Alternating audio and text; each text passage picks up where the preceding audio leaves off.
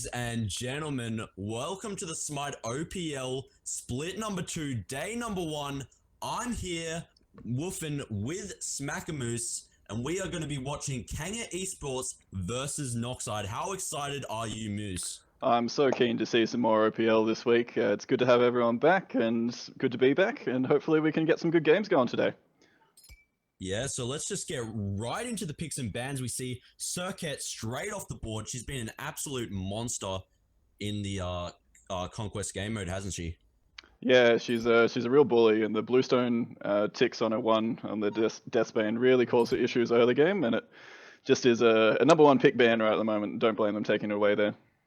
Yeah, just the ability to build that Bluestone and the having the Boomber's Mask make her super effective. And we see Raven and Kernanos banned here as well. Raven just a really strong pick, both in the jungle and the solo lane. Usually he used to be only played in the solo, but now he can be played in the jungle well and be quite effective. And then also Kernanos and Thoth being 2 very strong gods in their roles respectively. Yeah, they bring a lot of CC and a lot of team fight, those gods, and not so much early pressure with the Toth, but the Kernanos definitely just such a lane bully as well, and not wanting to deal with that, I can completely understand. Yeah, and now with Kernanos off the table, we're going to have a bit more flexibility with the ADC, since he's kind of above and beyond the rest, and then, you know, slightly below him, we have a few more picks. But then we see Hun Butts, an excellent jungle pick with that AoE ultimate, which just really allows him to control these team fights. Yeah, Pheno Evil's just the strongest ult in the game in my ability. It just pushes everyone around, gets everyone out of position, and just a really strong pick. Yeah, but I do think they have decreased, or rather increased the cooldown slightly. So we'll see how that affects Humbats, though I'm sure he'll still be incredibly strong. And now we see Noxide actually picking Osiris and Bellona. Now, I love this from Noxide, because what it does is it takes away the 2 strongest solo laners, and then they should be able to put the Bellona into the jungle. So that's a really smart pick there by Noxide. Yeah, they could even flex it and put it support depending on what they want to do. But yeah, those early game warriors have been shown to be very dominant so far in the early meta for this second split. Yeah, and now we see Terra and Ho Yi, so we've got a nice, safe duo lane here for Kanga Esports. Terra being an incredibly strong Guardian, giving that healing support, and Ho Yi, just an all-round decent ADC who, in the hands of a skilled player such as Galen, will be able to do a lot of work. And now we see Fafnir here as the Guardian pick, and now Ra, Scylla, and Poseidon banned. Yeah, all decent bans targeting that mid lane, just trying to shut down the gods available to both Mouse and Desecrator, I guess, from both sides. Be interesting to see where they go from here. The Fafnir is a really strong pick, brings a lot of CC and a lot of pressure as well, which is the key word. This split, or this meta at the moment with that early game push makes it really difficult if you get behind. So Fafnir will help them get them through that. Yeah, and now we see, you mentioned Mouse, and he has been picked for the mid lane here on Noxide, and we see him pick the Isis. And now, what I've noticed is that a lot of Isis picks happen when a person switches into a new team, because Isis is always a really safe and strong mid laner. You know, she's got such a sound kit being in Smite for so long that she's a nice safe pick for Mouse here on a new team. Yeah, it's always a comfort pick, I think, when you see those Isises coming out. Just, as you said, a very solid pick. Again, brings lots of pressure, and they'll be able to push into that jungle early, hopefully, and take some of those buffs away from Kanga on the other side. And now we actually see Kronos, Rama, and Sun Wukong as the last picks here. I feel like the Kronos is quite an interesting pick, since Kronos hasn't been as strong, though he definitely has the potential to just be built as a straight-up mage and treated like that, unlike the past, instances of Kronos being a more ADC-like character.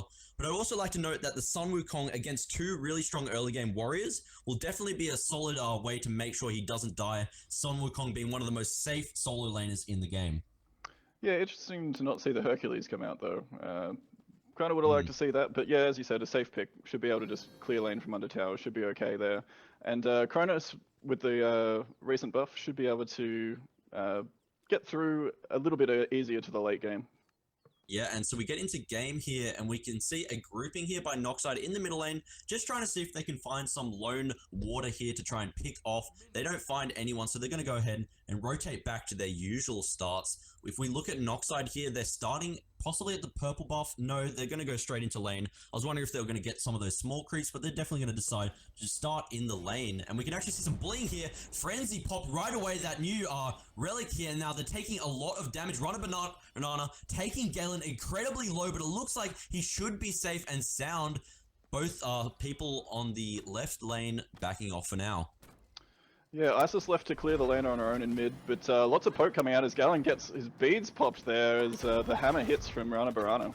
Really good early pressure in that duo lane. Galen's going to have to be very careful, but we see Rana Banana actually taking a lot of damage here himself. Tori trying to see if he can possibly pick him off, but it doesn't look like it here. It seems both teams just don't have that extra little bit of damage that they need to pick up that first blood. So it looks like what Galen and Tori are going to do here is pick up the smalls on the purple buff, most likely not actually going to go for the buff itself. And now they actually initiate onto Rana Banana. He's on 1 health, but he gets body blocks with Noose here. Noose playing in the ADC role, unlike his previous role in the mid lane. How do you feel about Noose here? It'll be interesting to see how the how Top Notch goes here.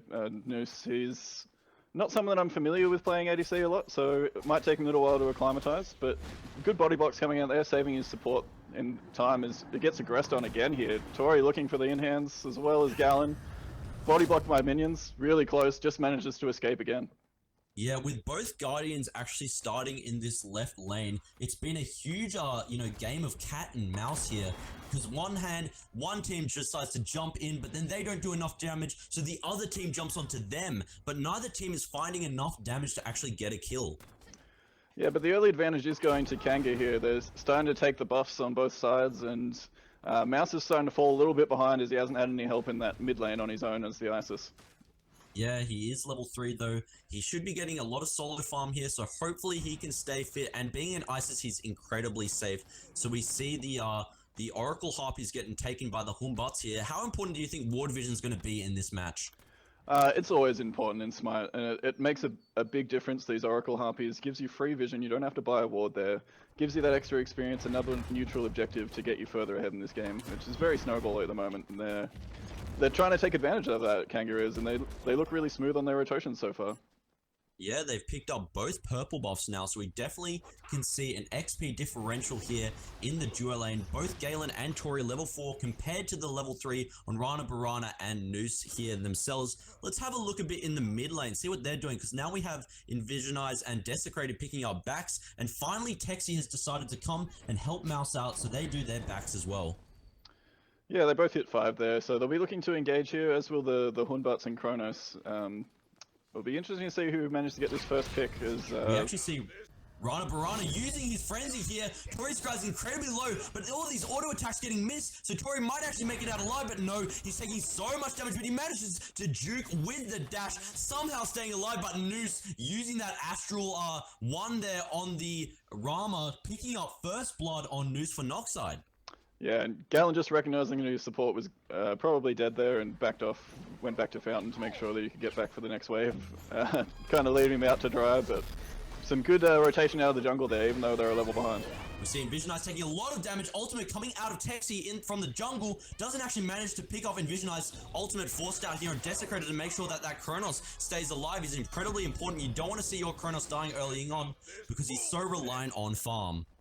Yeah, he needs to get to that mid and late game. The ultimate's been buffed, so it will be on a shorter cooldown. As Noose is here in the jungle, raining down as the Fear No Evil comes out, but gets picked up himself as Texi's falls as well, so they trade 1 for 1. We get a trade 1 for 1 here, and very interesting rotation coming out there from Noose. He realized that he was ahead in lane, so he decided to come and get that pick with his ultimate. We see now the Dragon Form coming out of the Fafnir and Desecrating incredible amounts of damage, gets picked off there. Tori's guys looking to see if he can return something, but doesn't actually have enough damage, and he's severely outnumbered, so he's going to have to play this extremely carefully. Noxide is definitely going to be able to get a lot of jungle control off these 3 kills. Galen just walks out of the jungle, catches the lazy back from Mouse and picks up a kill and trying to get some more poke onto Noose. As Tori's guys are still pretty low and hanging around. Split pushes here, manages to jump away to Galen. Yeah, so we're seeing a lot of action in this middle lane, which is very classic to Season 4 Smite. We see Galen coming here to the mid Harpies, being the Huyi with the triple bounce. He should be able to safely get those mid Harpies on the left there. So now let's have a look at the graphs here. We see XP 1,000 ahead on Kanga, but then gold slightly ahead with 100 gold to Noxide. So it's actually a very even game. Yeah, the gold not quite enough to cancel out the XP difference. So Kanga's still getting that farm up, and they're looking to take these oracles again on the left-hand side and keep that experience advantage in their favor. Yeah, so even though Noxide has gotten a few more kills, Kanga Esports have been dominating the buff control, which has really allowed them to make sure that they keep a small lead. Admittedly, it's not a great lead, but at least they're ahead, and they need to try and use that to their advantage. Try and fight these 2-on-2s, these 1-on-1s, where they know that they can win because they have that slight lead. Yeah, they should be looking here to probably engage over the Gold Fury soon. It's now 6 minutes in, so the next 4 or 5 minutes, I wouldn't be surprised to see a Gold Fury attempt, as everyone's just clearing up their buffs at the moment. Taking a look at the builds, interesting to see that Noose has gone for the Chalice of Health. Not something I normally see on ADCs. It's a big gold investment. Yeah, that is actually a huge gold investment, and I don't necessarily agree with it, though the premise behind it is really just make sure he can sustain in lane and not have to worry about backing nearly as much. But we can see the side of Noxide jumping in onto Galen here. Rana Barana using his stun there. Now ultimate coming out from the big dragon. He's taking a lot of damage, actually stalling a bit under tower, so he realizes he needs to retreat, using that coerce to make sure he stays nice and healed up. Now they have the lane pressure here. They're going to probably go ahead and rotate. They want to take some sort of jungle, but both buffs are down for Kanga Esports, so they're nice and safe in regards to their buffs. But the Gold Fury started up, and this is what I was looking to see, and the Split Push has even rotated over. He was hanging around in the mid lane. They've popped the Isis ultimate here, and the Frenzy should be able to clean this up. The Hunbat's ult comes out. A free Gold Fury there, and we see Texi use the ultimate onto Desecrator, but that Kronos ult keeping him alive and safe. Now we see KO taking a lot of damage here, but he manages to use his ultimate to keep himself safe and sound. Rana so low, but he doesn't get killed, and Texi picks up the kill to Envisionize. Desecrator returns by killing Mouse here, and now we see Tiger Form used to take out Split Push there. Desecrator actually manages to pick up that kill, and Noose picks up KO as well. Yeah, Hunbat's actually managed to steal that with the Fear No Evil, I believe. So Kanga actually get the Gold Fury as well as some of these kills, as Noxide were taken pretty low trying to get to that Gold Fury to be burst down. We see that Gold Fury get stolen as well. That's incredible for Kanga Esports. Now they siege down this middle lane tower, which will allow them to get so much more map pressure. And considering they've already been doing better in regards to buff control, this mid tower would be a great boon to them. They unfortunately don't actually end up getting that. Let's have a look at the graphs though now, Moose. We can see 2,000 XP lead for Kanga and a 1,200 gold difference. Yeah, that massive spike there, the Gold Fury steal, and then a couple of kills, and as well as that mid-tower pressure. Really big swing there, and Visionize playing it perfectly on that Hunbat's. And that's why he's so strong. That objective control is just, even with an Isis ult, you can't pop it if you're feared, so... Exactly. And the interesting thing about how this game has been played out is both Noxide and Kanga, in regards to the PvP, the player versus player, actually we see Split Push picking up Envisionize here, and now KO getting chased down by Texi and Split Push. He's taking a lot of damage. He's trying to use that Sun Wukong ult and actually manages to successfully pop it, so he should be able to heal up safe and sound. We actually see Galen over on the left side taking a lot of damage, gets stunned out by the Fafnir, and Noose picks up that kill as well. Noxide now 7 kills to 4 on Kanga. And they pick up the mid tower as well. That low mid tower was able to be picked up in return for losing Envisionize in the right hand side. Yeah, and as I was saying, in regards to the player versus player, despite the kill difference now, I would say both teams have been behaving rather evenly in regards to their skill, but Kanga have been farming the map so much more effectively, and that's why you can see they're still slightly ahead on the grass, 1,000 XP and 800 gold. So I definitely say Kanga Esport has maximized their efficiency in the jungle, though Noxide is starting to pull a lead in these team fights. Yeah, the scariest thing is the Kronos has now got a fully stacked Doom Orb. He's level 11, he's the highest level in the game, and he's starting to get to that late game. I'm going to kill you right now, and then even if you get damage on me, I'm just going to be back at full health. So it's going to be really scary for Noxide moving forward if they can't shut down that Kronos soon.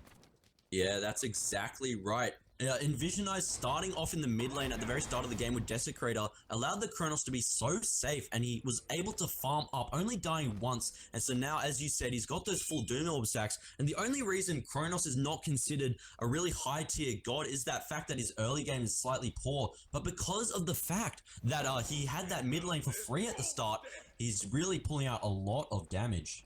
Yeah, 1v1 here over in the ADC lane is Noose gets taken low, the Suns are popped as well as the Terra's Blessing. Might be able to pick him Huge up. damage. Oh, very close there. Manages to get away with the ricochet. Although he's hanging around, he's got his dragon coming as the dwarf is coming in out of the jungle to give a bit of support. Rana Barana. Yeah, it's the classic, Lord of the Rings situation with the dwarf and the elf looking after each other, making sure they stay safe and sound. And that's exactly what a Guardian should be doing, is protecting his ADC when he needs to. And you can see Rana Barana zoning out. He's actually doing a lot of damage onto Galen, though I don't imagine he's actually going to pick up the kill. And, Rana Barana, being the veteran he is, realizes this and doesn't try to engage when it's unnecessary. We can actually see a rotation coming out from Kanga, Envision Eyes and Desecrator, looking to see if they can potentially get a pick onto Rana, but he's playing incredibly safe and making sure he doesn't get picked off unnecessarily, which is excellent for a support player. Yeah, his positioning's been good so far, and his setup's been incredible as well. Really nailing those stuns and CC combos. As there's a little bit of a fight here, a little bit of poke back and forward, but nothing too serious in the mid lane. As Split Push looks to steal away the speed buff, but doesn't quite get it. Yeah, I've noticed that Noose has been rotating a lot to this mid lane, so he's definitely trying to get some of that pressure with his semi-global ultimate, in that he can reach across the jungle wars and try and actually get some picks in the mid lane. It hasn't worked out too much so far. He's gotten one pick off this strategy, but apart from that, it hasn't really been too effective, though he has managed to stay even in regards to XP, though he does have 4 kills compared to 1 onto Galen. He's been showing up in the team fights and a bit after everyone else is kind of a bit low, and picking off those low players on the side of Kango so far. Yeah, and now if we actually look at the builds here just before the Gold Fury comes up, we can actually see a Gladiator's Shield on the Humbats. What do you think about that? It's interesting. It's not something I've really experimented with in the jungle, but it could work. I can see he's an ability-based god, so the cooldown is helpful, a little bit of physical protection, and a little bit of a sustain. I don't mind it, actually. It'll be interesting to see how it goes. Yeah, I definitely agree that it is a lot more of a viable pickup now that it got buffed. It got 10 extra power and I believe a bit extra on the passive. So it really allows ability-based, assassins and warriors as well to get that little bit of sustain, since it now has, more beneficial stats as well as that amazing passive. And it's really cheap as well. It's an excellent bridging item. Yeah, it's essentially the Ichavolt of those bruiser types in the jungle and solo lanes. Exactly. That's exactly how I'd look at it. As we have a look here, there's a Spear of Desolation now onto the Isis, which is an interesting pen item, lots of power. I'm not sure I like that as a first pen item though. It seems a little bit expensive to be waiting that long for that much gold. Well, considering it hasn't detrimented him too much, it's not a bad pickup, because early game it's so incredibly powerful with that passive just reducing cooldowns every time you get a kill. And Isis is definitely one of those gods who can get a lot of early kills, so it'll really help her out getting that extra cooldown. But now the Gold Fury's up, and that's going to be the next point of contention. Yeah, they should be looking to group here. Is Noxide do start it up, Split Push just tanking it for now.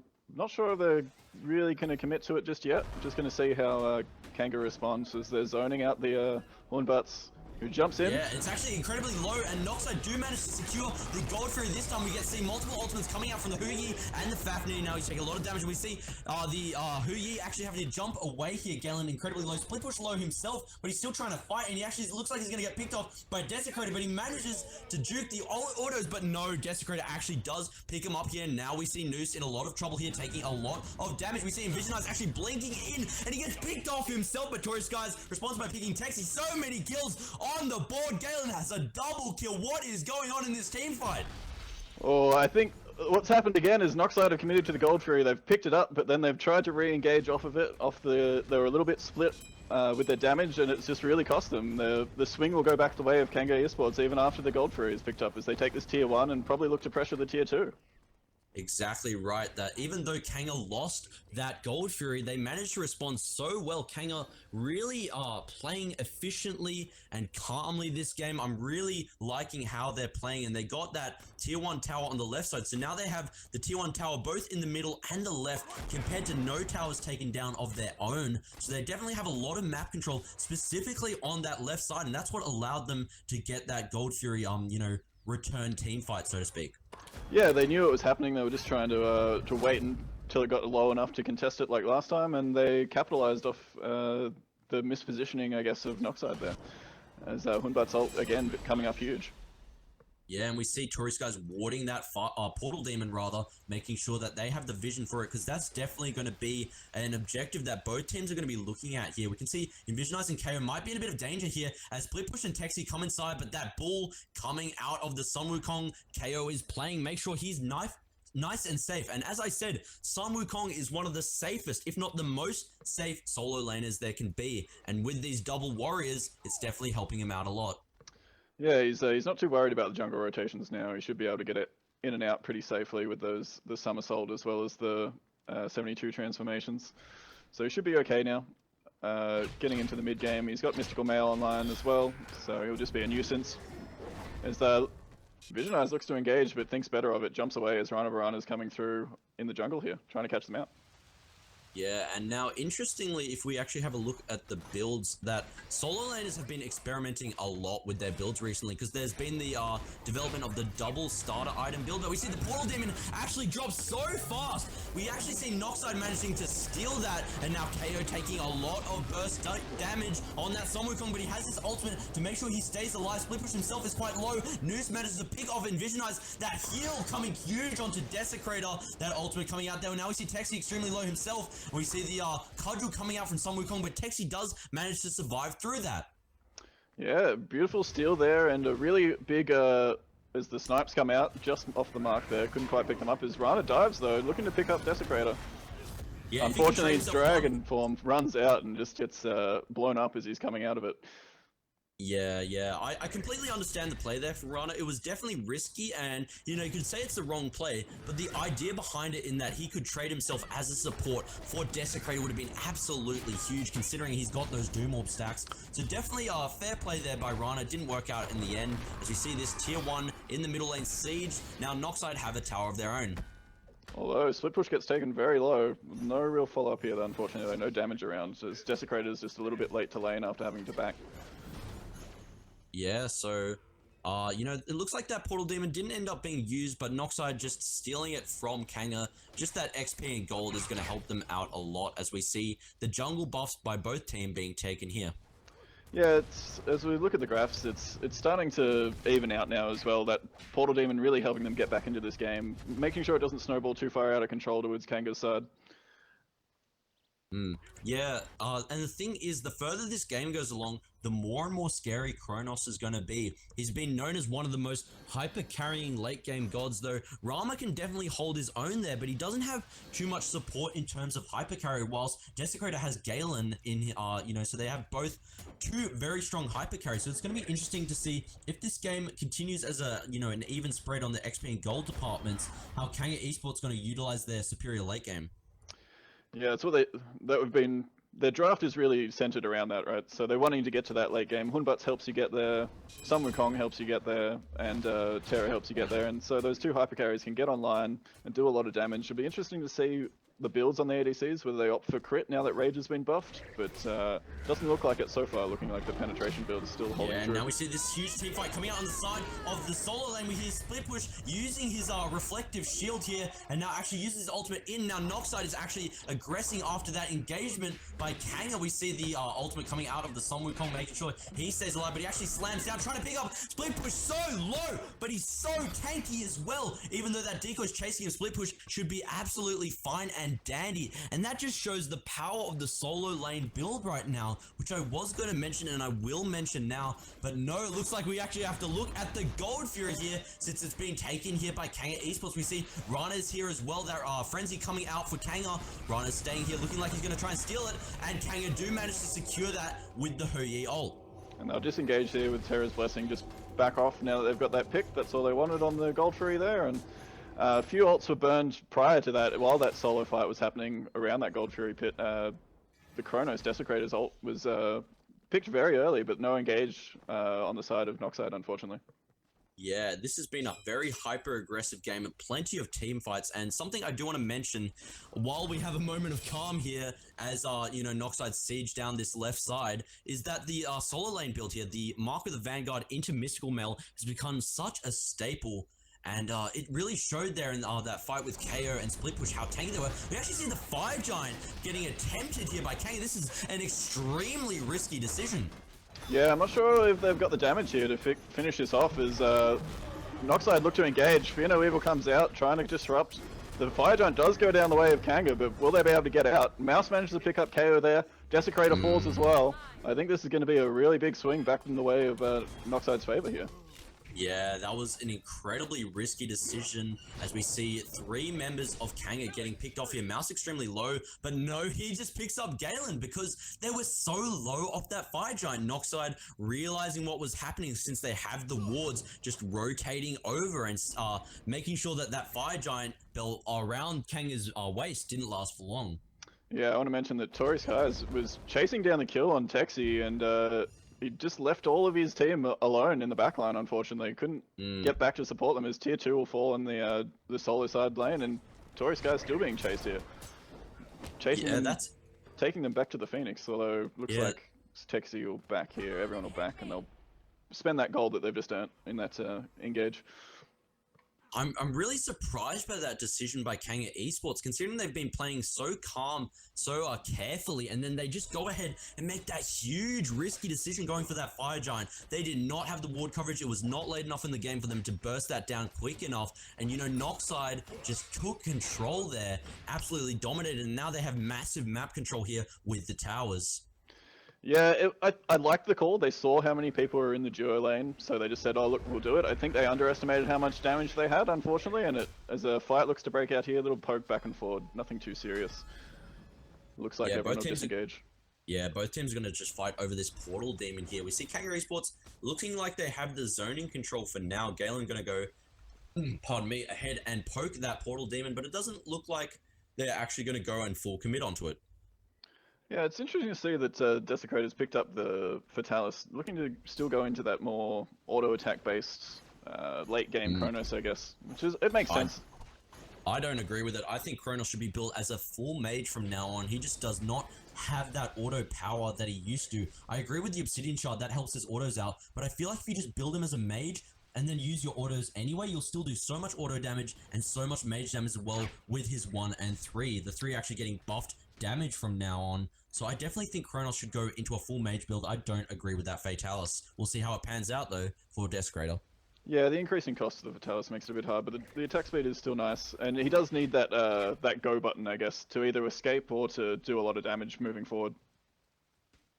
Yeah, we'll see how it goes in. This portal demon still being highly contested here. Both sides not really wanting to full commit, worried about possibly getting wiped and then more objectives getting taken on the backside of it. We see just, you know, a light engagement here. Actually, Tori Skies taking a lot of damage. Frenzy coming out. Hugi ultimate as well. Tori Skies incredibly low. Mouse actually picks up Tori Skies. And now we see Galen trying to help defend his teammate. Envision Eyes getting pushed out by split push here. Desecrator actually managed to pick up Mouse in the backline. Envision Eyes so low, but he actually uses his jump over the wall. But split push manages to pick up Galen instead. That's a 2-for-2 trade there, evening out. But no, Noose decides to pick up KO as well. And we see Desecrator getting chased here as well. If Desecrator gets picked off here, this is going to be a huge loss for Kanga Esports.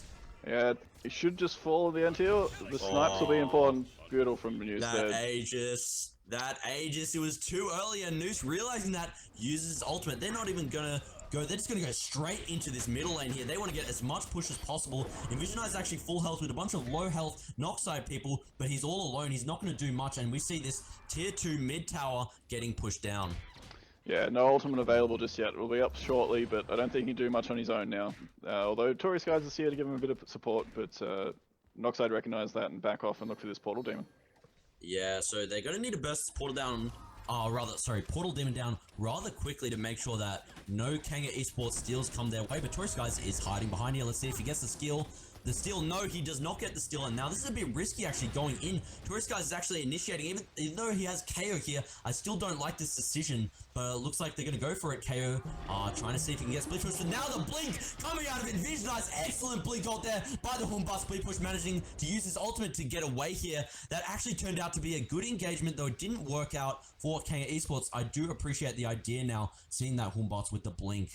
Yeah, they have to be careful though. There's Portal Demon. They are trying to wait and see if anyone comes through it to pick someone off. But the two tanks They come actually through. do come through, and now Texi has to use his ultimate, and they've got those extra statistics coming out from Texi's ultimate. Now he's chasing down, seeing who he can pick off. Desecrator looks like he's getting engaged on here, but it doesn't matter because he has his stun out, so it's going to stop them. That was actually quite an interesting strategy there by Kanga waiting for them, but it didn't actually work out in the end. Both teams actually have to back off at this point.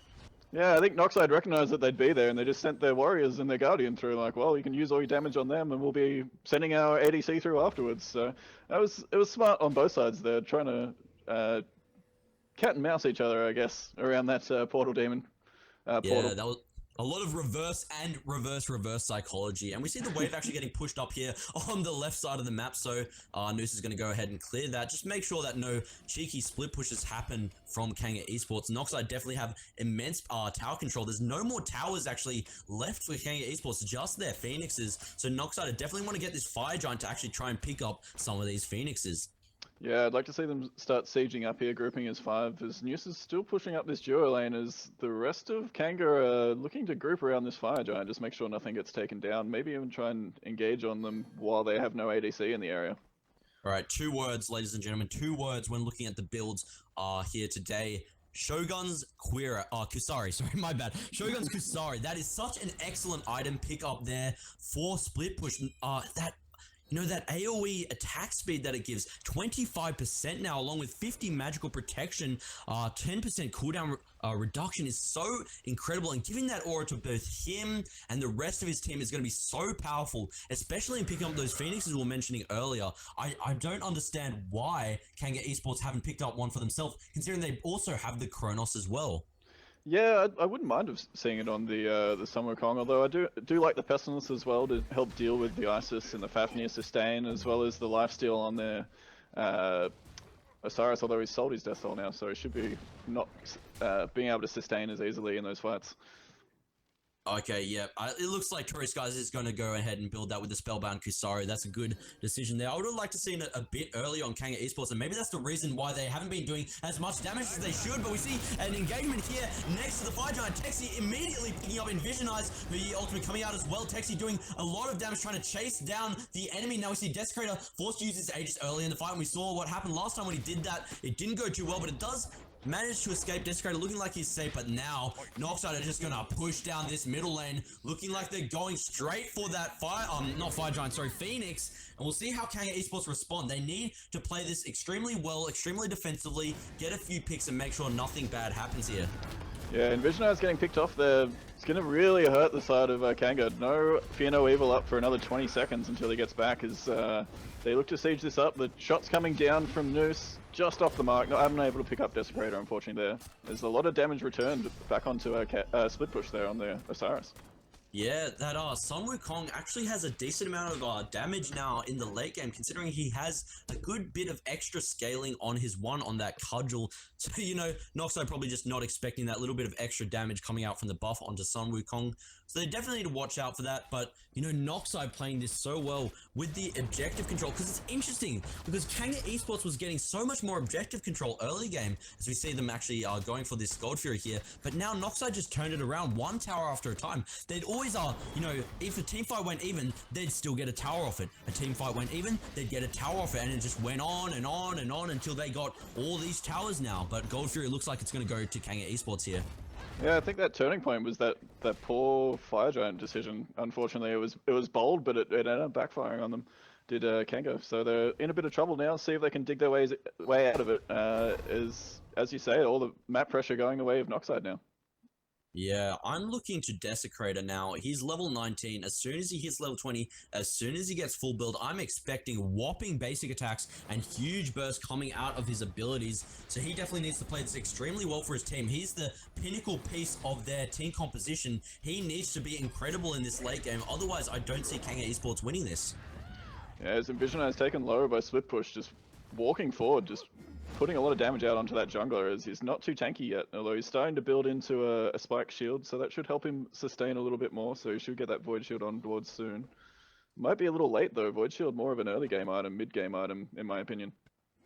they've brought the statistics back a little bit to the late game, though I definitely agree with you. It's more of an early game item, and we actually see Noxide picking up this Portal Demon here, so they're going to be able to travel back to their base and straight into the fight. We actually see Split Push going in ham here with the Osiris, just slinging out auto attacks. They're not on the right targets, and they're not actually taking too much damage. Split Push actually taking a lot of damage, and he gets picked off here by Envisionize. Desecrator responds by picking off Texi here as well. Now we see Mouse extremely low on that Isis. He needs to run away, and he needs to run away now, but Envisionize actually picks up Rana Barana instead, and now Mouse is incredibly low, picking off his Aegis there, and Desecrator picks up that kill as well. Yeah, 4 for none so far. This is the fight that they needed, and the Deicide comes out, Desecrator picks them up, and just able to get that fight exactly what they needed, overcommit by the front line there, and punished by the Fear No Evil in the back line.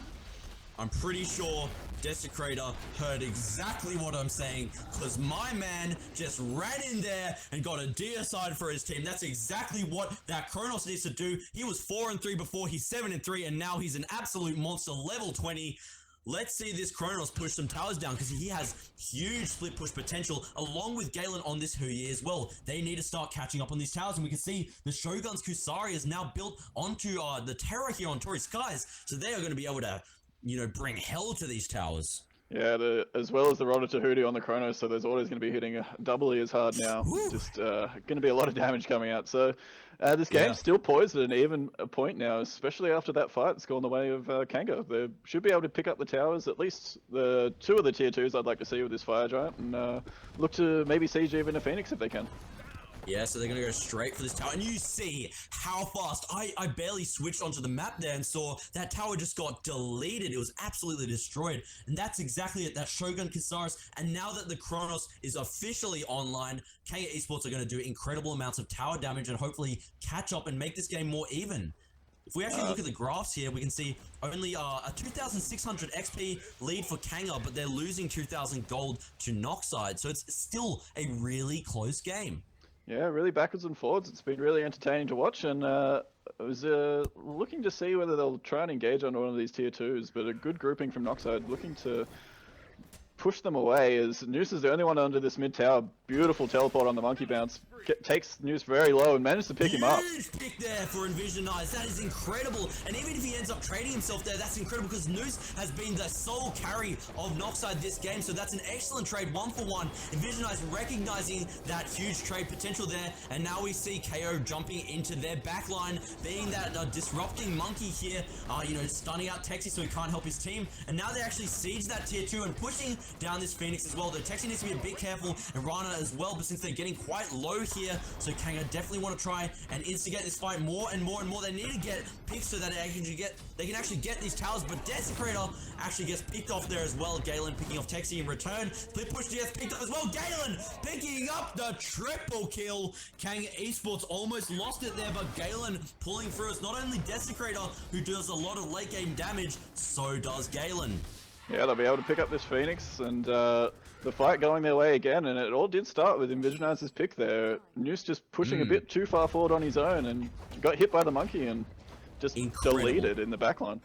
That was incredible situational awareness there by Envisionize, considering he was so far away. I actually believe what he did is he had to blink and then jump because he was so far away, but then he managed to get that ult and pick off Noose. As you can see, he's 7-3-4. He's the one absolutely carrying this team. And so that trade there by Envisionize, even though he died, he's an ult bot at this point. That was incredible play there by Envisionize. And then Galen, even though Desecrator got picked off and he's that, you know, that incredible late game Kronos, Galen shows that he's still a force to be reckoned with and actually making sure that that Phoenix was secured as well.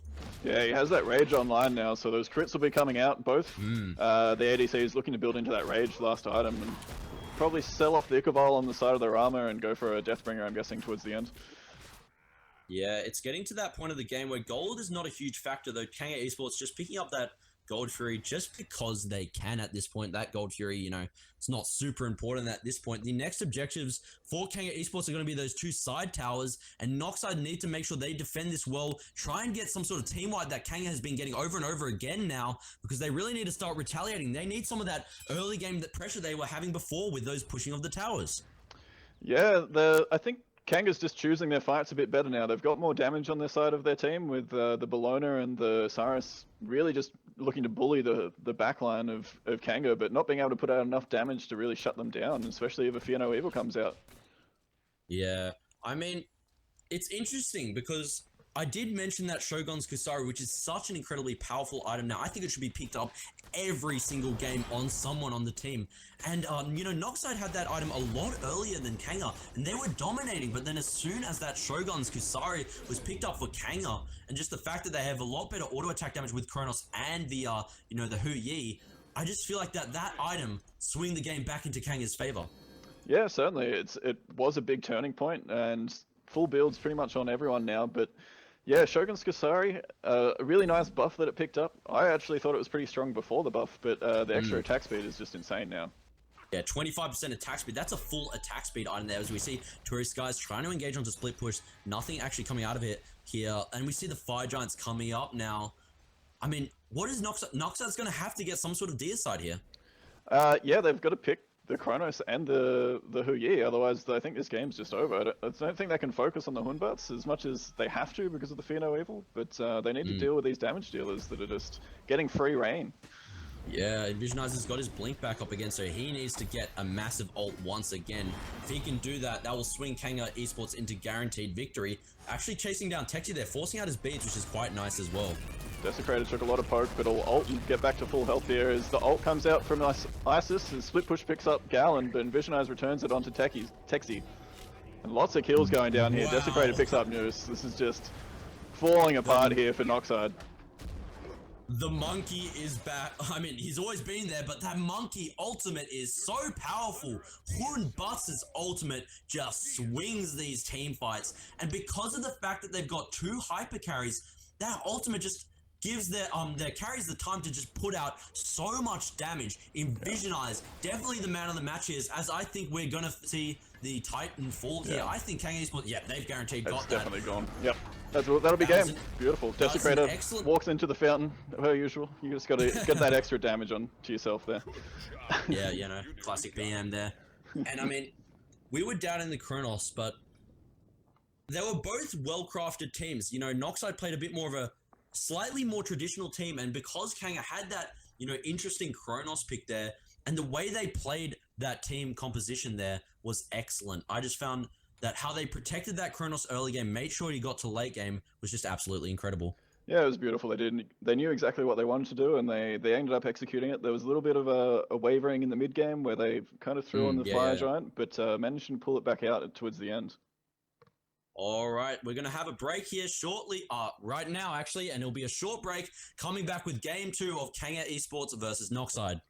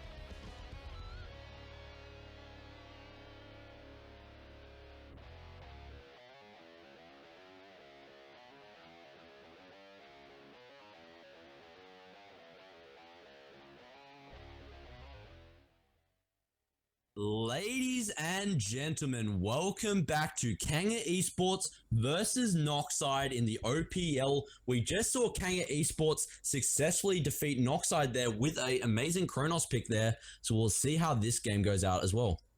Yeah, it'll be interesting to see how the picks and bans go here, whether Team Noxide respect that Kronos pick or whether they just try and pick a comp that can deal with him a bit better, a bit more lockdown perhaps.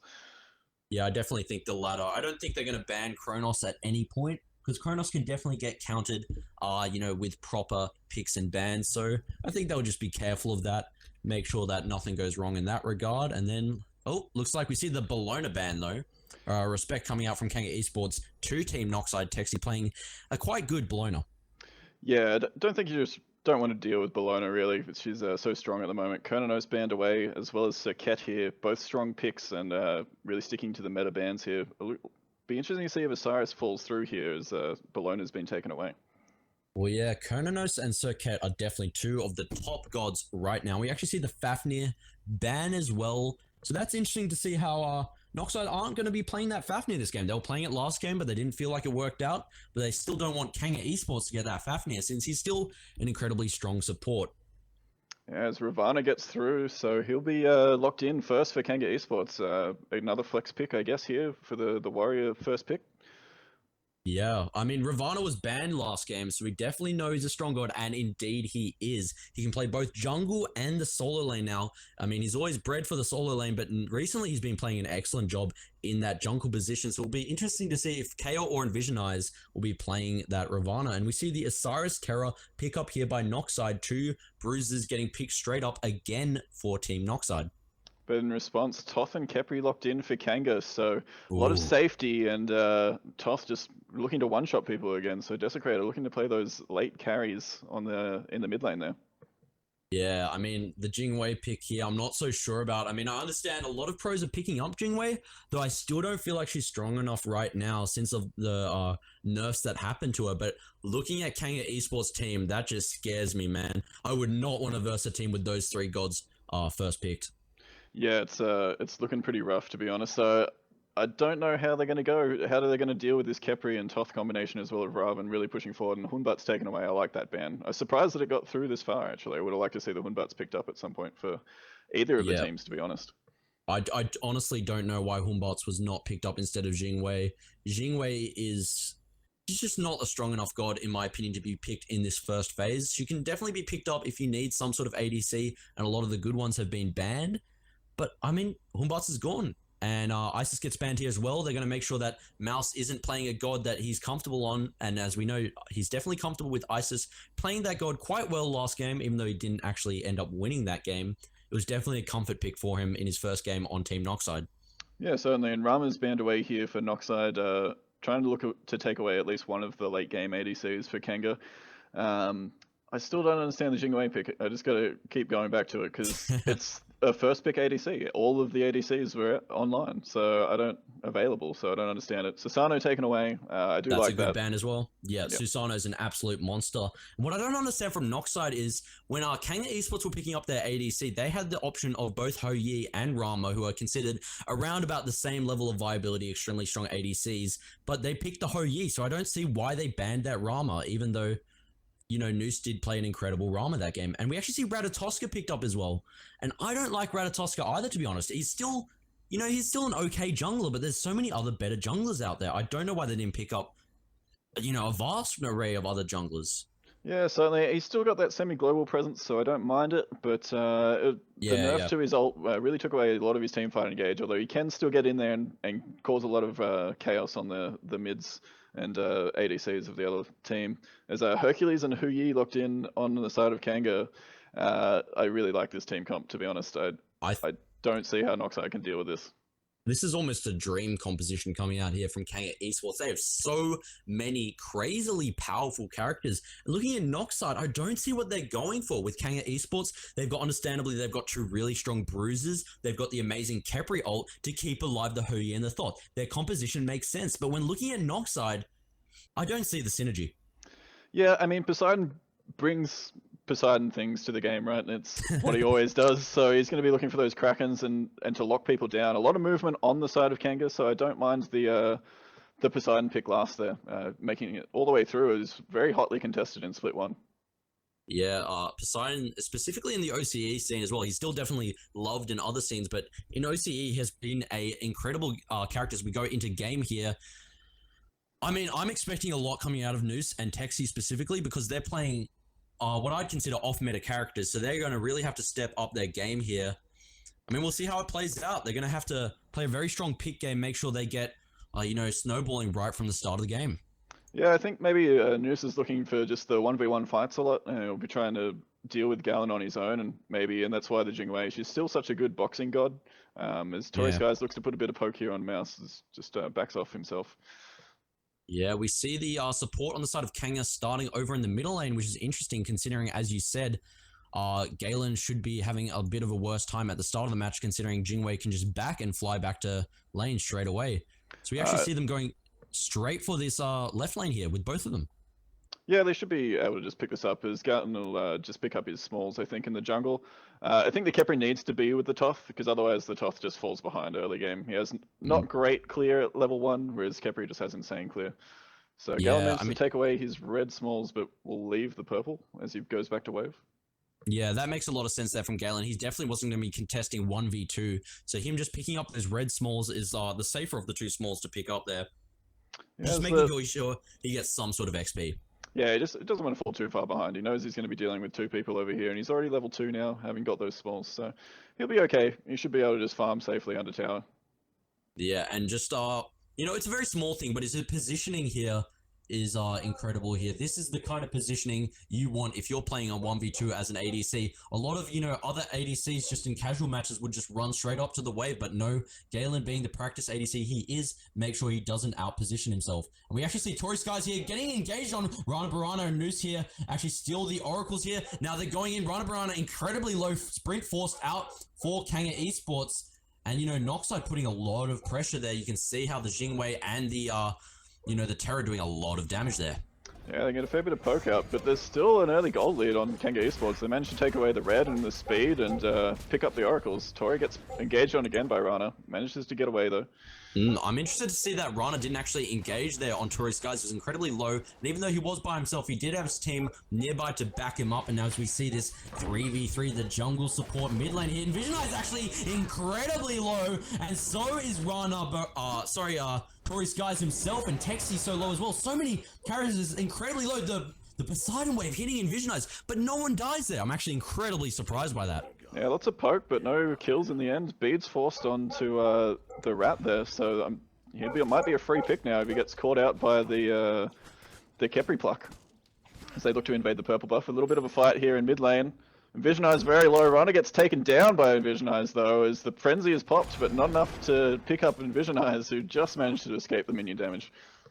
Yeah, so that's first blood for Kanga Esports. Well played by them. They're starting off the snowball strong for them, which they really need to do against this Jingwei duo lane here. She's going to be able to back and do a lot of sustain and push the wave. So it's good that they do that. And Vision Eyes actually forced to ultimate there to make sure he doesn't die to Texi.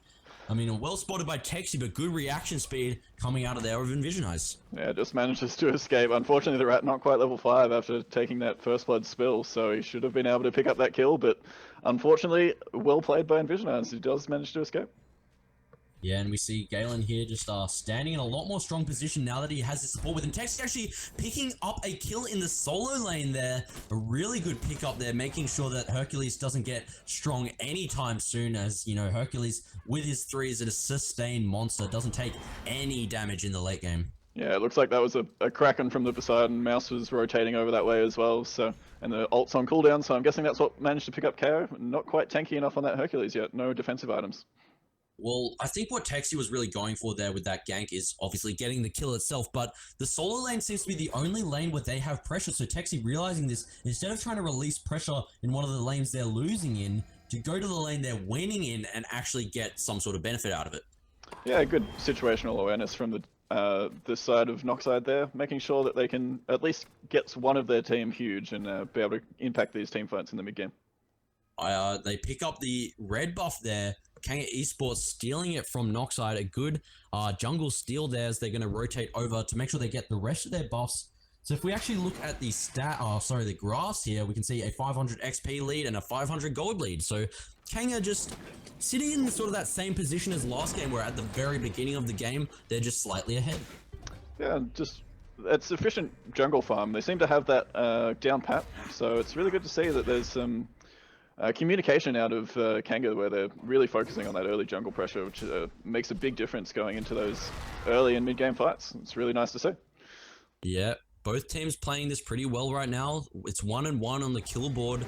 So, you know, no team has an incredible advantage, but as we saw, that can go back and forth incredibly fast. We actually see Tori Skies here. Doesn't look to engage here. This running past, placing his wards down. It's been a pretty slow game, actually. Yeah, not quite as hectic as the last game as they look to pick up the oracles, although Gallon looking to rotate it aggressively here and manages to pick those up, do they? Yes, they got both. So nice attempt at stealing from Rana Barana there. Well, the great thing about a slow game for a caster is you get to look more and more at the build. So we can look at the ADC starts here. We saw the Bluestone and tier 1 Transcenders there for Galen, and we actually see the Death Toll into Devourer's Gauntlet for Jingwei. What do you think about these two different starts? I do like it on the Jingwei. She has that passive to get back to lane, and so there's an engage over the purple buff. Kraken comes out on Tori Skies, very low. Kraken, Tori Skies incredibly low, forced to use his Capri ultimate on himself, but that's greedy, and now he's going to get chased down by Noose with that Jingwei, and she pops Tori Skies. An excellent pick there to start off this fight. Now Rana Barana actually chasing down Envisionize. He's going to try and get the pick. Envisionize actually does manage to get that pick as well. Texi picks up that kill, and Desecrator actually picks up Noose as well. That's a 2-for-2. I'm sorry, a 3-for-2 trade there. Kanga Esports actually taking more out of that fight. Yeah, the Divine Judgment there coming up huge from Desecrator there in the backline, manages to pick up an extra kill they probably weren't going to get otherwise. Yeah, and Kanga Esports are now just taking these small victories one at a time. They got one more kill there, they got one more kill before, and now if you look at the experience graphs, they're 1,600 XP ahead and 1,000 gold. Yeah, but KO managed to get a solo kill on split push there. Respect nice to job KO from there. here. Yeah, gotta love it. I mean, Osiris, he's such an incredibly strong early game god. To see that Hercules get that kill there is a really good sign for KO. Yeah, it might have been a case of one more wave there. I'm not sure how low split push was, but it looks to have fallen down, being a bit greedy. Yeah, we actually see a grouping up here in the middle lane. We see a pull coming out from Tori Skies that will pull down to try and slow him. And Rana Barana, he looks like he's going to be safe and sound here in this middle lane engagement. So they're just going to go straight for the red buff. Yeah, keeping that pressure onto the red buff side of the Gold Fury side of the map and take it away safely, although not looking to give it up for free as Noxide. Kraken's available, and Vision Eye is a bit far forward here. Yeah, Mouse actually taking a lot of damage. Doesn't look like he's going to actually get a Kraken off. Mouse ends up getting picked up by the support. Tori Skies Texi tries to get into the air, but Envisionize manages to pick up that kill as well. Kanga Esports is not letting any of Noxide escape, even though they use all of their abilities, and now they go straight for the Gold Fury. Yeah, only Noose here to contest. Looks to go around the back, but no, just looking to give it up. Just goes to wave. Should be free Gold Fury for the way of Kanga. And Vision Eyes actually wants to pick up Noose by the look of things. No. Oh, I don't know about that. Maybe he's trying to bait him in here for Galen to pick off, or he's just going to get the XP before he backs off to another lane. I mean, this has just been excellent coordination by Kanga Esports. They always seem to be in the right position at the right time, which is really a good sign of a jungler. Envisionize playing this Raven jungler incredibly well, 4-1 and 2, and you can see here, he's gone for the Bluestone Pendant into Boombas, obviously. He's got his Warrior Tab, and now he's got Mark of the Vanguard for so much protection. He's not going to be taking much damage at all, considering how far ahead he is. Certainly is. Tori Skies taking very low. A lot of ultimates used, including his own, as Texi manages to pick up that kill. Desecrator pretty low as well. Does get picked up by split push as KO manages to find a pick onto Texi by the look of things under the tier 2. Yeah, well, that's a 2-for-1 for Noxide there, so that's definitely a good job for them. But we see Envisionize chasing down split push. If he can get a slow onto him with his 1, he might actually end up getting that kill, but no. Rana Barana is there playing the Terror, making sure his teammates are safe and sound. Yep, big flats there, 2-for-1. It's a good trade back there for Noxide as Envisionize looks to just clear up this mid wave keep the pressure, maybe pick up your speed buff. But yeah, having a look at the builds, the Doom Orb on Desecrator on that Toth now only back down to 9 stacks, so not working out as well as the Chronos Doom Orb early was for him in the previous game. Yeah, Desecrator's definitely leaning towards that Doom or build up here. And you can see that Mouse, on the other hand, doesn't like to play that risky style. He wants to play a lot more safe. Maybe it's due to him being on a new team here. So he's instead going for the Soulstone, the Bombers, just to get that strong farm in the beginning. Yeah, interesting to see the Bombers picked up. You do see it on mids from time to time, but I feel like Poseidon's got enough clear that he doesn't have to worry about it too much. But opting for it. It could be that he's just trying to get that extra XP by having the Bombers, because he has so much clear that he can really quickly get those jungle camps with his jungler there, Texi. Yeah, unfortunately they didn't really use it to their advantage though. They didn't invade on speed too frequently or red buff, so it's a little bit of a waste of gold so far. I don't think they've gotten the full benefit out of it, as Portal Demon will be the next point of contention. They're just looking for a bit of vision here. Rhino gets poked out there by the Desecrator, taking a lot of poke. Yeah, Terra is still a bit squishy at this point in the game. She needs to make sure she's keeping herself nice and safe, though she does have the Reinforced Greaves and the Mark of the Vanguard. So one more defensive item and she should be pretty tanky to help her team out. Mouse, unfortunately, didn't have enough mana there, I think, for the Whirlpool Kraken. Although Split Push will pick up Gallon here by the look of things, as misses the autos, though. Oh, just manages to figure it up. But Portal Demon gets taken in response instantly by Kanga. I like that call. Yeah, I mean, Kanga Esports making the best out of a dire situation there. You know, their hard carry gets peaked off there, but they do manage to get that Portal Demon, which will give their team a nice bit of gold and XP. They're not really planning on utilizing that portal for any extravagant sort of Fire Giant plays. They're just getting it as sort of a mini Gold Fury. Although they still have to be careful, as Tori Sky's taking very low, forced to ultimate. Although Desecrator just returns the kill on Noose in the backline. Texi up in the air. Will he cut him down on Tori, or will he just back off? Looks like the Ratatoskr is just going to decide to back off here, but Envisionize and KO are running in. The two warriors ready to do that damage.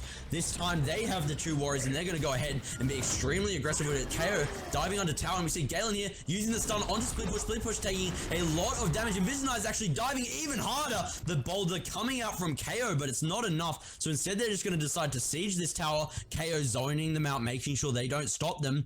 And now they're going to rotate over to this right side, probably just to pick up this speed buff.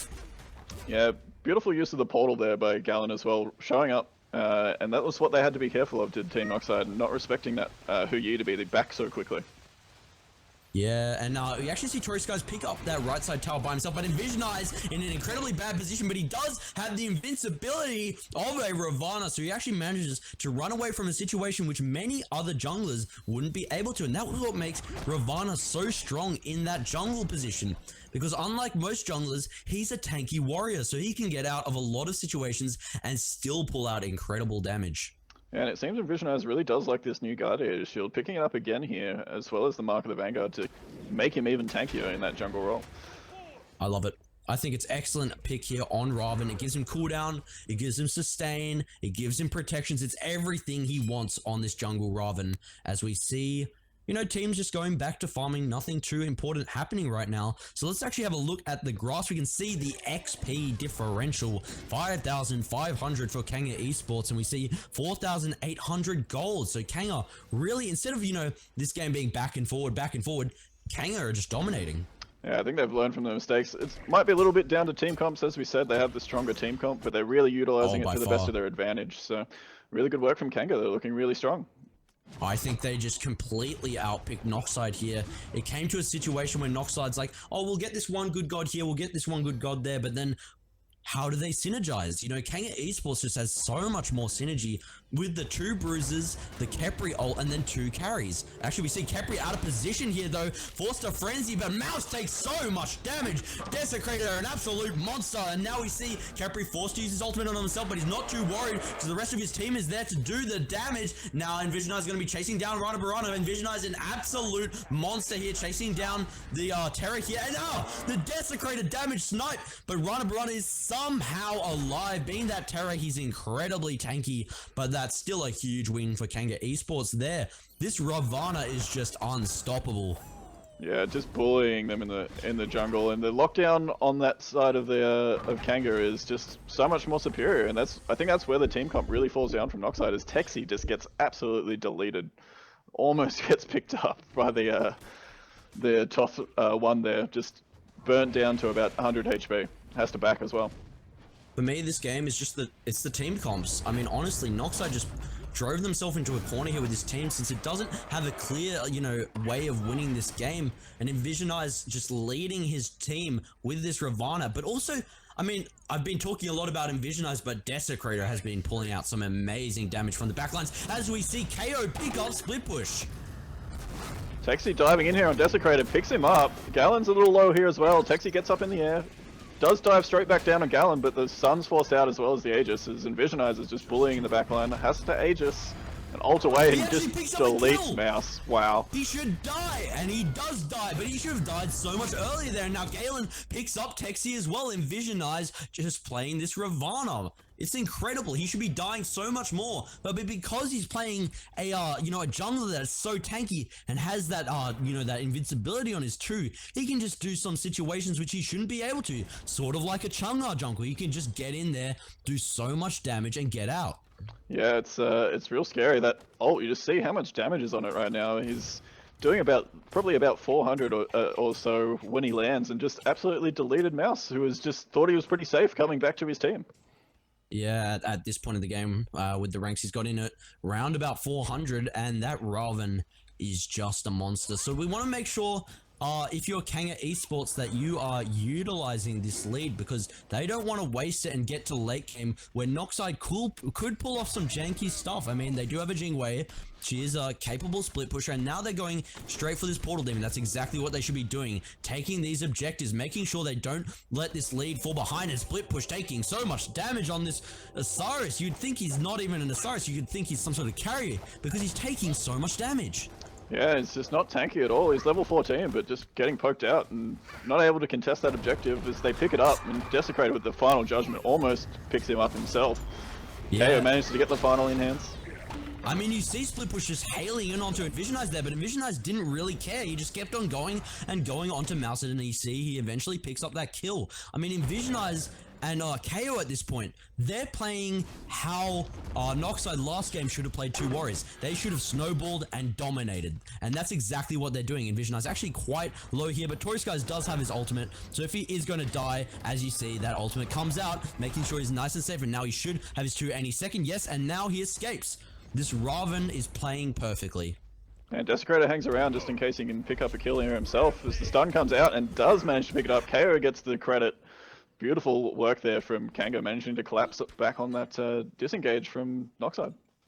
I think what Noxide are trying to get these return kills, but I don't think that's the right way to play this. They need to find a situation where they can find one of Kanga Esports and just pick them off. They need to get guaranteed kills. They need to be grouped up constantly, rotating around the map as a team, defending the map as a team.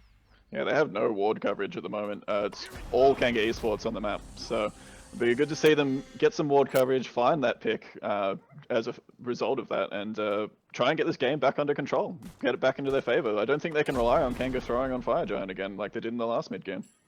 Yeah, I do not expect to see Kanga throw another Fire Giant. I think what they're going to do here is push down this left side, since there are both towers there, and then Gold Fury should be spawning up soon, so they want to pick up that Gold Fury, not necessarily to make sure they have enough gold, but to make sure that Noxide do not get any gold, and so much damage coming out onto Texi, forced to ultimate away. Split Push tries to defend, but there's absolutely nothing he can do. You know, this tower is going to just drop and fall. And now it looks like Kang is going to go for this tier 2. It's not a bad idea considering they're so far ahead. They can definitely fight this under tower, but they shouldn't make any mistakes. Poseidon still has a Kraken, and that can do a load of damage. Yeah, it's true, especially under sieging up under a tower as the Frenzy gets popped there by Rana. Envisionize taken low. Envisionize, you're gonna get killed, but no! Envisionize somehow made it out of there. He should be dead once again, but he's Raven. I just have to repeat it. Raven, Raven, Raven. He can just get out of any situation when he's ahead. Yeah, it's kind of disgusting the way that he can get in and out of those fights. He's got that Mass Immune online now as well. I really like that pickup. It's a really strong item, those Bruiser junglers. It gives you some protections, gives you some power, gives you movement speed, bit of health as well. So it's just a really nice pickup.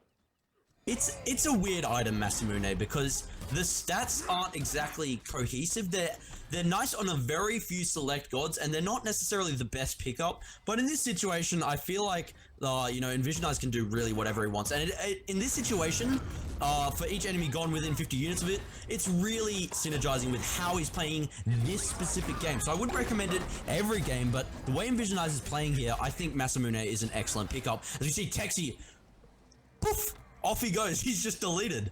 That's it, he's just gone, and I think he's maybe struggling a bit with going to this more assassin style where he's used to that solo lane. The lane swap maybe not working out so well for him just now. Yeah, I mean, Texi definitely needs to find his shoes in this jungle role.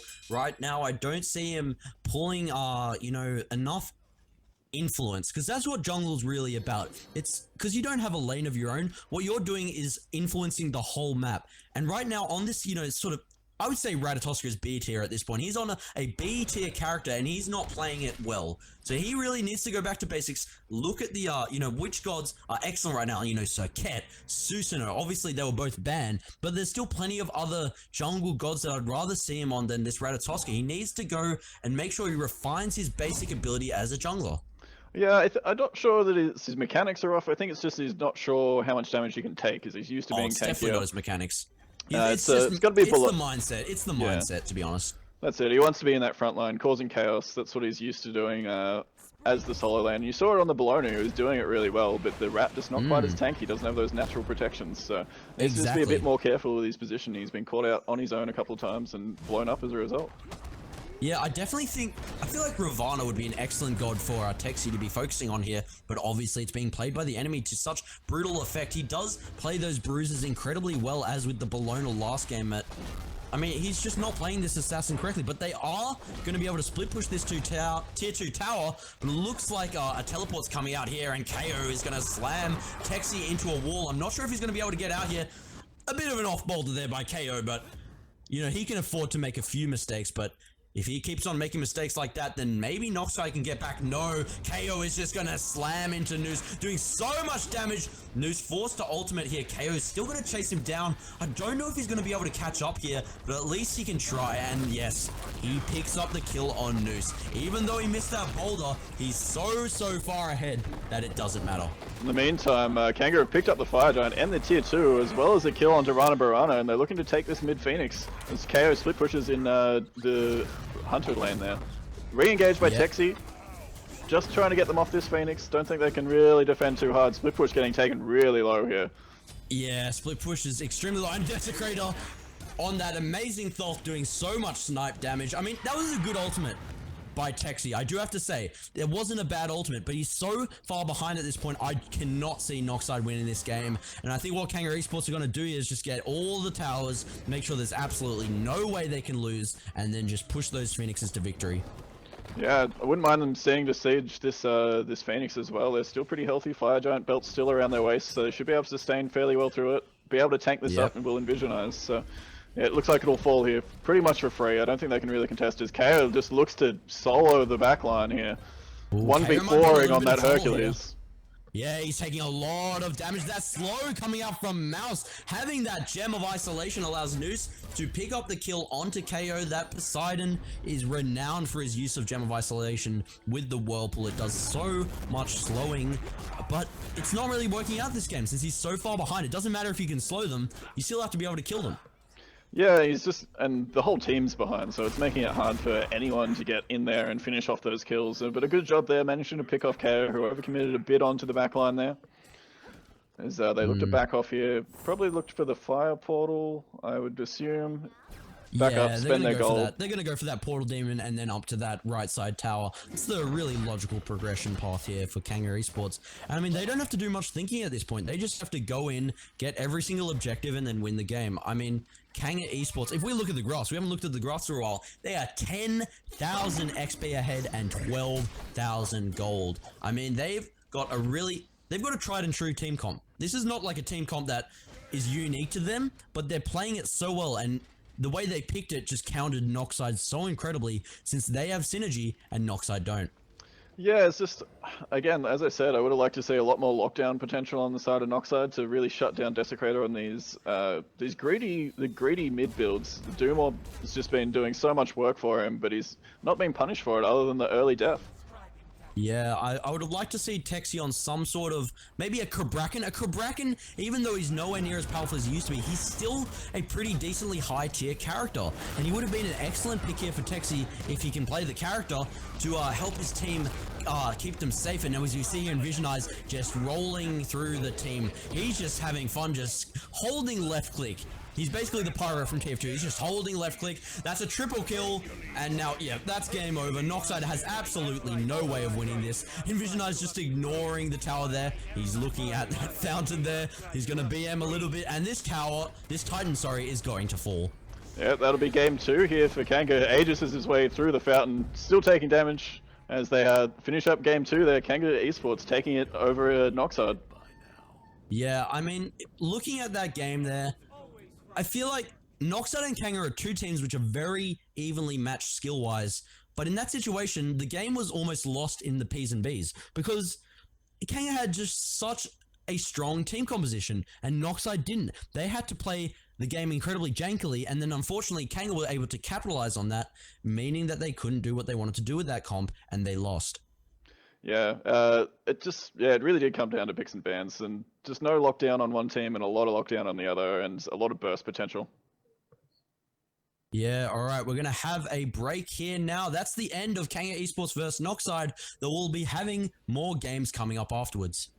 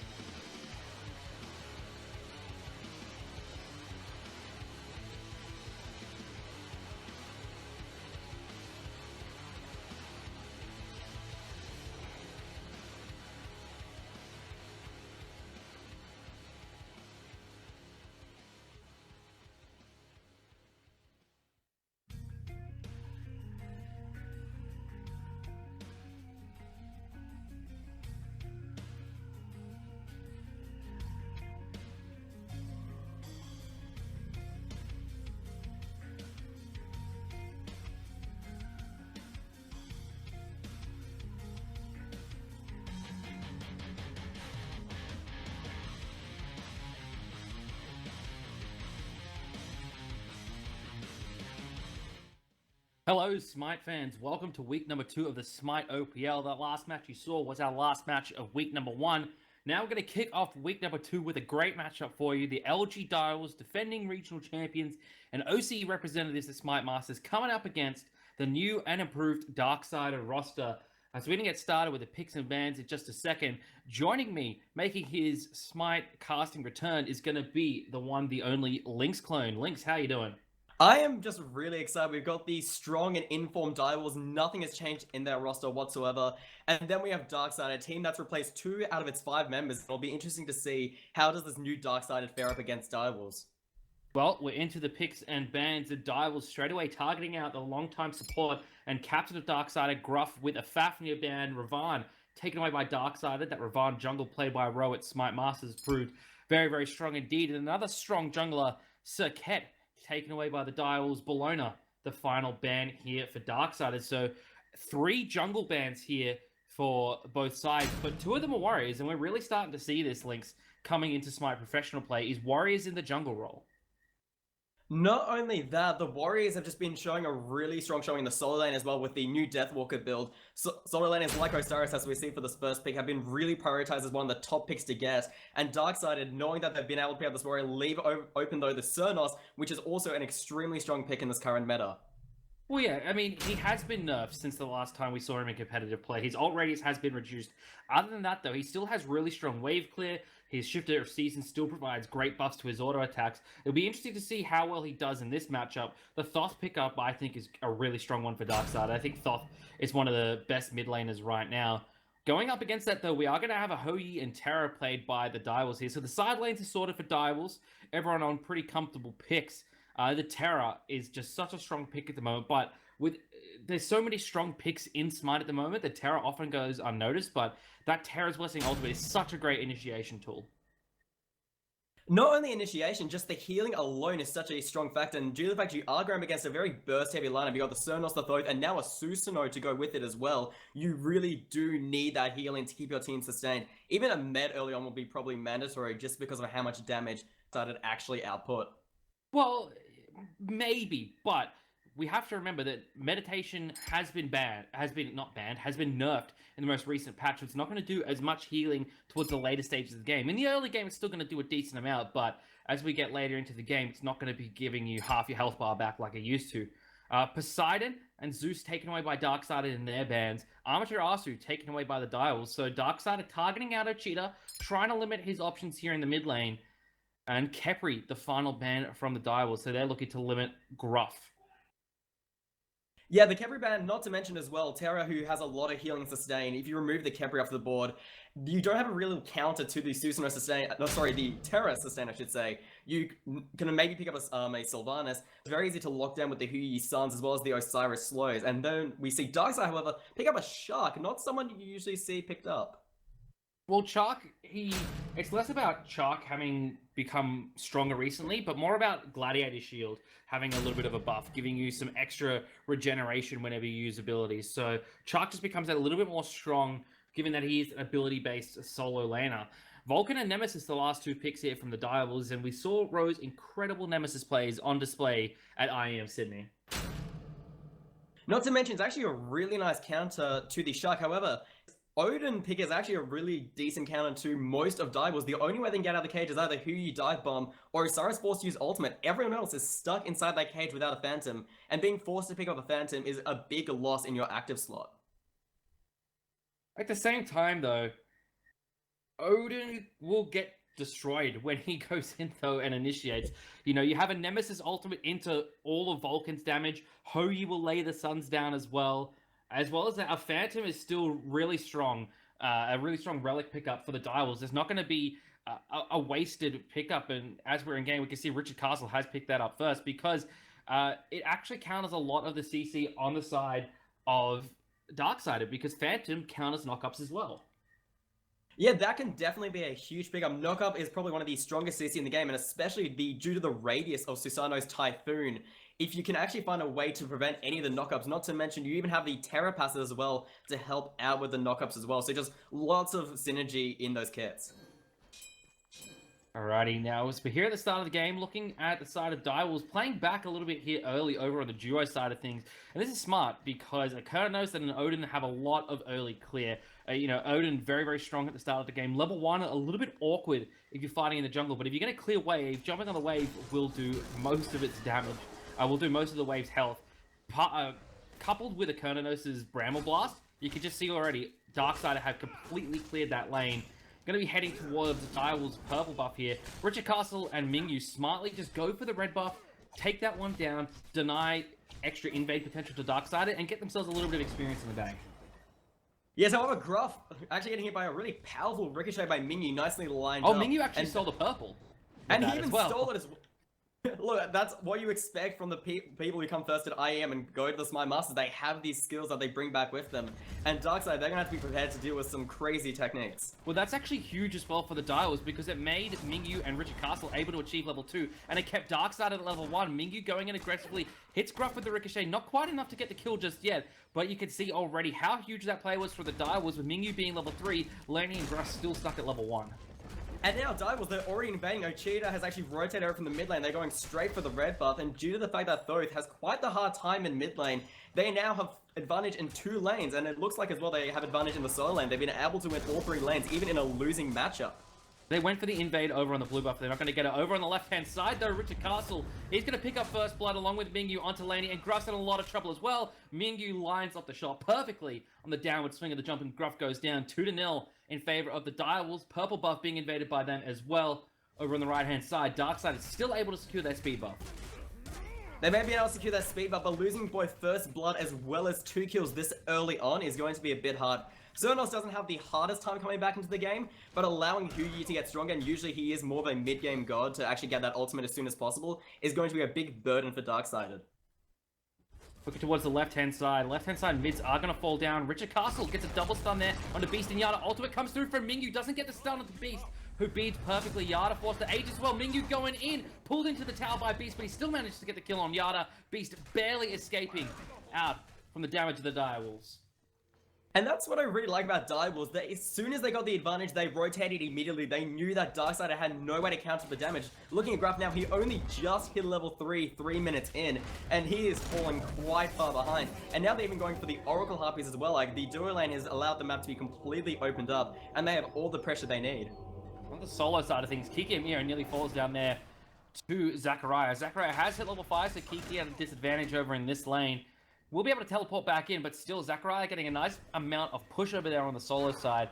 With the attention that was paid to that side by the Beast early in the game, and the fact that he's going up against a Nemesis and Osiris. Nemesis, who has a fairly weak early game and not the greatest of push potential to help out her solo laner. No surprise that Zach's found the advantage.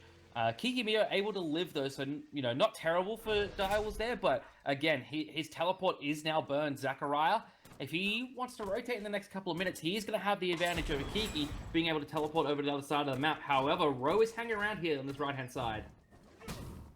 Yeah, and Zach just kind of being cheeky there, just kind of spamming the back button. He knows that there's something fishy going on. Kikyomi is playing quite aggressively, and Ro is just kind of forced to rotate back over, and it looks like he'll just go over to his speed buff.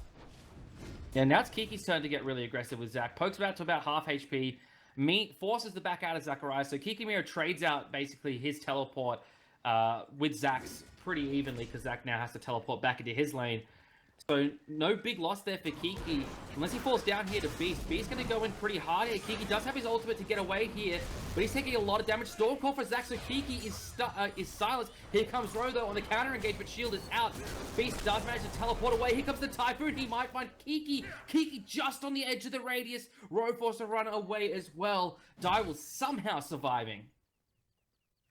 Yeah, that was just Kiki and Mia just knowing not to be too aggressive there. Even though he had Ro to back him up, he still understood the amount of damage Zach can output early. Shark, if anything, is extremely strong early on, and you do not want to give him any sort of advantage. He can fall off even if he's about at parity, so just denying him any sort of kills, just deny a lot of the momentum. And on the other side, Eyeballs also steal away another red buff and possibly a purple as well. They're putting Yada behind, and a thought from behind you know, you have hope in your mind that, you know, if I get to late game, if I get a few core items online, I can contribute. But you do have a really rough time early on. The Hieroglyphic Assault and Glyph of Pain and even your Final Judgment ultimate don't do nearly as much as you would wish, and you don't have that one-shot potential that makes stuff so scary towards the mid and late stages of the game. So putting Yada behind is a really good strategy here early for the Direwolves, and getting a cheat at any advantage possible is really big as well, because Vulcan, similar to Thoth, has a weak early game. The later it gets, though, the more damage he'll do.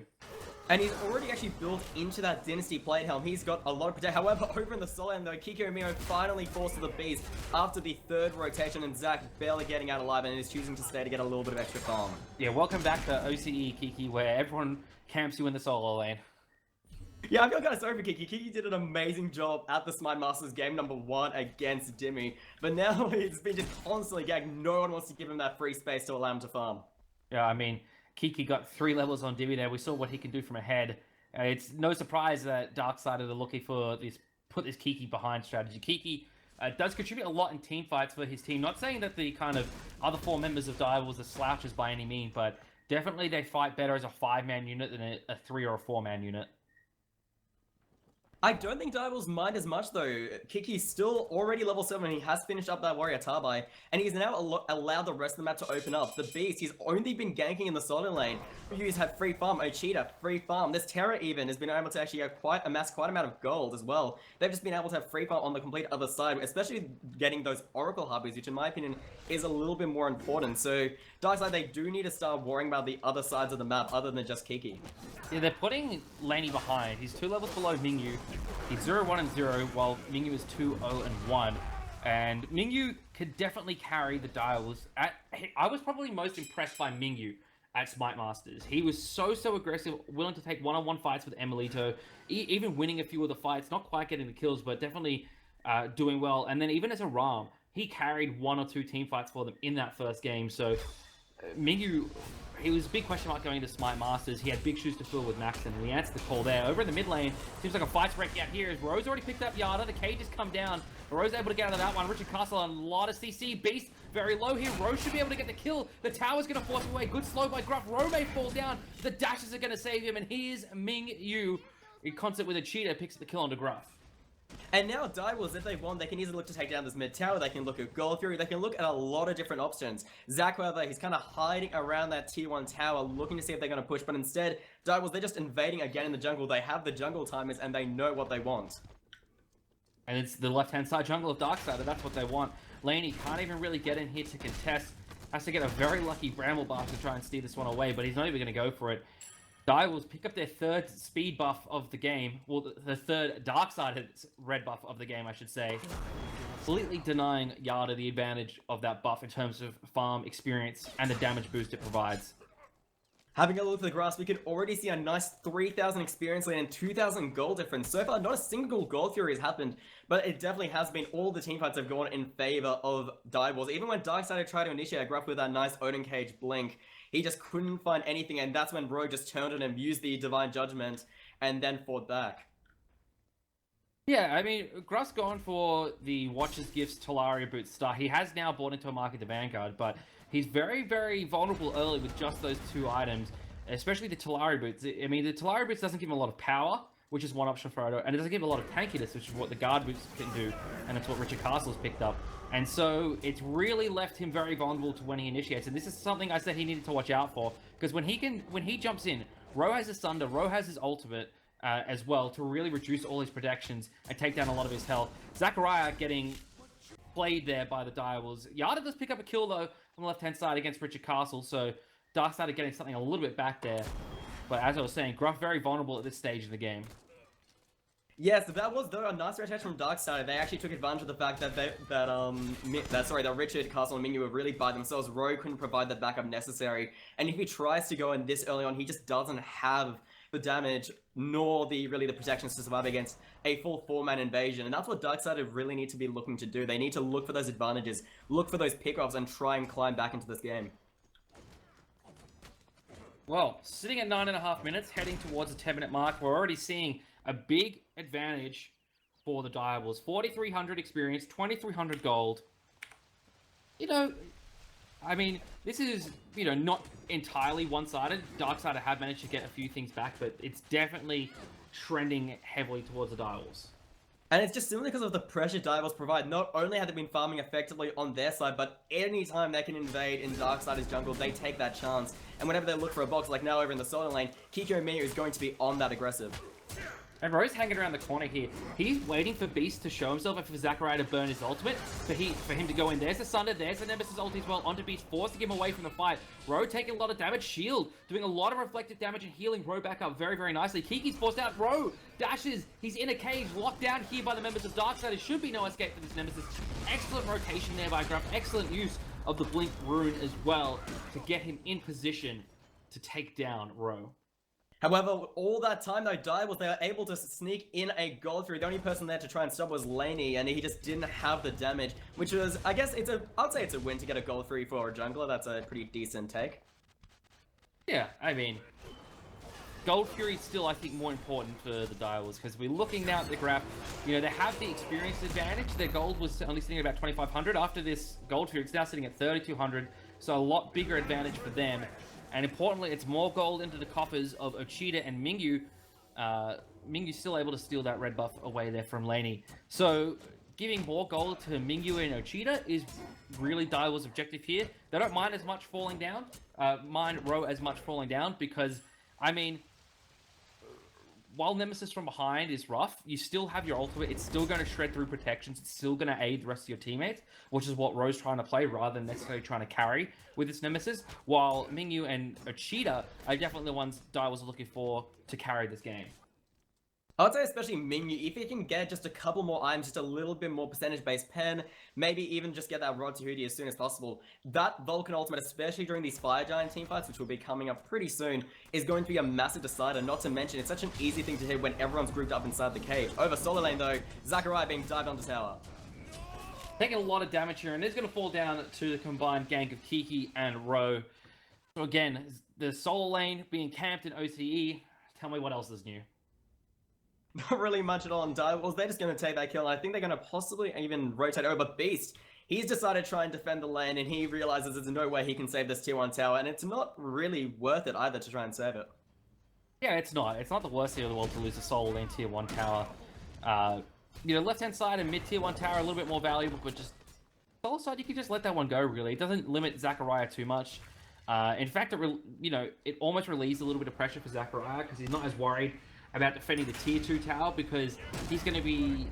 The tier 2 tower is quite deep into his own jungle, so if Direwolves are pressuring that heavily, Darksider know they can get a rotation on and possibly catch him out. Speaking of getting caught out, Gruff deleted by the Direwolves. Yeah, and he throws down the Odin cage. I think that was more just a panic rather than actually a thing that he wants. Luckily, though, he is Odin. That cage will be coming up fairly soon, even without that much cooldown in his build. But Direwolves, they can possibly look to even enforce their pressure onto the tier 1 tower, or rotate over to the duo lane as well and try and go for that tier 1 as well. Yeah, well, the Oracle Harp is going to get picked up now, so that's some golden experience in the bank of Ochida. Again, Direwolves prioritizing farm for their mid and ADC. Left-hand side tier 1 tower, so that's more golden experience in the bank of Ochida and Mingyu. Direwolves really putting out a solid game plan here and sticking to it. Yeah, that's what Direwolves have always done, especially in OC when they've had the dominance over these teams. They constantly just look to starve them with farm, constantly push objectives, constantly force unopportune fights for Darksided, and they're just constantly doing that. There hasn't been a moment for Darkseid to really breathe, because anytime they try and breathe, a tower falls, a camp is stolen, or they're forced to back immediately. Alright, checking the graphs again. Now we see a real lead being established here by the Direwolves. 8,000 experience, 4,900 gold, nearly 5,000. Things looking grim for Darksided here. We are seeing a few level 12s now come out across the board. Everyone on Direwolves above level 12, so they all have their second relic. But on the side of Darksided, Gruff's still under level 12. Laney just hit level 13, hasn't been able to go back and get his second relic. Left-hand side, red buff stolen away. Typhoon and Cage coming through for Darksided. Ochida launching his ultimate, he catches Laney. Not enough to pick him up for the kill though. Ro chasing after Yada. Yada gets a nice stun to the tower. Kara's Blessing comes out, and a good shield by Ro as well will keep him healthy. And it forces away the damage dealers from Darksided as they're looking to secure a kill on the Beast. They can't find it though, because this Susano is slippery.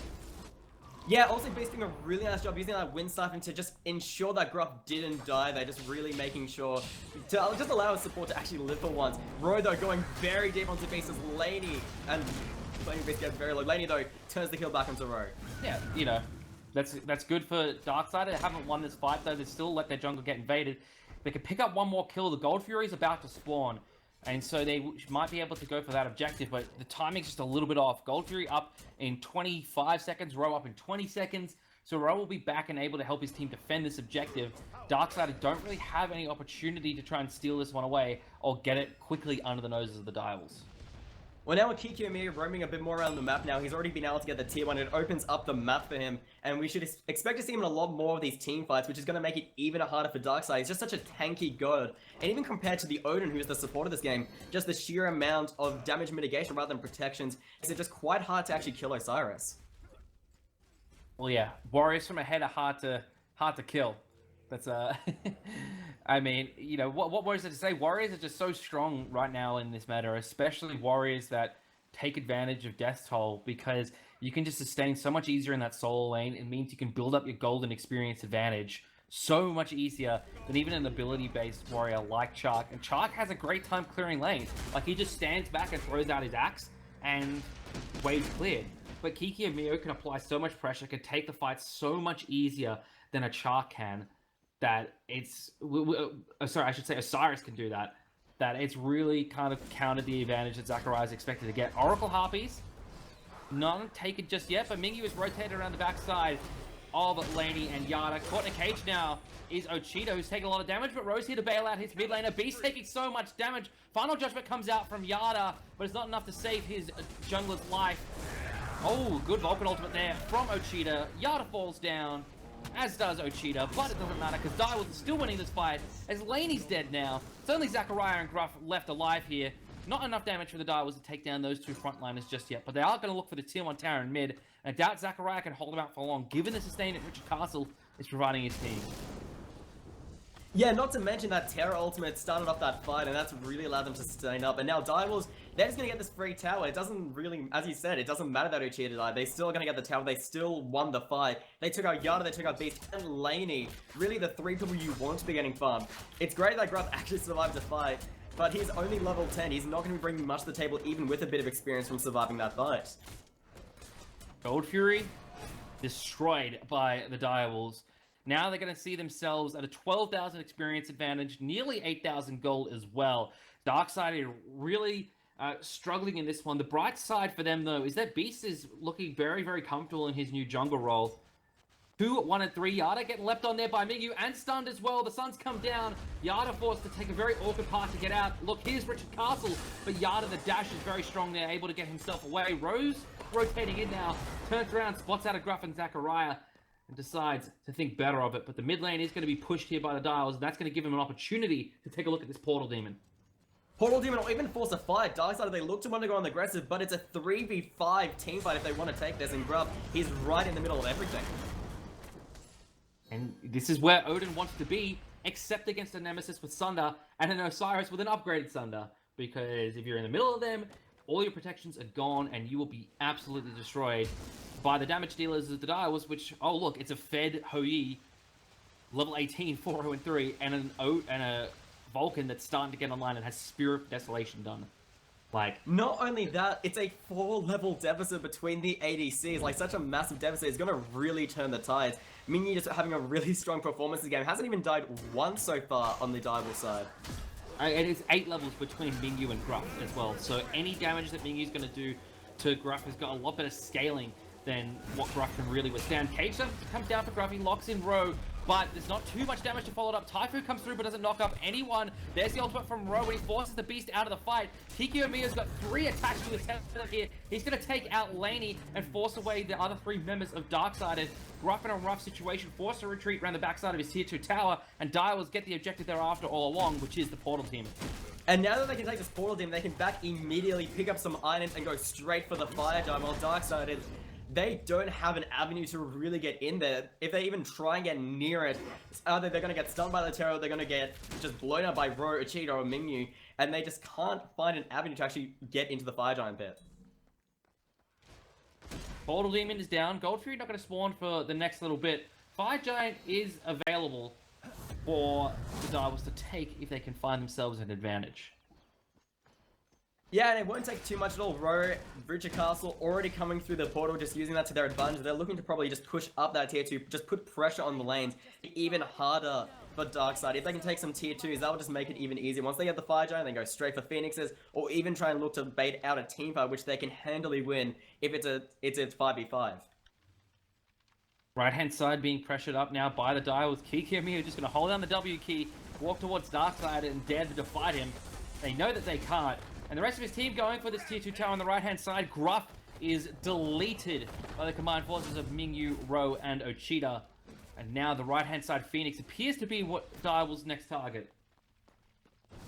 And Direwolves, they're just actually, if anything, they might just go for the tier 2, which is a smart play. Taking both tier 2s means they have even more Phoenix options available. But on the other side, Laney is trying his best to bring it back, taking a tier 1, but it's just not the same as losing tier 2s. It isn't, and Kiki Yomiya has his teleport up as well, so Laney's not even going to get the tier 1 tower. They're going to lose 2 tier 2 towers in trade for that. There's not really much Laney could have done to change the fight, but maybe they wouldn't have lost out as much. Even still, Darkseid is staring down the barrel of a 17,000 experience, 12,000 gold deficit in favor of the Direwolves. And I feel like what needs to be happening is Gruff keeps seeming to want to initiate, thinking that the Omen Cage can change the situation, but every time he goes in, he seems to only be getting Ro, and every other time, the rest of the team just goes right around and just dives the backline. They couldn't care less about what this Omen is doing. He's not even level 12 yet. He doesn't have his second relic online. He's only really got Sovereignty as a defensive item. Mark of the Vanguard at this stage isn't really providing too much for the Odin. The lack of magical defense especially is hurting Gruff when he initiates because, I mean, there's a Vulcan on the other team that has Rod of Tahuti and Spear of Desolation online.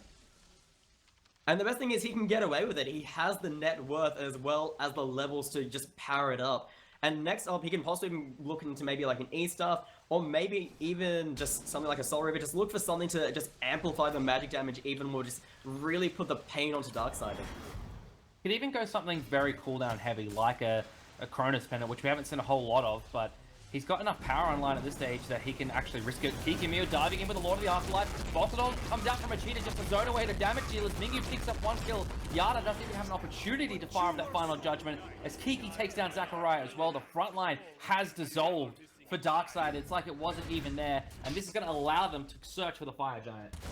And Laney, Beast, Yada all sitting at that Phoenix, terrified for their lives, and Direwolves, they will gladly take a free Fire Giant, because now they're just going to go for the jugular. This is the point where you can easily see them going for the GG.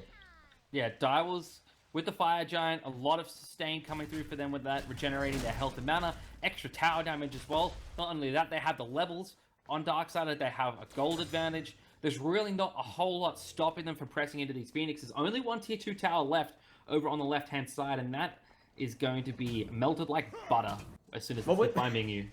Well, you have both Huyi and Nemesis as well to be able to push that, and you can even got a little bit of help from Osiris just outputting just a little bit of extra auto attack damage to make it even that little bit easier.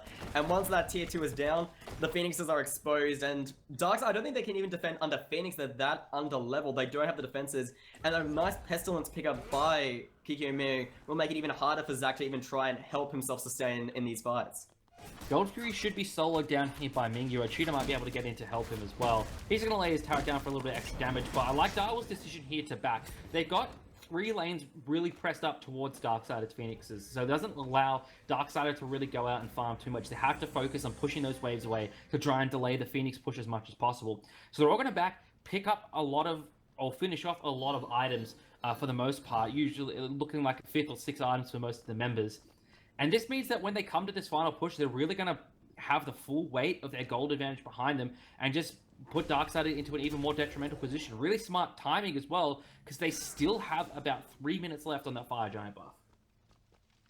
Not to mention, I really like that Kikyomi, when he backed, he picked up the Void Shield. Not only, as we mentioned earlier, that Nemesis is going to be reducing those protections, same with Huyi thanks to his penetration items, but now with the Void Shield all on top of that as well, it just means even more damage to the really squishy side of Darkseid. They just don't have the protection items online to defend already, and just throwing the Void Shield on top is not going to make things easier.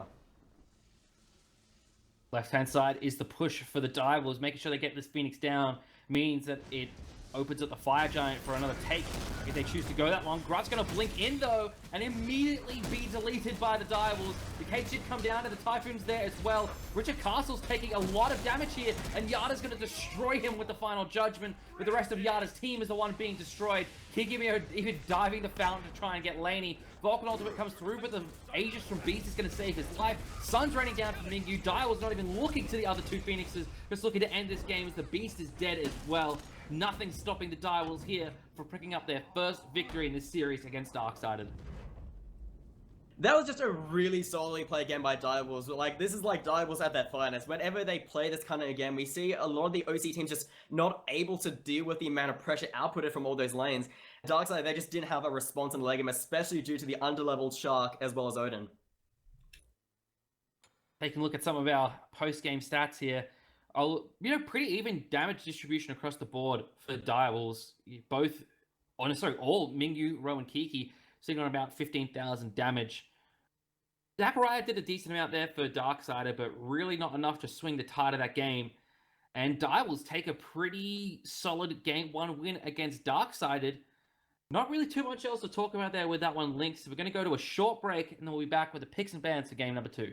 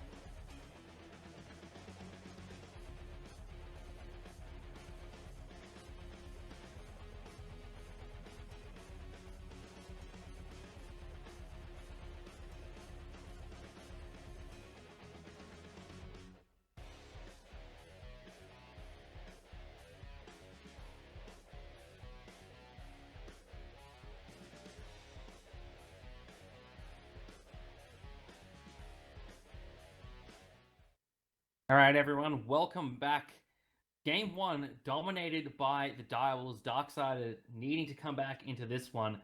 They already lost 0-2 to Legacy at the first week of competition at IM Sydney, really to keep themselves in contention for a top 3 finish, which is really what you're after in this regular split of the SMITE OPL. They need to find themselves a win here. We're going to kick it off with the picks and bans. Darksided with the first pick this time. We're going to go ahead and take away Bologna. Yeah, the Bologna ban just automatically targeting Kikiyomiya. He had such a strong performance last game, even when he was focused by the Beast as well as Zach. They just don't want him to get ahead. However, Dai was the time actually banning the Raven, not Darksided. I mean, Direwolves just recognize it's a really strong jungler, and they don't want it in the hands of the Beast, who looked last game like Darksided's best player. Terra taken away by Darksided, and Osiris taken away by the Direwolves. This has left Circuit open for Darksided here. I'm really surprised that Direwolves have let this one go through, and it is going to be picked up here to be played by the Beast. This was Beast's best god at IM Sydney, and this was one of the best performing gods at Smite Masters as well. I'm questioning this pick, this ban stage from Direwolves already. They do pick up Kernanos and Thoth, though, so that is some consolation. Exactly. And the thing is, Ochita on Thoth, in my opinion, is much scarier than Beast on Circuit. And then you also got Mingyu on Kernanos. He was already doing amazing plays on Huyi. A god with a little bit more complexity. Him on Kernanos, he is going to be stomping in their faces. Darkseid picking up both the Poseidon as well as the Huyi. Yeah, so a lot of big area damage for Darksided in this draft with those 2 picks. And a really strong combination as well. So Cat ult into Poseidon Kraken. Huyi Suns as well. Very difficult for someone to get away from. They have no regeneration as well. A nice Khepri pickup here from the Direwolves though. I like this because you're going to be able to save your Thoth a little bit easier. You're going to be able to save your Kernanos as well. Both Kernanos and Thoth are vulnerable right now at this stage of the draft because of the Poseidon Whirlpool. The only escapes that Kernanos and Thoth have are dashes, so they're going to be crippled very easily by this Poseidon Whirlpool. So the Khepri to be able to save those 2 carries is a great pickup here for the Direwolves. Looking at the ban stages now, Fafnir and Hercules are going to be taken away by both sides. Athena just banned by the Direwolves as well, really trying to limit the support options for Gruff. And the Darkseid, they're actually banning away Royce Cabrakan, even though Cabrakan has seen some nerfs past 4.6, still really don't want to see about Direwolves. Think about a really nice, strong teamfight initiation ultimate with the Hunbat's Fear No Evil, a really decent counter to the Poseidon and the Huyi. I don't know about that, because Poseidon and Huyi can lay down their abilities. They don't need to continually channel them. What it does do very nicely is it can disrupt team fights. It can spread out the members of Darksided and make it a little bit easier for Direwolves to pick them up. But this is a huge pick here for Darksided. This is a huge gamble as well. Ares. This counters so much of what Direwolves want to be able to do. The chains really prevent Hombards from escaping safely. If Gruff, and as well as that, Gruff burns a whole lot of purification beads and Aegises with his ultimate as well. That leaves so many members of the Direwolves so vulnerable to Krakens, to Huyi ultimates, to Saket ultimates as well. This game is going to come down to if Gruff can land his chains or not. If Gruff can land his chains, Direwolves are in a lot of trouble. Not only that though, Ares is going to be a very contentious pick. He has extremely weak lane clear level 1, even weaker than Terra. And if Direwolves are smart, they will abuse the fact that they pick the... Oh, actually this is going to be going into the solo lane. Khepri though as well, also very strong lane clear. They can look to try and abuse the Ares, because an Ares behind isn't going to be outputting much death. And that's what Ares is really good for. He's got death and cripple. Yeah, but Ares has recently seen a buff. He's gotten increased base physical protections, so he can stand in the wave a little bit more and tank the minions, as well as that his chain now does more damage to minions as well. So Ares' wave clear and ability to be a viable support has really increased of late. So he's actually going to be not as vulnerable in the laning stage as we're usually used to seeing. Laney and Gruff actually wrapping around the back of Richard Castle and Mingyu here. They have no idea that this is going on. Gruff will have got his chains here at level 1. He's just waiting to try and land it. Gets one onto Mingyu, gets the second. Waiting for the third, he gets the third onto Richard Castle. The tick damage is coming through. Laney struggling to try and find the auto attack, but he is going to pick up Mingyu for first blood, and Richard Castle's in a world of hurt himself. That was just very overzealous of Direwolves. They're underappreciating Darksided's strong draft, and now Gruff applying even more hurt to Richard Castle.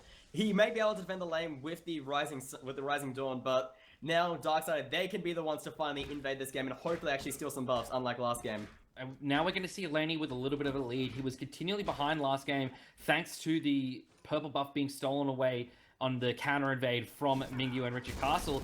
And I like what they're doing here. They take the small minions from the purple buff to help themselves get level 2. And then that means they have the experience and health to go and tank up that red buff and take it away from the Direwolves. And now with Lane, he both has Bluestone, the tier 1 of the Transcendence, as well as the Ricochet, which can be outputting a lot of hurt, especially if he can get ahead in levels, as he's already hit level 3, compared to Direwolves only hitting level 2 very recently. So they have that advantage. And even in the mid lane, Yada getting very low, actually. And Beast, though, is going to be the one to pick up a kill onto Ro there in the mid lane. Achita dashing forward, trying to find the kill onto Yada. He's going to get him with a Hieroglyphic Assault, but he's dashed straight into Beast, who says, "Thank you very much for another free kill, and now I'll be a 2-0 Sir Cat." Giving Sir Cat a kill this early on is a massive. Usually Sir Cat has to wait a little bit till she finds that level 5 to actually be looking for kills, and to get a kill this early, it's just going to allow her to gank earlier, get that last breath online, which is actually a really decent counter to any healing that could come out from Direwolf. So just already putting on the aggression, and they've now grabbed their speed buff. There's no more invasions coming out onto Darksided. Right, pressure over on the left-hand side for Darksided means that they're able to secure their own purple buff as well. The red buff is still up. So they got a bit of advantage here from this left-hand side, and they really need to look to abuse that and keep Mingyu and Richard Castle on the back foot. Not only that, due to the fact that they have been getting this Ares farm, they need to keep getting this Ares fed. If you can get some of those things like Sovereignty and Hardwood, it just means that Ultimate will be doing more damage, and he can be even more of a just real presence in these team fights. And it looks like he's already rotated actually over to the mid lane. He's got level 5 and he does that blink. Ro's dead over on the solo side. Kiki Mir is going to fall down as well. Kiki gets a double freeze there. A good wall as well, but it's not going to be enough to save him as the poison from the last breath did spread to him. Beast going to dash forward, pick up the kill with an auto attack. Beast is 4-0 at 3 minutes into the game. This is why you banned Sir Cat. Yeah, even with the recent nerf, she does a lot of damage. And now, especially like due to the fact that Zac, an early game solo laner, they've got all this early game, and then they have Beast, who's been farming and just getting also a really strong early game. Just all these gods that you want to be getting ahead. And Darkseid, they completely flipped the book on what happened last game. Yeah, they have early game, but as well as that, their team comp is still very relevant late. Sir Cat, he just does damage in all stages of the game. There's just no question about it. Ho Yi does a lot of damage towards the later end of the game. Poseidon and Chuck drop off a little bit, as Richard Castle is going to pick up a kill on DeGruff in the mid lane. But with the Ho Yi and a fed Sir Cat, you're not really going to worry about that too much. Laney gets a double bounce onto Mingyu. Kiki picks up Zachariah in a solo kill over on the right-hand side. Zachariah did look like he was diving the tower there, but Laney nearly got a tremendous double bounce there onto Mingyu. And you do need to be careful though when it comes to Darkseid. They may be ahead, but Direwolves, they do find a way back into the game, and giving them advantages like allowing that kill onto Graph, allowing that kill on the solo lane. Direwolves can very easily look to start applying a bit more pressure around the map. And Darkseid, they need to be careful not to get too overzealous and just completely just dive in without reckless abandon. At the same time, though, they do need to remain confident in what they're doing. They do need to stick to their game plan. Ro's not level 5 yet, so that big team fighting ultimate, the Fear No Evil, isn't going to be online yet for Direwolves. He has just hit level 5 now, so they can play a little bit more cautiously, but still, they don't... I don't want to see them retreat back into a shell that we so often see OCE teams do when they give a team like Direwolves a little bit of advantage. What they play too scared. Darksided, they played with a lot of confidence here at the start of the game. They've played around Beast a lot, and I want to see them continue to do that and press this advantage. And now Darksided possibly looking for a gank over either in the mid lane or the duo lane. It looks like both of them splitting up, and Gruff going in for the chains. Gruff going in for the chains to the mid lane. Beast rotating around to the left-hand side. Richard Castle in some trouble in the mid lane is going to be able to just barely survive. Mingyu as well. Just barely surviving, and the archers are going to be too strong for Beast to handle and to get away from. So Mingyu getting himself a lucky kill there. Archers won, it looks like they're sadly for poor Beast to 0. That was just very unfortunate, that just that last little tick from the archers, and that's what happens if you go... Actually, there's not really much you can do about it. You can just kind of just palm into the keyboard, and that's all you can really do about that. Look at the graphs, still a lead here for Darkseid, but it's being threatened now by the Direwolves. Just under 1,000 experience difference, gold just over 1,000 for the squad of Darksided. Beast suffering his first death of the game. Still a level ahead of Ro, and experience across the board still favoring Darksided generally. They're going to be able to secure their own speed buff against an invade from the Direwolves, and Ro has been made a complete non-factor in this game. Yeah, he's even actually gone into the market the Vanguard. He's just tanking up, and basically what it looks like he's going to be aiming to do in the late game is just really be that ult bot, the person who gets in, throws down the Fear No Evil, and gets out. And that is still not that big a loss. You're still just being a beads burner, which is still something, especially due to the fact you have a cheater who can line up those snipes with quite a lot of damage by his side. At this stage, he just has to go into that Mark of Vanguard. It actually makes a lot of sense against Darksiders' team comp, given the amount of tick damage they have from the Circuit, from the Poseidon, even from the Ares as well. Mark of the Vanguard, a really smart pickup here for Ro. I don't know if it's going to provide quite enough defense, but if it allows him to survive, given the fact that he's already 0-2, I like the pickup. Yeah, and he's not that far behind. He's only 2 levels behind. He can very much bring it back. Just Direwolves, they do need to be careful compared to the last Darksider comp in the first game. A lot harder to engage. You have to be the ones to counter-engage. Otherwise, Ares is going to look for those picks. It looks like he's looking for a pick right now over on the left-hand side. Blinks in, gets the Ares ultimate onto Mingyu, who doesn't have any beads. He is dead. There's the Wild Hunt, keeping him alive just for another moment. And a lot of ultimates burned there for just little Mingyu.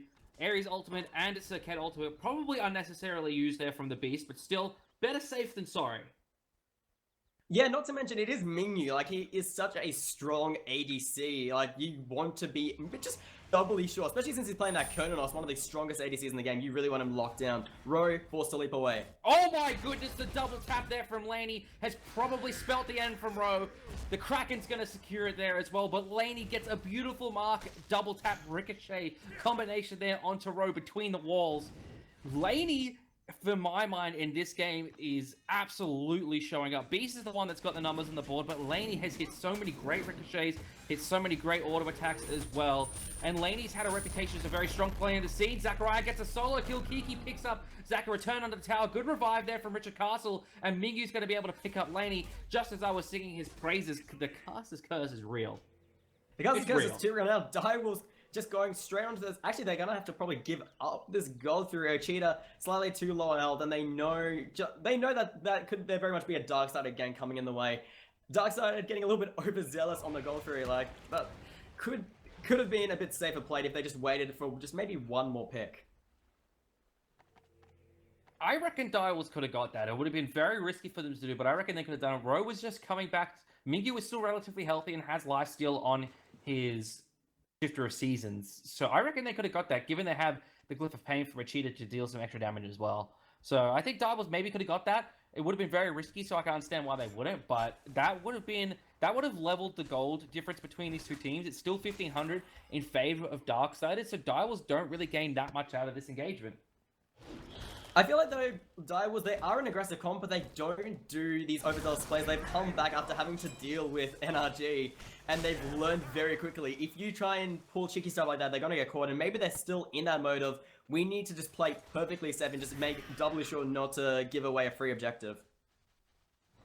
Well, they're looking for another free objective here. It is going to be those fire elementals. Portal Demon will spawn in 30 seconds, so not that big of an objective. Zachariah forced to use that Storm's Core ultimate to secure his blue buff there. There was a potential invade coming out from the Direwolves. Kiki and Mio being tossed into the tower by Beast. The Last Breath ultimate is going to completely shut down this Ymir, and Beast picks up his 6th kill of the game. Yeah, there's really nothing Kikyomi can do. He doesn't have any sort of mobility in his kit. And Circuit is probably one of the most mobile gods in the game. And now Darksided going straight for the blue buff and possibly even getting Ro. Well, Direwolves are able to pick up the Oracle Harpies in the left-hand side mid-camps, but as you rightly pointed out, an invade coming in on the right-hand side is going to be really big for Darksided. Ro, does he have his speed buff? He does have his speed buff, so that wasn't invaded, but still the blue buff invade was big there from Darksided. And now Richard Castle, ooh, just barely dashes out of the whirlpool and chains. Yeah, I think the biggest problem right now is Ro. Ro's just been a non-factor this game, and your jungle is really the person you're looking for, especially a Hunbats, to kind of bring the pressure and look for these ganks, and he just hasn't been able to gank anywhere with Cheetah, playing very passively this game, same with Richard, which is understandable since he is playing the Kepri. Yeah, Richard Castle nowhere near as aggressive as we usually see him, and Gruff actually behind Richard Castle in terms of experience. Richard Castle is a tremendous farmer in the support role and always manages to make himself relevant. The detriment, though, for the Direwolves is Roe is still behind Beast by a level 0 and 3, and in terms of gold as well, Roe sitting at the bottom of the charts, 1,000 gold behind the Beast. Yeah, I think that's been an issue sometimes for Direwolves. They've been amazing farmers, but every so often they kind of let Roe fall through the cracks for the rest of the team. However, Roe looking for a gang onto Zachariah. Great silence there, though, from the Chuck is probably going to save his life, as Roe wasn't able to get his ultimate out. And now Direwolves are getting completely turned Roe. around as a Kraken. So much damage, though, coming out onto Yada. This may save Roe's life here. Kiki gets a nice wall as well, forcing away Yada. A lot of damage coming out of that Ymir, so Roe actually saved there by his solo laner. I thought he was dead for sure, but somehow managed to get away. That's the mark of the Vanguard. Yep, I there was you go. sort of like doubting it, but it kept him alive. Those ticks in the Whirlpool just weren't doing enough. And now he was just able to survive. However, Zach still trying to go on the aggression onto Kiki Amio. I mean, he can. He's got sustain with that rain. He's going to slow Kiki Amio down. He's so tanky at this point as well. The Shogun's Kasari, I actually really like this pickup here for Zachariah because it counters a lot of what Ymir tries to do. Obviously, there's magical protection. You've got MP5, you know, as a solo lane, you always want extra mana in your hand. Cooldown reduction as well. Plus, and this is the important part for it, the 20% crowd control reduction. So when he's slowed, when he's frozen by Kiki Amio, he's going to get out of those freezes, he's going to get out of those slows that little bit quicker. That's going to allow him to stick to this Ymir or get away if he's in a dangerous situation. Plus, then you have that tremendous passive to help out Laney. And even Yada as well, who, if Yada goes for more of an auto-attack build as well. Yeah, he doesn't have a single steroid in his kit, but usually he does build a lot of these pen attack speed items and just more attack speed for Huyi. He'll just gladly take Kiki. that. Bye-bye, Kiki. 2 ultimates onto the Ymir there. Last breath ticking him down as well. Nowhere for him to run. Roe's going to jump in there. Great Kepler revive, though, from the other Gallagher brother. Is going to save Kiki for now. But here comes Yada. He's getting the hurt laid down onto Direwolves. Beast going to dash forward. Kiki's still just alive for now. Miggy going to pick up Gruff on the left-hand side. Yada picks up Richard. There's the kill onto Kiki that the Beast was looking for. Roe with the Fear No Evil peeling away Yada and Zachariah from himself. But Beast is going to be hunting for this kill over the blue buff wall. No, he's just going to take down the blue buff instead. Yeah, he doesn't even care about Roe. As I said, Roe's become a non-factor. Even with that ultimate, he currently doesn't have a Jotun's Wrath finished up yet. He doesn't have the damage to pick anyone off. So instead, a smart choice by Beast is just stealing away the yellow buff. However, Ochita looking for the steal. Ochita not going to find it, and he's going to use all his mana, and he's going to die to Beast and give Saket his 8th kill of the game. Yeah, Beast has been doing an exceptional job. Over in the duo lane, though, Mingyu able to get a lot of tower damage off, and it actually looks like that tower will fall any minute. Just requires just one more solid push from the Kurtanos to finish off the tower.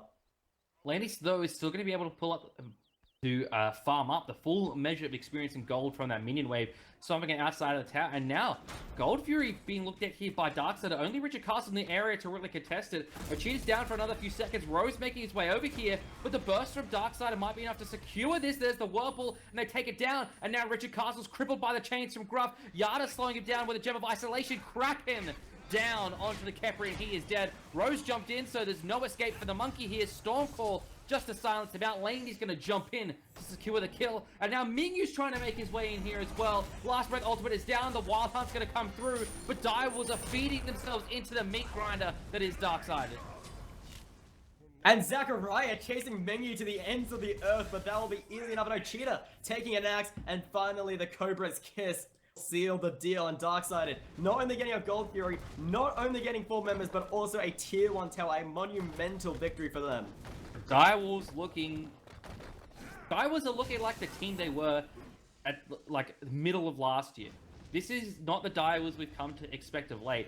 Importantly as well, this is a huge showing from Darksided. Tremendous individual skill across the board for them, but now a lot of cohesion for them as a team, which we're not seeing from the Direwolves. Roe going to go in once again, just desperately trying to find a pick onto Yada.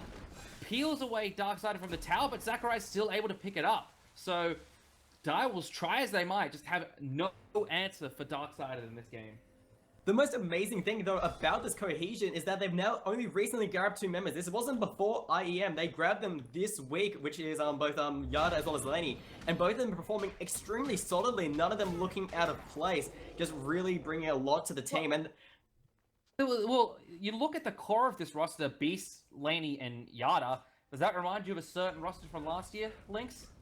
yes, it does. Well, go on, share with the class then. That was clear. Yeah, with the class. Let me see if I can get my answer correct, because I don't want to screw this up. That sounds like, is that Legacy, if I remember correctly? Oh my god. Okay, just log off right now. Log That's the off. core of the old Insight roster from Split 2 of last year. Inside. Okay, sorry. I thought you were talking about, Oh like, again, there's been so many rosters, and the thing is, these core members have swapped around so many times through these different roster swaps, I feel like you just get lost sometimes. I'm like 2 steps away from just moving you out of this channel and solo casting. That's just... How could you... Yeah. God damn it. God damn it, Link's clone. Just when I thought you were finally... I thought you were finally, you know, not going to disappoint me. You were going to go a cast without disappointing me. And you pull that out. Oh, come on. Okay, Heezy, come on. This is becoming more of just a roast now. Look, I know you've been casting with the Hindi man, you've been casting with the greats. But look, sometimes people have brain farts. They say dishwasher, it happens. Yeah, sometimes they load up the wrong match ID on their first ever cast as well. Yeah, that'd be truly... That would just be awful. I don't know who would do that. That'd be a really I know. dumb You'd thing. have to be really dumb to do something like that. I mean, monumentally dumb, as we see Darksider kind of grouping around this Fire Giant.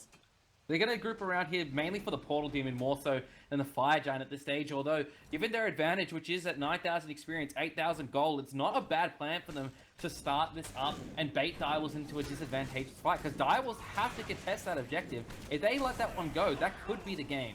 Portal Demon going to fall away Darksider, and here comes the engagement from Darksider. Direwolves are trying to contest. Gruff in a lot of trouble. Here comes the Suns from Laney. Ochida's going to pick up Gruff, but Yada's here, and the rest of the cleanup crew from Darksider here as well. Richard Castle going to be taken down in just a second by Laney, his former teammate. Kiki trapped in a whirlpool, trades out with Yada, but it's only Ochida left alive here for the Direwolves. Gets a nice stun into Zachariah, and Direwolves, they take down 2 members of Darksider, but lose 4 of their own. Not only that, the Portal Demon is down, so if Darksider won, they can easily just go straight back, go to the Fire Giant and take it for absolutely free. That was just a really solid fight. Again, as he said, they can't engage into Darksider. If they try, just Gruff is going to be there to try and use that no escape and pull as many members, or even just burn a couple of beads, because once those beads are gone, it just leaves the rest of Darksider to just put on the hurt. Speaking of putting on the hurt, Beast, 10, 1, and 4. Nuts. Just... This is a man who is new to the jungle role as well, like, relatively speaking. If we think about how many games he's had in the jungle role competitively, it's about 6, which is not a lot. Which is not a lot compared to Ro, who has had probably about 100 competitive jungle games by now. Possibly If even not more. more. Definitely. If not, even... And just, I mean, Beast looks like the better jungler this game. Yeah, as I said, like, this keeps being an issue. Ro is becoming even more and more of a non-factor. I haven't even seen the Pheno Evil being used offensively. He just has to keep using it defensively, which is exactly what Darksider wanted. And once it's used defensively, Darksider, they're still too far ahead, too tanky to actually be affected by it. And just after that, they go straight in. Darksider now looking to bait Direwolves at this Fire Giant. Darksider going to take their time here. Ro going to push up a midway, get himself some more desperately needed experience in the bank. Gruff blinks in, there's the no escape. Mingyu completely deleted before he's able to do anything. Kikimiro stuck in a world of hurt now. There's the Sunder coming out from Darksider. Kikimiro trapped back. Final Judgment out from Ochida does a lot of damage, and Ro picks up a kill off the back of a Pheno Evil in Final Judgment, but I don't think there's enough damage here for Direwolves on the board. Richard Castle forced to jump away. Ro jumping in as well. Beautiful Aegis from Yada will save his life, and now out come the chains for Ares. And Ochida dashing away, not dashing away far enough from the auto attacks from Laney. Only Richard Castle and Ro left alive here. The Ricochet's not going to land for Laney, but the tower shots are from the rest of Darksider. And this tier 2 tower on the right-hand side is going to fall.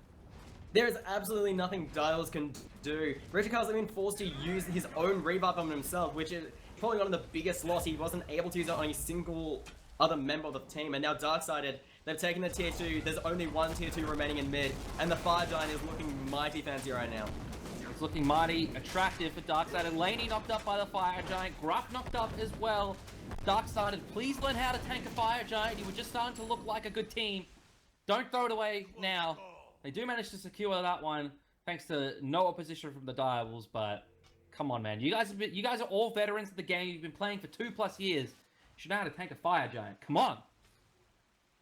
I think they were just kind of mucking around. Like, at that point, there was literally no way for Direwolves to steal it. However, Direwolves, they are going straight to this Gold Fury. They're not giving up at all. If anything, they are trying their darnest to get back right into the game.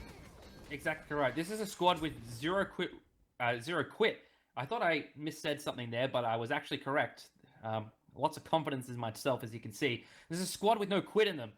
Even though 12,000 experience and 10,000 gold, well, this is a lead that usually you don't come back from. And, you know, as good of a squad as Direwolves is, I don't really see them coming back into this game. There is just not enough damage online for him at the moment. Mingyu's trying his heart out, but he doesn't have enough damage. Ochita doesn't have enough damage at this stage of the game either. They've gotten some good kills in the fights. Darksider haven't been winning cleanly, but as my man F. says, Darksider have been getting the stuff after the stuff. Not only that, the final stuff after the stuff is just the Phoenixes. The final tier 2 has fallen. Direwolves, they should be very careful to try and defend under the Phoenix, because here comes Gruff. Here comes Gruff, the no escape comes out. Gruff gonna get absolutely deleted here under the Phoenix, but now the cleanup from Darksider is trying to cover up Gruff's mistake, but an excellent revive from Richard Castle will save his brother's life.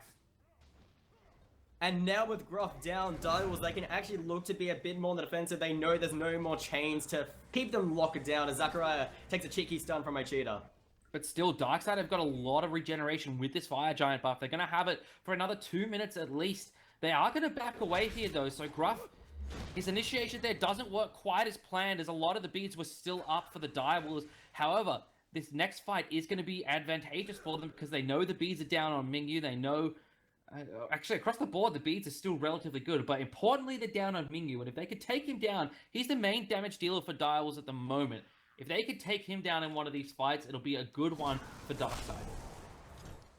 Yeah, however, we do see that Ochita has picked up the ethereal stuff, so he's going to be outputting a little bit more damage, and he can actually be looking to stay further in the back line and just avoid the no escape entirely if he plays it smart, as well as Rory, if they both just wait for the no escape. I think that's exactly what they were doing, Phoenix. They just waited for it to come out and then engage. And if Direwolves can do that again, if they can slowly creep back into it, Direwolves, they're not out just yet. Well, they're not out quite yet, but one of their foot is in the doorway. And Darksider are looking to kick him out of the club like an over-aggressive bouncer. Direwolves, they might suffer their first loss in 9 weeks of competitive competition in the SMITE OPL. They went 20-0 in Split 1. They went 2-0 at IAM. Well, technically, they went 4-0. The finals don't count as OPL competition, but they got a 2-0 at IAM. So they've gone 8 weeks straight of being undefeated in the OPL, and now Darksider are looking to put an end to that streak. And that's a really good thing to say. I'm wanting to see these teams upset Direwolves. It's not fun to see Direwolves, and it's not good for them either. They need someone who can actually bring the competition to them and force them to improve. And with Darksider putting on such a strong performance, I'm really excited to watch them for the rest of the split. In goes Gruff, the no escape. He's going to land onto Mingyu. This time, Cracker comes out, but an Aegis will save the life of the Kernos. Beast, though, diving the back line like a true assassin and picks up Ochita. Laney picks up Kiki Omiya as well. Middle Phoenix is the target now for Darksider. 24 minutes into the game, the Middle Phoenix of the Direwolves is going to fall down, and the right-hand side Phoenix is open up for Darksider. And only Roy, Richard Castle, and Mingyu remain. They're trying so hard to keep them out. Darksider, they have all 5 members available. 2 Phoenixes will fall 24 minutes in. And Darksider, they can take a nice retreat, back up, pick up some potions, pick up some items, and look to finally go for the jugular and end this game. Gold Fury is not up. Only Oracle Harpies are up. Fire Giant respawning in about 30 seconds. This is not much of an opportunity for Direwolves to find a comeback mechanic into this game. They're being forced to push up waves on the middle and right-hand side of the map. Roe is pushing it out aggressively onto the left-hand side as well. He should be able to pick up a wave here. He's actually going to back really, really early. I'm surprised. I thought he was going to pick up a wave, take down that tower, and get some extra golden experience to the bank for he and his team, because they are desperately needing it. But I think he's just going to be trying to prioritize that Fire Giant. Even if they can just steal away the Fire Giant, that's just taking away a little bit of momentum, even if it's not much. They do have to keep in mind that the left-hand side Phoenix is still up, but the most annoying Phoenix to lose if you do have to contest a Fire Giant. So at least they can try their best to defend the solo lane rather than defending a duo lane, as Fire Giant is already extremely low. Already shooting low, but Darksider going to turn now towards Direwolf's Yada, slowing down Richard Castle, going to slow this bug into death, I think. Good revive from Richard Castle will save him for now, but he's still in the middle of a lot of Darksider members. Kiki Omiro, huge ultimate there. The Kraken from Yada, though, completely flips the script. Kiki picks up 2, but 2 of the Direwolves are already dead. Beast, stay with Beast because he's going to get another kill. He's going to get 3 kills now. He's looking for the 4th. He's looking for the quadra kill on the members of Direwolves. Beautiful wall here from Kiki. He's going to slow it down. Sunder from Zachariah has left Kiki vulnerable. Turn the freeze just off the mark here. Axe comes down. Beast looking for the dashes, looking for the kill. Zachariah is going to claim it instead. And now Direwolves, their base has opened up for Darksided. 5 minutes pouring in from both the middle and the solo lane. Beast and Zach just ripping in on this time. There is literally no way for Direwolves to defend this. And it looks like Darksided, after quite a rough first game, completely turn it around and take a really dominating second game. Exactly right. And they showed confidence and presence from the start, a belief in themselves that they could win this game. And that is huge, especially after the performance Dials put up at SMITE Masters. I didn't think we would see a team come close to them this split. But Darksided, having already taken a game with a new roster, it's an incredible upset victory here in the SMITE Oceania Pro League. Beast, 14-2-9. An absolutely astounding performance, as well as also Yada, 7-3-11. And then also Laney, Zach, and even Grub, 18 assists. Like, they all contributed so much and just did everything together as a team and performed just so well. That's going to be it for our first set of week number 2. We did finish off week number 1 earlier with the Kanga v Noxide matchup. We are going to go to a short break here, and we'll be back with our second matchup of the week.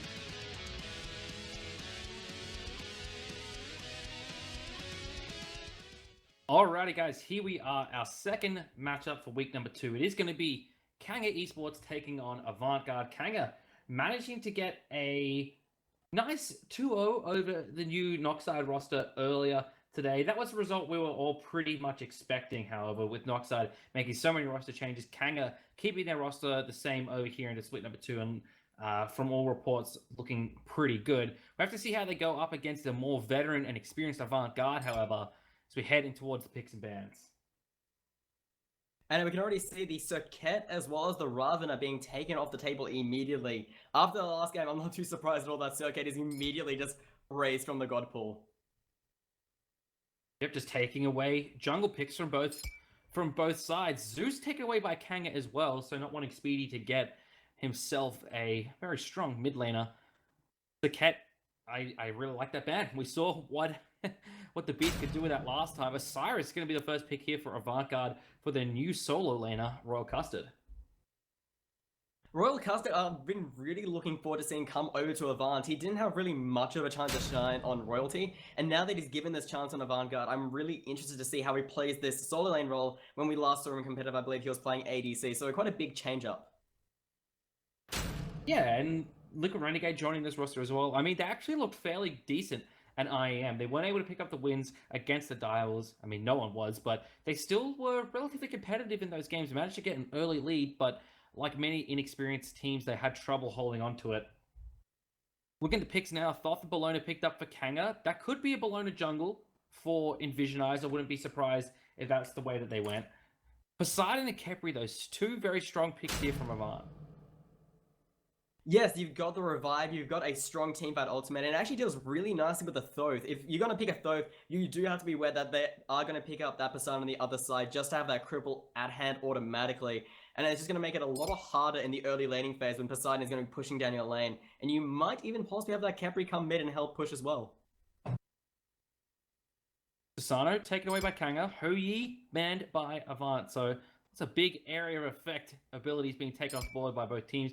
Rama taken off by Kanga now as well. And now with the Ram gone, they really just don't want any good ADCs on the table. However, we still have quite a few options available. There is still... I would say, actually, yeah, I'm trying to think. You got Apollo, you've got things like Jingwei, you've got Medusa, you got quite a few... Actually, I'm trying to think, is there anyone else really that we're forgetting? Jingwei, apparently. Well, that works too, as well as the Ratatoska to round out the lineup, and also giving a nice knock-up to set up the Poseidon Kraken, which is going to be very handy against quite a mobile Thoth, as well as this Hunbat who's going to be looking to jump around the map. I'm not too wary of this Jingwei pick. She got a little bit of a buff recently to bring her back up to sort of where she used to be after her nerfs, but still a big question mark for me for Avant going into this one. Medusa, I do like this pick a lot from Kanga. Especially if they can actually group up into nice tight corridors, just get the stun off, allow for the Thoth ultimate, or even just a Fear No Evil into Thoth, loan the stun into Thoth ultimate. A lot of setup for the Thoth, which is really what you need. Since Thoth, if he has to dash in aggressively, he's going to be picked out by the Poseidon or the Ratatusk, or possibly even the Osiris. It looks like we are going to head into game now. Look, it is going to be the Bellona solo here for KO. Not going Bluestone start, going instead for this Death Toll, which at the moment is just so strong. No, I'm expecting it to probably go straight into that Death Walker build, going the Death Toll, Warrior Tabai, followed by the Mark of the Vanguard, Mystical Mail. It's a really decent counter to the Osiris, who is a very dominant lane build. You need as much sustain as possible to try and just keep up with him. I mean, yeah, that's true to some extent. I think Bellona's just so strong at the moment as well that she, for a large part, could counter some of that. However, I think Osiris is going to have a bit of an advantage in this lane. What it comes down to more for me is the experience between these two solo laners. KO, a lot more of a tenured solo laner than Royal Custard. However, Avant going very aggressive early on, already putting a lot of hurt onto KO, as Liquid Renegade and Royal Custard are actually proxy farming the wave as well as damaging KO. They'll be fine though. He's going to just head back towards this lane. It is going to open up the blue buff here for an invade from the side of Avantgarde, And this is going to give them a little bit of an early advantage here over on the right-hand side. They are going to hit level 2 very early on. So that proxying strategy works out very, very nicely for them. And KO left a little bit, well, a little bit under-farmed, a little bit under-leveled, and a little bit surprised by the strats coming out from Avant. Well, he did lose a lot of gold under that tower. As soon as those tower shots started coming, he had no way to stop the minions from going in. And now Avant, if they want, they can easily look for a gank as they come from behind him, as he went quite aggressive in the lane. He's still going to be fine. But they are getting a lot of pressure down into Bologna and putting her behind early, which is really what you need to do to shut down a Bologna early. Avant trying to secure their own red buff here against Galen and Tory Skies, but really with the pressure being put on them from Desecrator and Visionize, not really much of an opportunity for them to get into their own red buff pit. And that's kind of what Kanga need to do. If they're going to lose pressure on the Soul Alien side, they need to make up for it somewhere. And going for Oracle Harpies as well as red buff is a nice sure way to get experience for the rest of your team. However, Liquid Renegade puts blood onto KO. Yeah, with all the pressure and farm that the solo side and jungle were getting for Avant, they hit level 4 while KO is still level 2. Liquid Renegade does a lot of damage early with his Ratatoska. Royal Custard's a real bully this early as well. A lot of unexpected damage coming out of Osiris as well. So KO just played too far up into that lane and was punished for it. And now as well, Avant are able to actually get their buffs much later on, so those buffs are going to be lasting a lot longer than usual, and they can basically just kind of loop it onto the next time they want to invade. KO already being pressured out again as Liquid Renegade hits level 5. And KO just being absolutely dominated in this lane, and usually this would mean that the left-hand side for Avant-Garde would be giving up a lot of pressure, but we haven't really seen Zaze lose too much over here. What Kanga have been able to do is be able to pick up the red buff, so it's put their mid lane a little bit behind. And if Visionize now in some trouble here, gonna get dove under the tower by Liquid Renegade. Terrace Blessing comes down, Aegis is very nice there from him. Visionize, the Whirlpool is good to secure the kill. Liquid Renegade gonna get it with a basic, but here comes Galen and Tory Skies, and Tory gonna pick him up with a stone clap. And now the frenzy is popped as well as Tomolomu surely to fall for a double kill for the support. Not for Galen, not for Desecrator. Tory Skies the Terror getting the double kill there. So that gives Kanga a little bit of an opportunity back into this game. Obviously not ideal kill spread there, both going towards the support player. But you know what? It doesn't really matter this early in the game. And that was also just a bit of a, like, over-aggressive play there from Avant-Garde. They did have that lead, and they did have the Ratatoska ultimate. They should have realized that due to the fact that Kanga had such a strong duo lane start, even though they haven't gone that much far ahead, they had just the right amount of pressure to be able to rotate, and Zaze was the only one there, and if he didn't communicate that clearly, that was just a very easy gank for Kanga. Surprised that we haven't seen too much of Jingwei this game. While her passive has been reduced somewhat, still has a better than average ability for an ADC to get around the map. A lot of mobility with her dash, with her knock-up, and the passive still as well. But Zaze has really been quiet this game for Avant-Garde. And Galen actually trying to steal away the Pearl out there, but Zaze rotating in the nick of time. But still, I think he's just been kind of playing very passively. Jingwei doesn't really do a lot early. She's a very auto-attack based god. And if she can't actually get that farm, which even though she's been having solo farm, she's still only level 6, only has the Warrior Tabai, so it's going to take a little bit longer for her to actually come online. And Galen knows that. He has the Bluestone, he has the Tier 1 Transcendence, and can look to try and apply the damage. However, Liquid Renegade rotating from the mid lane. Oh, Galen tried to anticipate the drop down there from Liquid. Liquid as this Ratatoska is going to stick to the back of the Medusa. He knows the dash, and he knows the ultimate is down.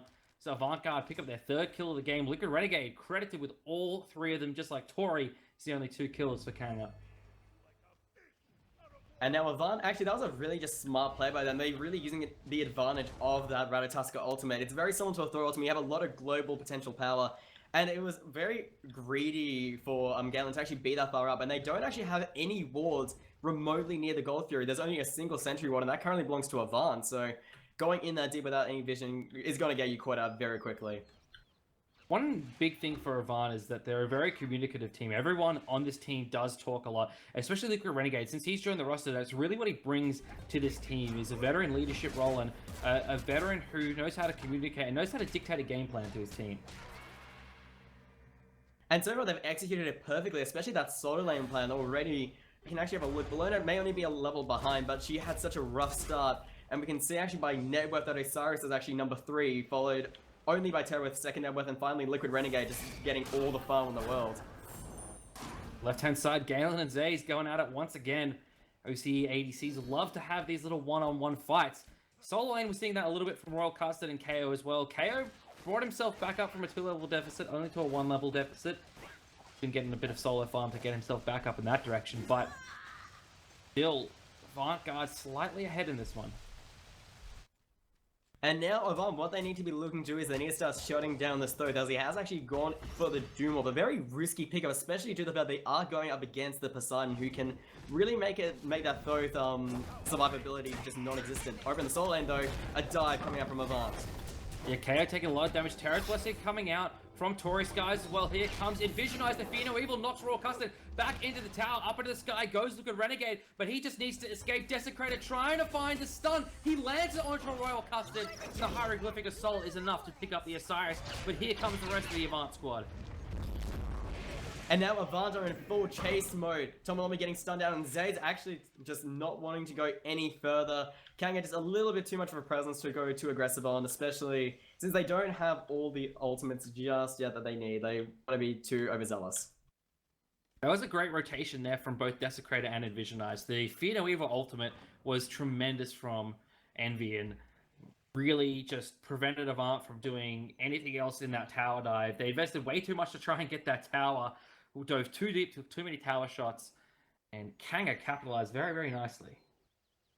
And also, that's the Terra also helped a nice deal, even if it's just small little heals due to the fact that it's only a level 8 Terra. You're not getting a level 2 Terra's Blessing just yet, but it's still enough to give you a bit more sustain and just make that trying to kill you just even more infuriating, as they're trying to use an Osiris. He does have damage, but it's a lot of like small little tick damage because constantly berating them with auto attacks. Well, you also get a large amount of movement speed, 20% movement speed. Your mana, you don't need to use mana for your abilities anymore. You get cooldown as well, so everyone, that just helped the rotation out from Kanga as well. It just allowed them to get towards the solo lane faster. Royal Custard and Liquid Renegade, though, want to finish off the job they couldn't before and take this tier 1 tower, and yet again, KO is just going to battle them away from it.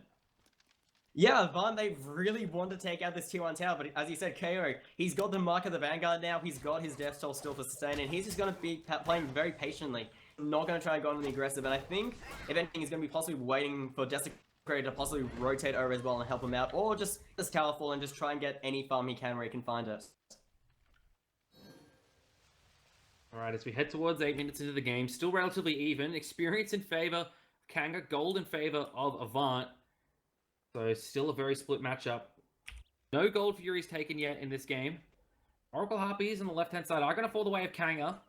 But still no opportunity for either team just yet to take any of these major objectives.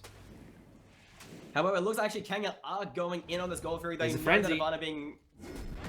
Yep, as the frenzy gets popped, it looks like that Ivana's still trying to take down that tier 1 tower, but KO is just delaying them long enough for Kanga to get a very free Gold Fury, and now they're going in on just Speedy with the Fear No Evil.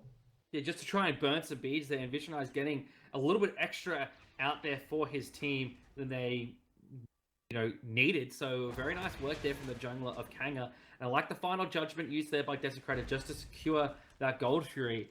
Knows they're probably not going to fight for a little bit, so not afraid to use that ultimate. And the cooldown on it's not the worst either. Just under a minute for him to get that one back online.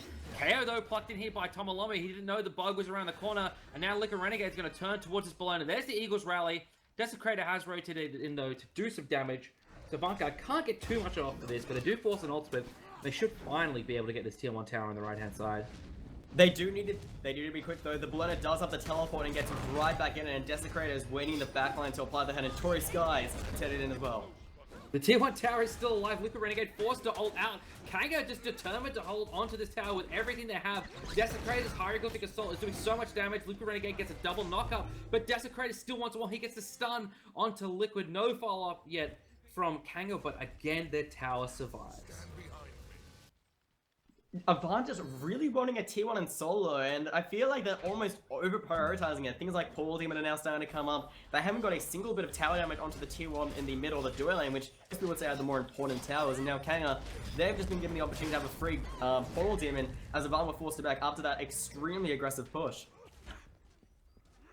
The graphs starting to go towards Kanga's favor, especially after that Gold Fury. But Avant on out of this game. Liquid Renegade going aggressive towards Tory Skies here, but still can't pick up the kill. This Ratatosk's got some damage, but not quite enough yet to finish off these kills. Yeah, he hasn't finished the Odin's Wrath. He doesn't have the CD nor the damage, as you said, just to be able to finish it off. And over in the solo lane, Heyo finally returns that debt and actually finishes off Royal Castle with Envisionizer's help as well. KO's now got the level advantage over Royal Custard. This is a big swing for the solo lane. And KO's hit level 12 now, so he's gotten his second relic online. It is going to be a Thorn, so not necessarily the most impactful of relics, but still a very strong one, especially when you're going up against a Poseidon. And over in the mid lane, Envisionizer's getting a nice little bit of poke onto the Poseidon with the Sacred Monkey, and they're just diving under the tower, Kraken hitting no one. And that's going to allow Kanga Esports to take the tier 1 tower in the mid lane. 2-2 tower is a little bit vulnerable, but Royal Custard is going to TP to that one just to prevent any further push from the side of Kanga. Over to the left-hand side, Zaze with a mid-wave is going to split push down this left-hand side tower. Not enough damage, though, to really impact it at all. And yeah, and he's actually now forced to actually back off completely. Kanga able to get the Oracle Harpies. They didn't even need to rotate over there. Just the idea that Kanga could possibly rotate was enough to scare Zaze away. He only has an Ichabal and a tier 1 light blade, not even an RC or Shins to his name. He's actually not been able to get too much farm and is actually one level behind the Medusa. Galen doing a very nice job of rotating around and contributing to his fights as well, whereas Zaze has been a lot more focused on farm, but he hasn't really been able to convert that into anything really. His net worth is still behind Galen by about 400.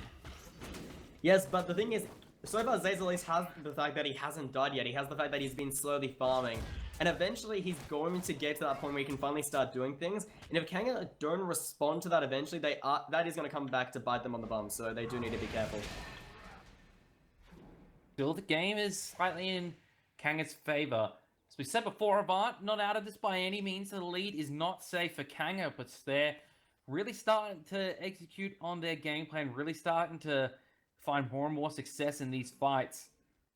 You remember hitting level 12 very early as well. KO, Envisionize, Taurus Guys, Galen. In fact, it's everyone except for Desecrator who've hit level 12, which is surprising to see the support player get more experience than the mid laner. Not gold, because mid laners don't get gold anymore. Don't feel too sorry though for Desecrator. He does have a fully stacked Doom Orb. He actually hasn't died once this game, and we were worried about the Poseidon being able to have too much pressure. But Kanga, they've completely turned it around, actually been completely pressuring out just Speedy. He hasn't really been able to use many offensive Krakens, mostly actually defensive ones, especially as we saw earlier on that tier 1 tower. Gold Fury will be spawning soon as well. So Kanga are definitely going to be looking back towards that objective. They did pick up the first one in the game. Vant do have good secure, though, with that Kraken from Poseidon, but he's been thus far held really far out of the fights and hasn't really hit a power spike yet. He's going for that Gem of Isolation early. He hasn't been able to get it online yet, so it's really making him suffer in the damage department and in the crowd control department. Once he gets that Gem of Isolation online, he's really going to start dominating the space of this game. Liquid Renegade actually going into the middle of 4 members as now the fight breaks out. Final Judgment comes through from Desecrator, not going to land. Liquid Renegade going very aggressively there, and Envisionize finds the TP there with a Sacred Monkey and blasts the rat into oblivion. Just Speedy, great Kepler revive from Tomalomo is going to keep his Poseidon online, and Envisionize misses that Sacred Monkey, but it doesn't matter, he's got a Blink online, and the Blink with his as well relic, he gets his second kill of the game, and now the Gold Fury is open and free for Kanga. Liquid Renegade still in that mindset of that he's ahead, but almost everyone in Kanga Esports is at least 1 level ahead of him. And when Avant initiated, Kanga were absolutely happy to respond with their own initiation, the Fear No Evil especially causing absolute havoc throughout the entire team. And now Kanga, not only a Gold Fury, but they can easily look for this tier 1 tower in the duo lane. Yeah, this should be pretty much free for them. They have a Glyph of Pain from Desecrator to help both his and Galen's damage. Envisionize has got some penetration online now with that heavy mace, so tower really vulnerable there. It falls down the way of Kanga. This is now starting to get to a real lead for them. 6,400 experience, 4,600 gold. Now we're definitely going to start seeing a big swing in Kanga's favor. Yeah, and Avant-Garde, they just don't have the damage. The fact that the Just Speedy has rushed this Gem of Isolation means he's completely neglected a single pen item other than the Choose the Magi, which is not much at all. Usually you want to see something like a Spear of the Magus, or even if you are ahead, which obviously isn't the case this game, something like a Spear of Desolation before you get the Gem of Isolation. Otherwise, you're not only doing no damage, but you don't even have really, those defenses don't really help you much when you're dying anyway and you're behind. That's very true, and it's just a long build to get online, the Gem of Isolation path of Poseidon. But it's basically the necessary one. It's how you control space with the Poseidon. It's how you burn beads. It's how you pick off targets that are mobile, like this Hornbarts, like the Thoth. So he does need to pick it up, but he's just taking so long to get online.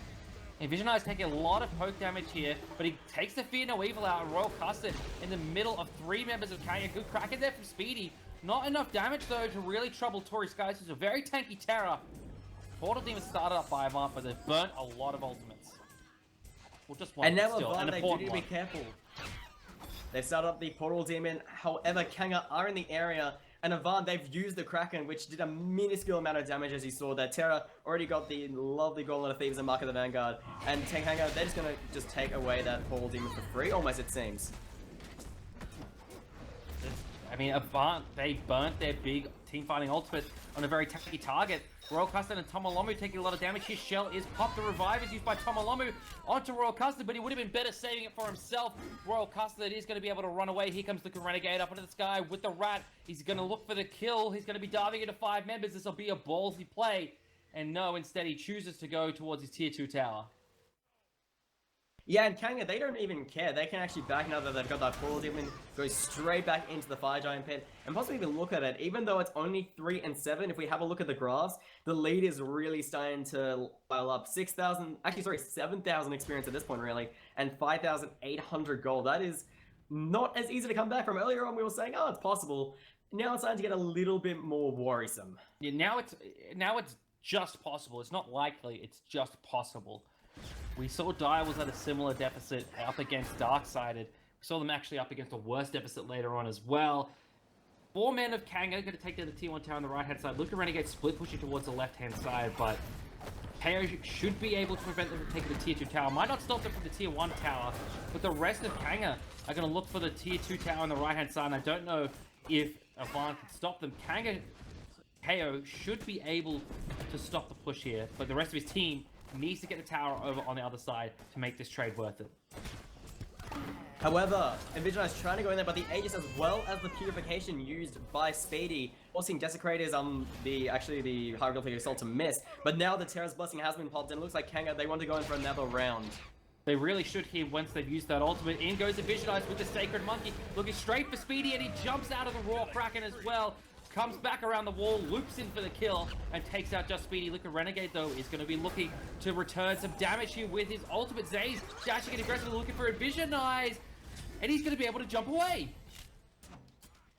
However, Liquid Renegade managing to get the kill, but at what cost? Because he's now surrounded by 3 members of Kanga. There is no way he's getting out. Galen with a double kill. Now they can just look to back or even go a tiny bit aggressive as 3 members of a Vanguard completely out for the count. The 3 cores especially being the biggest ones to lose. Yeah, they don't get the tier 2 tower on the left-hand side. They lose their own tier 2 over on the right. They're losing their buffs over here on the right as well. Oracle Harpies and Gold Fury have respawned as well. The Gold Fury will be respawning in about 20 seconds. So this is a very dangerous situation for Avant to be in right now. And now the kill lead is just growing and growing, 4 to 10. It's been the only kill they've been able to get for the last probably 10 or so minutes was that kill back then by Liquid Renegade, and even then, he still gave away his life. He's still feeding that XP. He's only been able to build a Jotun's Wrath as well as a Void Shield. Not something that's really going to be providing that much damage, and since they can't even stay in the fights for long, the Void Shield isn't going to be helping too much in these fights. And, you know, where's the physical damage coming from right now? Zaze is a level behind Galen, 0, 1, and 2. He's got some damage online with those chin size, but this isn't really the optimal build for a Jingwei who wants to be getting some crit online, so she hasn't hit her real power spike just yet. So it's not helping too much. It is going to give Liquid Renegade a little bit more survivability, so I don't mind it that much, but there's no protection for him for magical damage coming out from Desecrator. And now Kanga, they just take away the Gold Fury, just further surmounting that lead. They don't want Ivan coming back in. There have been games where people have choked, and they don't want that to happen. They want to make sure this is a decisive victory. They've already gone 2-0 so far, so if they can get another victory, that'd be a massive thing for Kanga to actually take a game off Avant as well as Noxide. This will put them close to the top of the league, depending on Legacy's results as well and how their second game goes, which is crazy to think about a 5th place team being top of the ladder after 2 weeks. In blinks and Vision Eyes, there's the Fear No Evil, beads burnt by Tomolomu. Frenzy comes out from Avant. but Kanga are running this show as Desecrator picks up Liquid. And now Royal Custard, the only one alive, can't remotely deal with the amount of insane bursts coming out. Desecrator, the double kill as the tier 2 is steadily falling. Desecrator actually with a triple kill onto Tomalamu. This is a big push right now for Kanga Esports. Zay's gonna get caught out here, dashes away, but he's forced to Aegis as the stun comes through from Tori, forced to ultimate out as well, just barely surviving, and that actually does a lot of damage, and that might prevent Kanga from winning the game right now. And it looks like Kanga, they're gonna still attempt this one. Just Speedy is up though, and he's looking for blood, putting down the Whirlpool. Desecrator extremely low. Just Speedy actually getting the kill. He gets the kill. Tori Skies and Vision Eyes very low. Galen gonna pick up Speedy. With only one Phoenix down. Liquid Renegade's actually going in here. He might be able to pick up a lot of kills. Picks up one. He's looking for Galen. Galen has got the RC passive. Kruk. Galen is going to be able to live just barely. There's the Stone Gaze. Frees out Tomalamu. Liquid is revived by Tomalamu as well. Galen somehow escaping. That was the RC passive for you right there. Just giving you that extra little bit of power and lifesteal to ensure he survived. That was a very risky play from Kanga. It didn't exactly pay off. They did get some kills though. But Kanga, they really need to kind of fall back a bit, get Portal Team and go Fire Giant and take it slowly. They don't need to rush this victory. They can take their time. Avant have fallen so far behind now. There's no real easy way for them to get back into this game. And Kanga, they need to understand that they're actually in a winning position. They need to definitely press their advantage. I mean, that is what they're doing to some extent here. And so I like what I've seen thus far out of Kanga. Desecrator has reset his Doom Orb stacks, but given that he's got a Spirit of Desolation and runs to Hootie online, he's not going to worry about that too much. Yeah, and he'll just be selling that later on, but for now, he's been doing a lot of damage. If we have a look at player damage, he's only second to Galen, who's been doing 15k play damage. He already has the Rage online, and is building into that second crit, which will most likely be a Deathbringer. And Galen's been doing an amazing job this game, 4, 1, and 6, and he's always been there, rotating constantly. As we mentioned, Zay's just zero pressure whatsoever on this map. Portal Demon is going to be started up here by the side of Kanga. Not taking it down as quickly as they would like now. We're starting to see the damage come through. Should be taken down relatively quickly now. Portal Demon does fall the way of Kanga. They're not going to look for the Fire Giant quite yet. They're going to look for a pick and they're going to find it onto Liquid Renegade. Even with that Void Shield, look around, he's only level 16, and the Humbat has got an almost full build. He just needs to sell that Bluestone and possibly pick up something like a Mantle, but that Hydra's combined with his passive is going to really hurt a lot, and Fire Giant collapsing faster than a House of Cards. And it's dead. Kanga Esports pick up the Fire Giant 23 minutes into the game with the middle Phoenix down and pushing over on the right-hand side. They may be looking to close out this game. And really, they can easily look for it as Zaze is forced to actually ult away there with a nice Eagles rally from below them. Right-hand side is where the push is coming through from Kanga Esports. Avant need to hold this Phoenix. They need to hold their Titan, but I don't know if they can do it given the amount of damage that is coming out from the side of Kanga. Fire Giant buff, Thoth, and a Medusa doing so much damage right now. Avant, they are just holding wary. firm under this Phoenix, but as soon as Envision Light wants to blink in, that Pheno Evil is going to come crashing down, and Kanga, they're ready to go. It's already forced out the Khepri ultimate. Desecrator picks up Speedy. Zaze is revived as Liquid Renegade's trying to get something in the backline here, but there's too much damage coming through from the side of Kanga. Royal Custard nearly gets the kill on the Galen, but the Frenzy is enough to keep the kills going the way of Kanga. Envision Eyes takes a Fountain Shot there. And Kanga really split on their decision here. They don't know if they want to take the Phoenix or they want to take the Titan. It is going to be the Titan call here. They do finally make that decision with the 5 minutes coming down the mid-wave and the heals coming through from Terra. It's going to be enough to secure them. Game number 1 over Avant-Garde. 7-22 reads the final scoreline, especially in Vision Eyes 8, 3, and 9. Really providing a lot of pressure. We didn't really see that much from Ro in the last game when he tried to play the Humbats. He was forced to be very passive. However, this game in Vision Eyes able to get ahead, able to get that farm. Even though Avant-Garde had a nice looking start invading the solo lane, they seem to over-prioritize the power of the solo lane. Yeah, they really put too much pressure on there early in the game, gave up too much on the left-hand side, and that allowed Envision Eyes to get online very, very early. That's going to do it for game number 1. We'll be back after a short break with game number 2 between Kanga and Avant-Garde.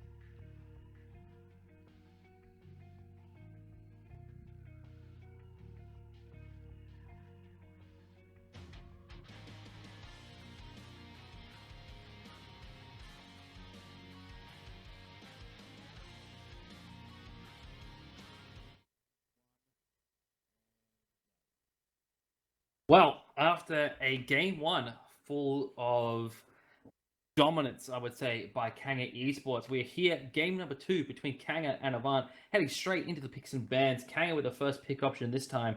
Lynx, what do you need to see out of Avant to really, for them to pick up the win in this game, would you think?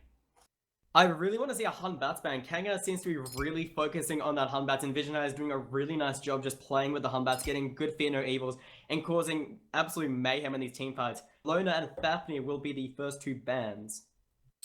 So taken away by Kanga. I'm surprised they're going to take it away when their first pick. Must be something that Envision Eyes isn't really comfortable playing on, and that is something that other teams should note for the future, that Kanga won't pick Saket if it's open, so that might free up another ban for him. Terra taken away by Avant, so they're looking to take away the big supports that Tory Skies really loves, but that's going to let Raven get through. And that Raven's most likely going to be going to the jungle. We've been seeing him more and more played in this jungle position, and we see gods more like Osiris or Bologna going into the solo lane, as we see a Vanguard again going for this Osiris, but now also picking up the Kernanos. Yeah, so Kernos was let through as well, so this is going to give them a little bit of wave push, a little bit better time in wave than what they're going to get with a Jing Wei. Thought, though, is available and is going to be picked up here for Desecrator. Hoyi picked up for Galen as well. Susano for Liquid Renegade. I actually really like Liquid Renegade Susano. Yeah, he's a very aggressive jungler, and he's going to be looking for those early picks. We already saw that with the Ratatoskr, but the Susano, he's just a much stronger version of the Ratatoskr, and he can look to do a lot more in the early game, especially if that knock-up can be a really nice setup for the rest of his team. They do need to be careful, however, that who we've been seeing today have been quite top-quality plays, so beware, Galen's coming for you. Hercules ban is not surprising from Avant, but this Soul ban from Kanga does surprise me somewhat. Yes, Soul's received a little bit of attention in recent patches, and it has been shown by a couple of people to be a decent mid laner, but I don't think she's ban-worthy just yet. Shark going to be taken away by Avant. Speaking of not really ban-worthy, I do not see Shark as a ban-worthy god. Saw him do okay, obviously, in the last Dark Side of the match, but Shark just doesn't really bring that much to the table, and the Zeus ban, however, is much more understandable, as Avant are now forced to pick into the Scylla. Yeah, I mean, I don't mind this pick from Avant, but it is going to be very difficult to execute on, and she is going to be rushed by this Raven that Envision Eyes will be playing, as Summer Kong's going to get picked up for K on the solo lane, and Ares now is going to be the supporter choice for Tory Skies, similar to Gruff picking it up for Darksider when they play Divals. This shuts down a lot of what Avant want to do. Especially Susano and Scylla, both of them are looking to be very mobile, looking to find a way out of the team fight. And Ares, you're either going to have to pop a bead, or you're going to have to just accept the damage. And you got a Huyi Suns and a Thoth ultimate. And Sylvanas, a god, again, not very mobile at all, similar to Ymir. He just has no real way of getting away other than just throwing out the wisps and hoping the protections will be enough. And if Anger are smart, they're going to heavily punish the Sylvanas pick and just constantly hammer him into the ground. Yeah, I'm not quite sure. Sylvanas has really fallen out of favor recently. He still provides a lot of sustain. A Blink in into a Wrath of Terror is still a really strong combination, especially for a Scylla. And there's a lot of knockups for a Vanguard, which is a very strong form of CC, but still, I'm just looking at the team comp for Kanga, and they have so many strong picks. Well, Sylvanas is, it's the Terra 1.0, really. Like, Sylvanas was like the first kind of like big support healer, and as soon as Terra came out, he just kind of got replaced, and people every so often think, okay, Terra's been banned, well, I should pick up Sylvanas instead. And that can just really be quite detrimental to the comp. It can be very easy to counter the Sylvanas, as we see in Vision Eyes already putting a bit of pressure onto Tom. And getting a little bit of pressure there, just trying to poke out early, but he might be caught out now. He doesn't have that overhead kick to immune himself from damage. Desecrator is going to throw out a couple of shots of the Hieroglyphic Assault just to, you know, relieve the pressure on his jungler, but overall, Envision Eyes just being annoying here early, which is what you want to do as a Raven. He also has built into the Sunder. He understands that once he's been knocked up, there's no real stopping that. So instead, he's just looking to output a lot of early on damage as he goes for the 10-hand Shadow Fist. And he's going to pick up the first blood there onto Just Speedy. Nothing Tomolomu can do here early. Great rotation by KO out of the solo lane to help that kill, but it was the Sunder really from Envision Eyes that was the main turning factor for them in that fight. And that was just a really smart gank, understanding that until Scylla hits 2, she is a very immobile god. She doesn't have the Sentinel to run away. And now Kanga, they're looking to invade, while Avant-Garde, they're also invading the speed buff. They haven't been able to get that first blood, but they have hit level 2. And that's really, really important, especially for the jungler and mid laner. It means that mid pressure is going to be slightly in favor of Kanga for the next little bit until Speedy hits level 2.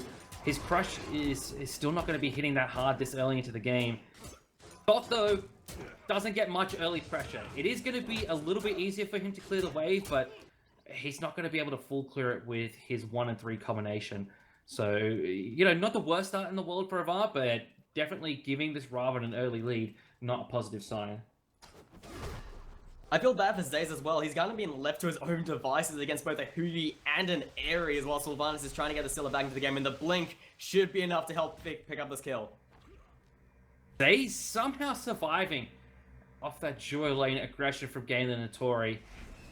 It's just the chains need to be a little bit more on target there for Tori, but Zaze still surviving here on the left-hand side. And the left-hand side relatively clear for Kanga to invade, so Tori's going to walk straight forward and try and pick up the kill here onto Zaze. Misses the chains, and he's on the wrong side of a tower. Yeah, he actually needs to be careful there. If Zaze can land a nice Bramble Bush, that's going to be it. However, we do see that Envisionize and Desecrator able to get the Oracle Harpies and still pick up their wave. Liquid Renegade now also rotating over into the mid lane with a nice Wind Siphon. Not going to be able to find anything off the back of it, however. Kanga, not much of a lead in this one, but still they did pick up the first blood as we head towards 2 minutes. Liquid Renegade and Speedy heading over towards the left-hand side to help relieve some of the pressure that Zaze is feeling. Tomolomu here to heal up his ADC as well. Zaze has actually done a very good job of surviving thus far this early. He is a Kurnonos though, like, if he's going to be put by himself, he's one of the few ADCs you would want to kind of lead by himself. He's got the Bramble Bush, he can stay back under tower, and even though he has been getting all this pressure, he does have his 1 for lifesteal, even though he doesn't have a single healing item in his kit, right? His healing item in his stash. Lono's Mask has been picked up by Tomolomu. So this is a new starter item. Basically, every stack you get gives you 2 maximum health, up to 75 stacks, so that gives you a total of 150 health when you reach full stacks. But also, when you reach full stacks, you gain 400 gold. So it's a 500 gold investment for 400 gold in the future. So really, it's an item that only costs you 100 gold. So it's 100 gold for 150 health, which is pretty efficient.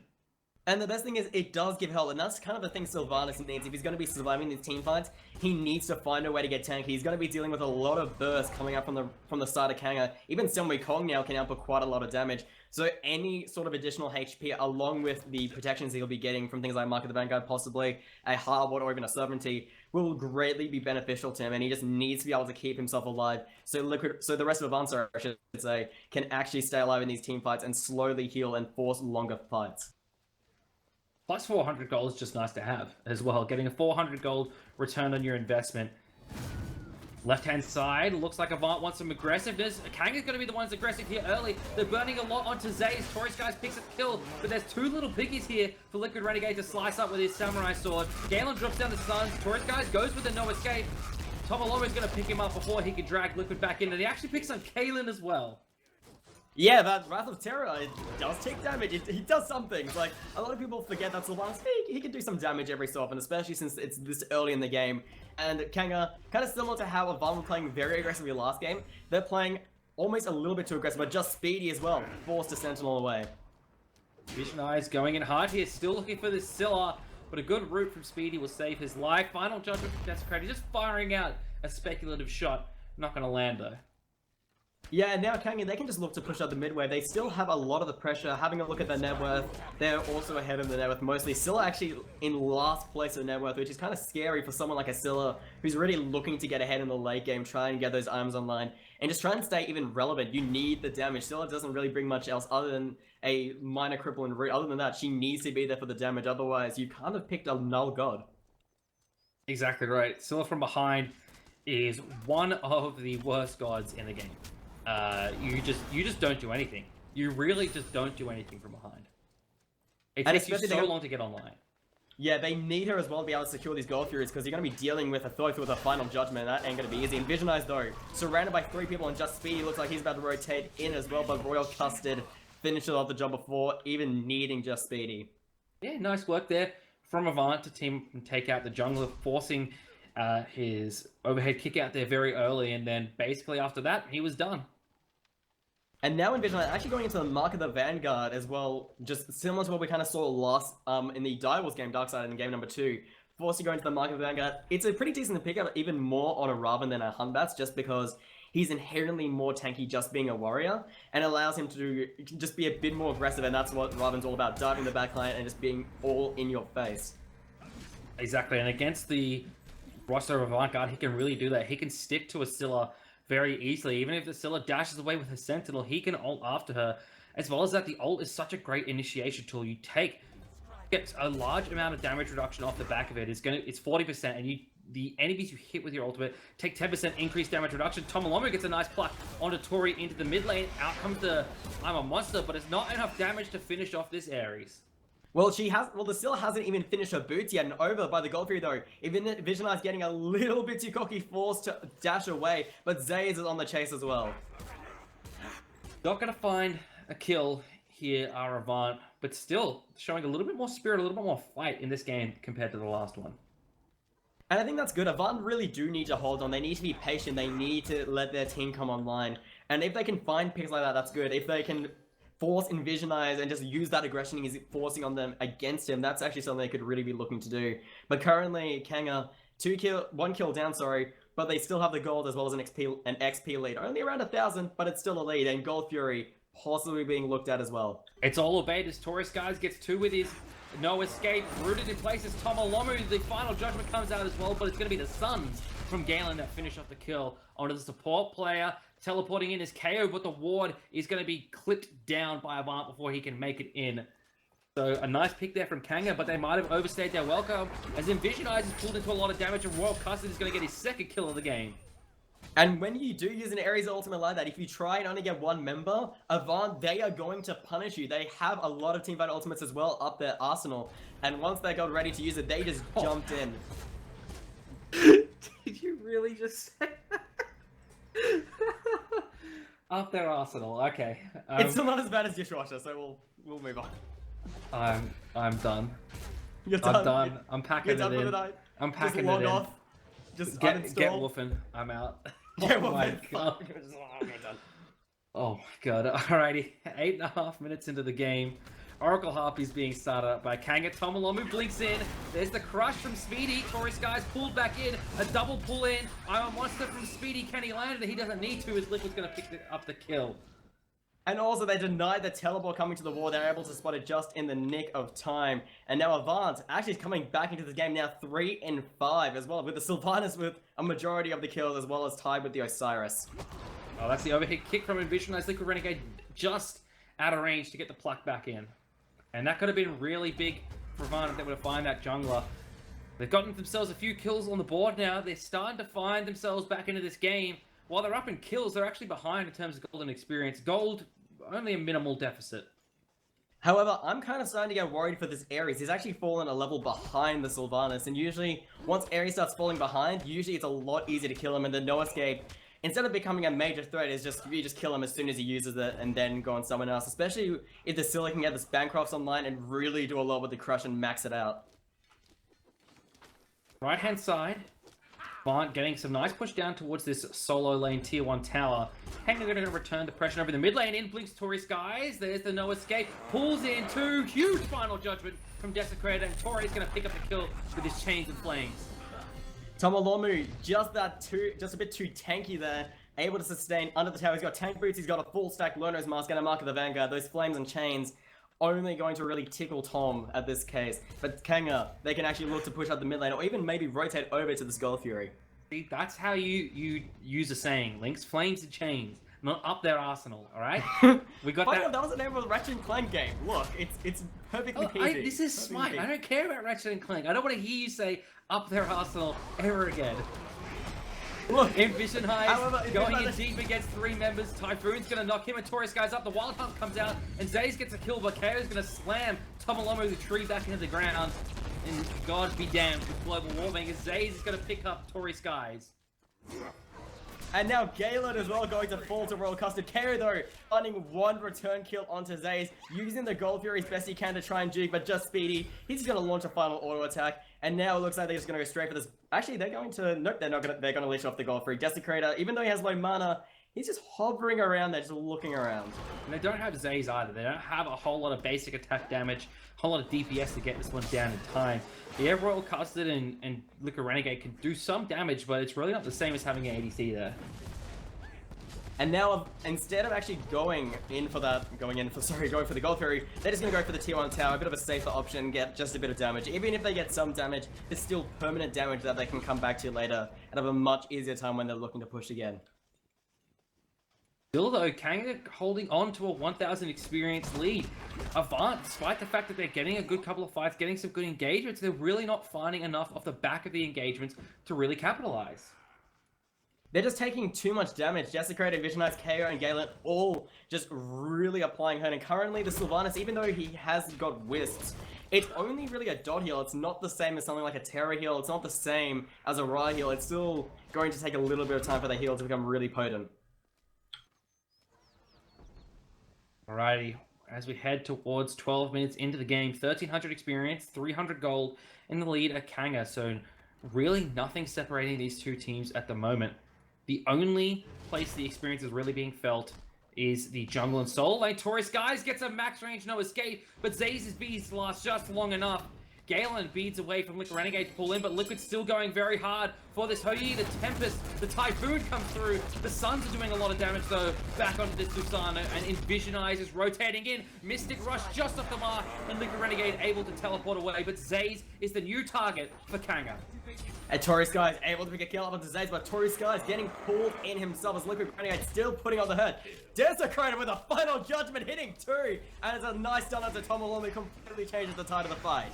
Envisionize going hard now for Tomolomu under the tower. He pulls the Raven in just to stun him for a second, but Desecrator's not done. He picks up his 3rd kill of the game. And now Kanga turning their sights straight to the Gold Fury, not afraid to go for this objective. They know they're going to get their ADC back soon, but Desecrator's doing so much damage with that Doom Orb online. They have to watch out though for Royal Custard. KO anticipates it coming around the corner. Thanks to that ward, stuns him out. In goes Royal Custard with the Lord of the Afterlife. Desecrator dashes back, stuns out. They're looking for this Osiris. Royal Custard, he doesn't secure the Gold Fury. It's all Kanga, and Kanga pick up the kill onto the solo lane for Avant.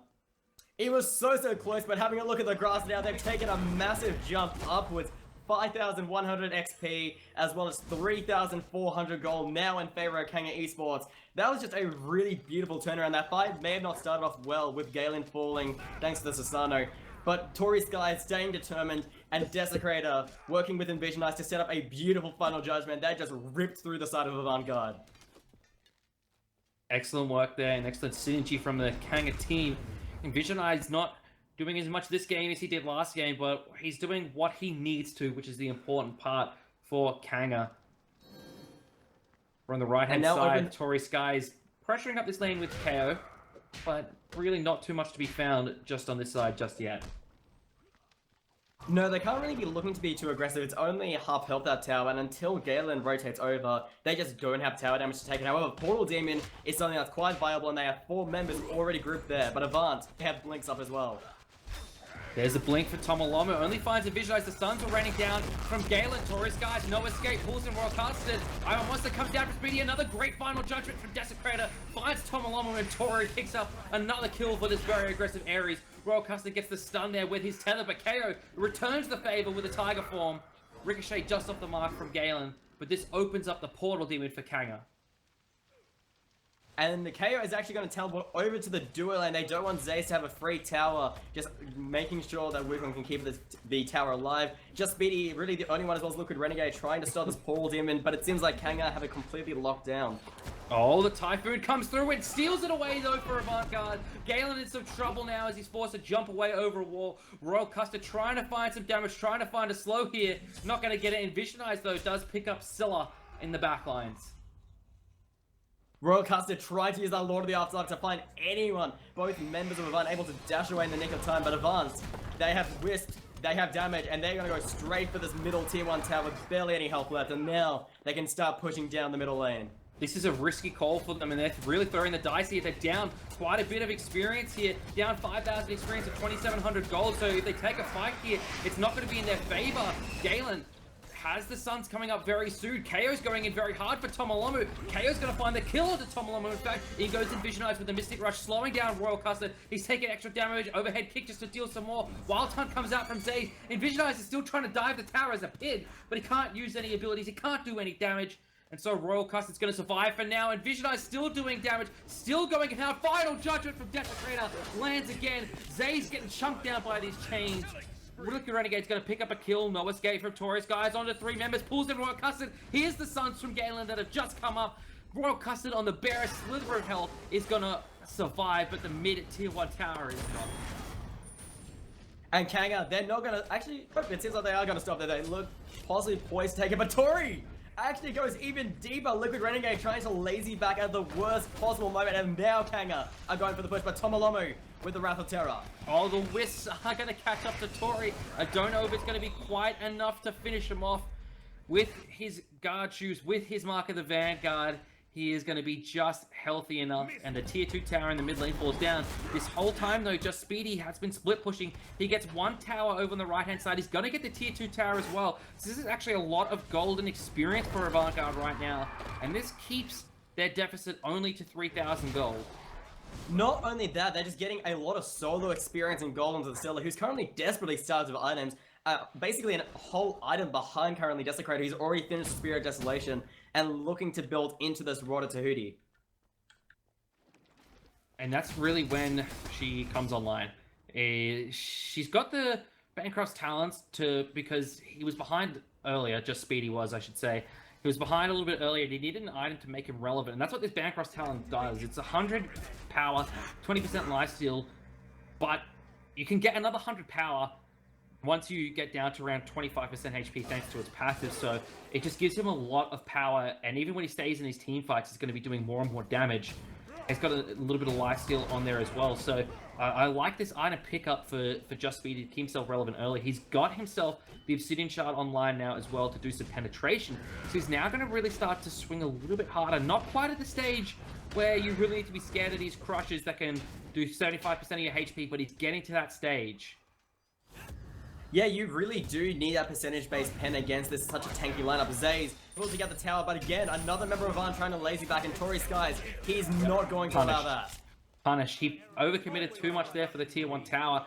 However, now Avant know that KO is going to be vulnerable on this right-hand side, and they force out the Somersault Cloud. So actually a win there for Kanga, because it means that they could go ahead and take this Gold Fury. Avant-Garde prioritizing the right-hand side of the map way too much. And so Kanga get themselves a Gold Fury, and if Liquid Renegade and the rest of Avant hadn't showed themselves over on that right-hand side, Kanga would have been too scared to go for that objective. Yeah, and now Kanga, knowing that they've got this gold lead, they've got this item lead, now they can look to push towers. They've actually fallen a bit behind Avantgarde. They've been doing a lot of very cheeky split pushing. Obviously, earlier on was Just Speedy, and now Zay's picking out the tier 1. But Kanga, they have all the stats behind them, and they can start really turning that into actual objective worth. They can look at their lead now. It is going to be to the tune of 8,900 experience, 5,700 gold. So a really solid lead coming out for this Kanga squad. And Desecrator has been huge this game. Desecrator has been doing a lot more. Last game, it was really a lot of Envision Eyes going in the initiation, then Desecrator and the rest of the team following up. Desecrator, he's just been doing an insane amount of damage. Currently, 12,108 player damage, only behind Envision Eyes, but that is to be expected. Raven is going to be doing a little bit more harass early on, while it takes just a tiny bit longer for Desecrator to come online, and now that he's already very much been online, he's just been constantly rotating with the team and doing an absolute fantastic job in these team fights, positioning perfectly and landing those key final judgments, which is really what you want from a Thoth. And as well as at the cooldown, you actually get 10% cooldown with the Spirit of Desolation, so it's a really strong item for just 2,600 gold. I'm really liking Desecrator's build thus far in this game, and since he's been so safe, the Doom Orbs allowed him to do just so much. Now we're starting to see him doing a lot more. He hard-sells Just Speedy there. Envision Eye trying to fight 1v4 here. A lot of ultimates being burnt onto this Raven. He's a pig right now, so he can't get away. Rockcast is going to pick up the kill, but now Kanga are looking to find something off the back of their jungle's over-aggression. Royal Custard trying to just basically face tank Kanga here. Desecrator's like, all right, another free kill in the bank for me then, I suppose. And now that they have this Rampage, KO already deep as well into the Somersault Cloud, possibly just looking to provide a little bit of pressure. And Kanga, they can just turn to this Portal Demon. Ivana been forced back quite a fair distance, and the only one with the blink currently up is the Sylvanas, and by the time they get there, it's going to be very much already too late. They have a lot of damage to take down the Portal Demon. Oh, I don't know if Avant's going to be able to get in here in time, or they're going to be able to find a kill off the back of it. Tomalomo is going to pick up KO, but for a Portal Demon, that is going to be worth now for Kanga. Taurus, guys, just needs to find a way out here, and if he can, then it'll be all thumbs up for Kanga. You do need to be worried as a Vanguard if your top kills is coming from your Sylvanas and your jungler. The jungler is fine, but when your Sylvanas is the one with top kills, that's when you should really start to be worrying. 19-13 is the scoreline right now, and Kanga, they're only furthering their lead, and now with this Portal Demon, they can look to really start forcing Ivana into some really unfortunate situations. We've all heard about Kanga being scrim monsters, and now we're really starting to see this translate into the OPL. Yes, they're not playing against the top tier of competition, having played Noxide and Avant, but still looking very, very strong as a squad. And you know, with the season being so short here in Split 2, only 5 weeks of regular season play, only playing every other team once, and the top 3 teams confirmed to land the 4th spot, having to be determined by Gauntlet. Every win you get helps, because even if you don't make it into those top 3 spots, the better seeding you have for that Gauntlet run, the better, because as we saw for the SPL, making that run is so difficult to do. Yeah, and Kanga, they seem to be looking primed to take the series, to actually take all the games today for 4-0, which would be a massive start for them, especially since Direwolves actually lost a game. So that would actually, wouldn't that put them ahead of Direwolves? Yep, yeah. Kanga would actually be top of the OPL, tied with Legacy, but they technically be ahead of Legacy because Kanga would have 4 wins, Legacy only 2. It would depend on Legacy's match, which comes up after this one, where they play Noxide. But yeah, it would be if Kanga win this one, they're at the top of the OPL, and Legacy can join them there later tonight. But Kanga at the moment sitting at 3-0, and this is their 4th game. It could be 4-0, but 3-0, they're looking very, very good right now to put themselves atop of the OPL. Fire Giant started up here, but it's just a bait. Tomalomo forced to use the Wrath of Terror. Galen jumping away. He's already half health, but Taurus, guys, is going to get that. No escape. He pulls in Zaze, and now the Armor Monster comes out from Speedy, but KO's going to chase him down. Envisionize gets a kill as well. Desecrator gets one. Zaze picks up Tori, so there's kills all across the board here for both teams. But Kanga's coming out on top as KO's got a double. Desecrator's got a double as well. Tomalomo's the next target here for Kanga. Desecrator forced to Aegis away some of the damage from this Sylvanas, but he's going to go ahead and pick up a triple kill, his 3rd of this fight, and now the Fire Giant's going to get started up by Kanga. And due to the fact they have the hieroglyphic lift that can easily take out this, usually you would need Galen or someone else to help take it out. Just with these 3 members alone, they are just bursting down this Fire Giant, and it's not too bad to have these 3 members get that Fire Giant. It's a shame that they can't get it on Galen, but they still take the Fire Giant. They take the fight 5-3, actually sorry, 5-2 I should say, which is even better. 24-15, and now Kanga, they can look to finally take down the tier 1, tier 2 on the duo side, as well as the final tier 2 on the solo side, and just go for the game. They have the pressure, they have the items, they even have the levels. They just need to find that avenue for winning. This has been a slow, grinding game for Kanga. They've been winning these engagements piece by piece, and now they've got a lot of gold and experience over Avant-Garde. 10,000 experience, 7,500 gold. Desecrator right now is absolutely huge. 8-0-2. Ratatouille online as well. With all those final judgments, we're doing a lot of damage before. Now we're starting to get to the stage of the game where he will one-shot you. Not only that, he's already building into the second magic focus, which was most likely going to go into an obsidian shard. Usually you pick up percentage-based pan later on into the game. So just make sure to do even more damage. And I think this game we've really seen the problems with Sylvanas. Like, he's been getting really nice Wrath of Terrors, but once he does that, Kanga's been finding it very easy to just take him down, and the rest of the team can't really back him up. He's just stuck there, and they lose that healing potential that they could have had to sustain in these fights. Well, I wouldn't be surprised if it was even just into a Divine Ruin, because that gives you 80 power and 20 pen. Taurus, guys, they're going to blink in with the no escape. Zaze, no beast. The final judgment takes him to 2% health, and Envisionize is going to finish off the Goat Man. KO picks up Tomalomo. Taurus, guys, is going to give his life for his team. He's still alive for now, but Royal Custard's going to clean him up in just a second. Liquid Renegade's actually going to be the one credited with the kill. The damage dealers for Kanga are caught behind a tower here, but they're going to be able to get into the fight in just a second. Royal Custard desperately swinging with those sickles, trying to keep his team's hopes and dreams alive, but the tier 2 tower on the left-hand side falls, and here comes Desecrator.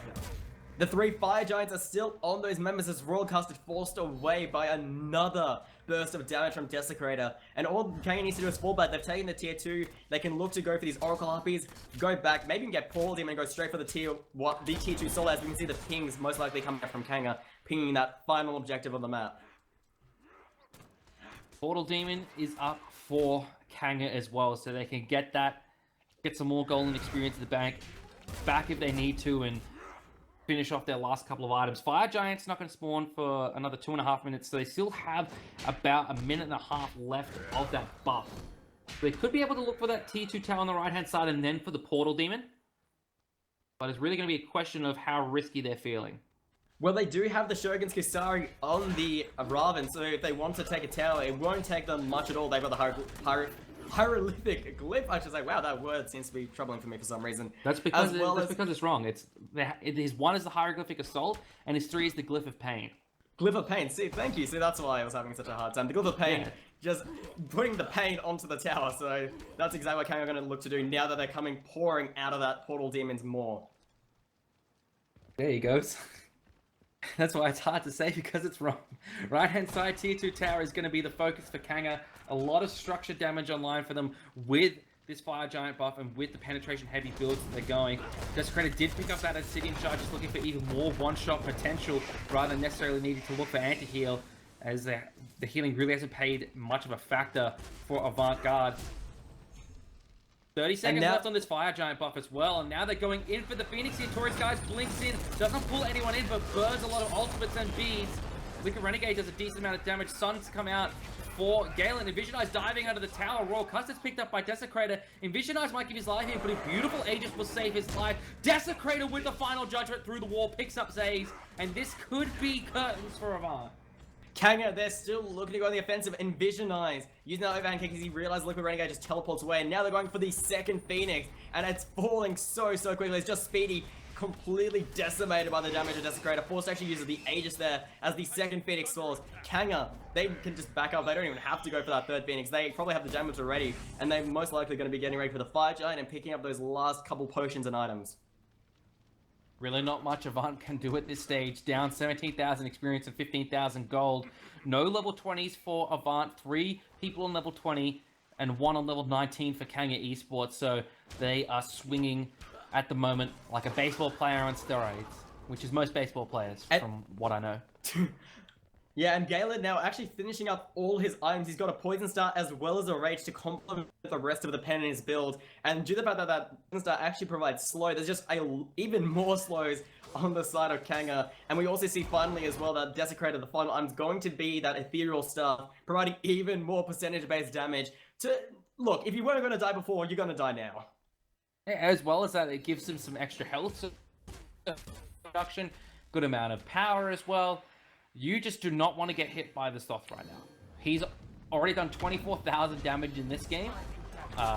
And I would say he would end up on 30. But that would probably require... He'd have to do all the health of every single remaining member of Avant, or get kills onto a couple of their members twice. But if they get any kills here, it's probably game over. So he might not get the 30k.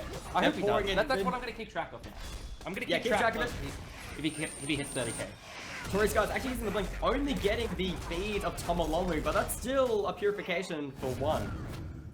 And the fact that it's meant that Sylvanas has had to pick up a purification beads at all is really big for Kanga. They're looking for the left-hand side Phoenix. Sun's come down from Galen. Liquid Renegade taking a lot of damage now. Desecrator not a part of any of that damage, and his final judgment isn't going to land. Speedy actually picks up Envision Eyes. KO up in the Somersault Cloud. Left-hand side Phoenix has fallen down. Liquid Renegade pulls back in. That's Sun Wukong. Desecrator does pick up Zaze. So that's an extra 1,000 damage there for him. He's not quite at the 30k yet. His beads are burned. He's slowed down by Royal Custard. He dashes back towards Speedy and picks up the kill. The aggressive plays coming out from Desecrator. Good Typhoon there from Liquid Renegade. Galen's going to pick up Tomolomu, however, and Liquid might pay with his life. Galen just off the mark with the jump. Finds him with the Ricochet. Yeah, now with the Ricochet, the only member alive is Royal Custard. He's able to take out Desecrator before he's able to get the 30k at 28,900. The Surrender Vote has started. I don't think that's going to be necessary as all the minions from all the different lanes are pouring in. KO going by his lonesome self, followed closely by Galen to finally finish off this game. 30 minutes in, 33-19. And Desecrator, 12, 1, 17. He died once, and that was at the end. That was at the end. He was 1,100 damage away from 30k. So close. So close there from the Thoth. But that is going to be a 2-0 victory there for Kanga Esports over Avant-Garde. So right now, like, this is the only time you can say this. Kanga Esports is on top of the SMITE Oceania Pro League with a 4-0 record. This is a team that we've heard about as being really big in scrims and really performing. This is the first time we've seen it translated to the OPL. Hardly ever getting any 2-0s last split. I don't even know if they got one 2-0 last split. And already they have 2 this split. Big win for this team. I'm very happy for them. Unfortunately, this means Avant-Garde 4-0-4. So, rough split up ahead for Avant-Garde with a lot of tough opponents still remaining. But we've got one more set to play tonight. That is going to be Legacy Esports taking on Team Oxide. We're going to go to a short break and then we'll be back with our final set of the night.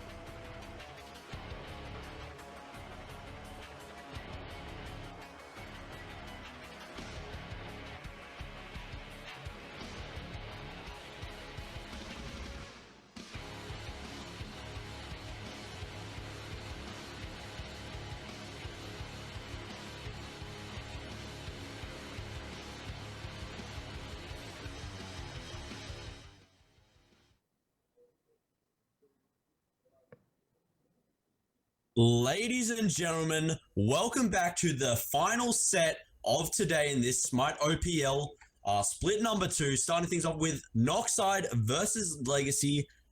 How do you feel about this matchup? Let's have a look here. I mean, Legacy, they should be a strong team. They went 2-0 earlier. I'd like to see them carry forward that momentum, but Noxide, I wouldn't write them off just yet. Hopefully Mouse settles into this new team roster and can show off his stuff today, as Ravana gets taken away, as well as Kernanos for Team Noxide there. Both strong picks and bans at this this stage of the meta as Circuit goes away as well. Yeah, I definitely feel like you hit the nail on the head there. I mean, the roster of Noxide, every single player on this team is exceptional. They have great mechanical skill, great awareness. Just the thing is, they haven't quite fit into their roles. They always keep on switching up the roster, not necessarily the players, but their position. And now Mouse coming in to fill in the mid lane, that's caused Noose to have to go into the ADC and, Texi in the jungle. So they really need to get into their rhythm, and then they'll be a great team. So we see the Osiris first pick here, followed by a Fafnir Bologna into Susanoo and Poseidon. Yeah, a lot of lockdown already on the side of Legacy. Good CC comp. But then you can't write off Susanoo and Poseidon being on the same team. Susanoo naturally countered by cripples, so picking up the Poseidon to make sure he can't get countered there, as Hunbats, the Fear No Evil monkey here, is locked in for Legacy. Really strong pick, obviously. Yeah, I mean, both teams starting off strong here. Every team has gotten, an S tier character round about that level, so no team lagging behind here. We'll definitely see how these team comps round up. We see the Thoth ban, which I am very happy to see, and the Athena Terra there. So Athena hasn't seen as much gameplay, but she's still incredibly strong, and Terra is always a monster in that support role. Yeah, just looking to take away easy engage for the Poseidon to crack on off of, I think, as Huyi gets banned away for Noxide, not wanting to deal with that Hunter, which you can't blame them, is just that point of being a little bit stronger. It can pretty much box anyone, brings AoE to the table as well, as Medusa's locked in for Legacy. Another big team fight ult there, so it's looking like team fight for Legacy so far, and a bit more pick-sided on the other side of Noxide. Yeah, okay, and now we actually see the Jingwei and Khepri picked up. Now, I absolutely love Khepri. He's an amazing support, but we keep seeing this Jing getting picked up, and I just don't think it's effective enough. I mean, Rama was available at this point. Why didn't Noxide pick Rama? Rama is a much more effective late-game carry. I mean, I just don't understand. I guess it's the buff to Jingwei. Maybe the Hunters are just feeling it. Noose played it earlier, did reasonably well, but it's just it's interesting to see whether they can pull it off this second time. They obviously like the character in their team comp, so as Ra locked in for Legacy as the final pick for them, and that sustain's going to be really helpful, although the Osiris will help shut that down a little bit, but another big team fight oriented god there. Yeah, I mean, the power of Ra is all in that 3, that ability that allows him to heal his team and siege those towers. Ra, I mean, he's never really the god that's like, oh, he's first pick, first ban, but Ra is always there. So we get right into the game here. I mean, where do you think the ADC is going to start? I mean, like, do you think the support's going to go with them this game or not? I'd say the Khepri may start in mid lane. Not sure. It should be interesting to see where they do start. I wouldn't put it past the Khepri to start in the duo lane, just because Jingwei's clears a little bit worse than Poseidon's, I guess. But I'd just be looking to see where they can get the most pressure. And I think against a Ra, it's going to be a bit difficult. So maybe they'll look for that Medusa instead.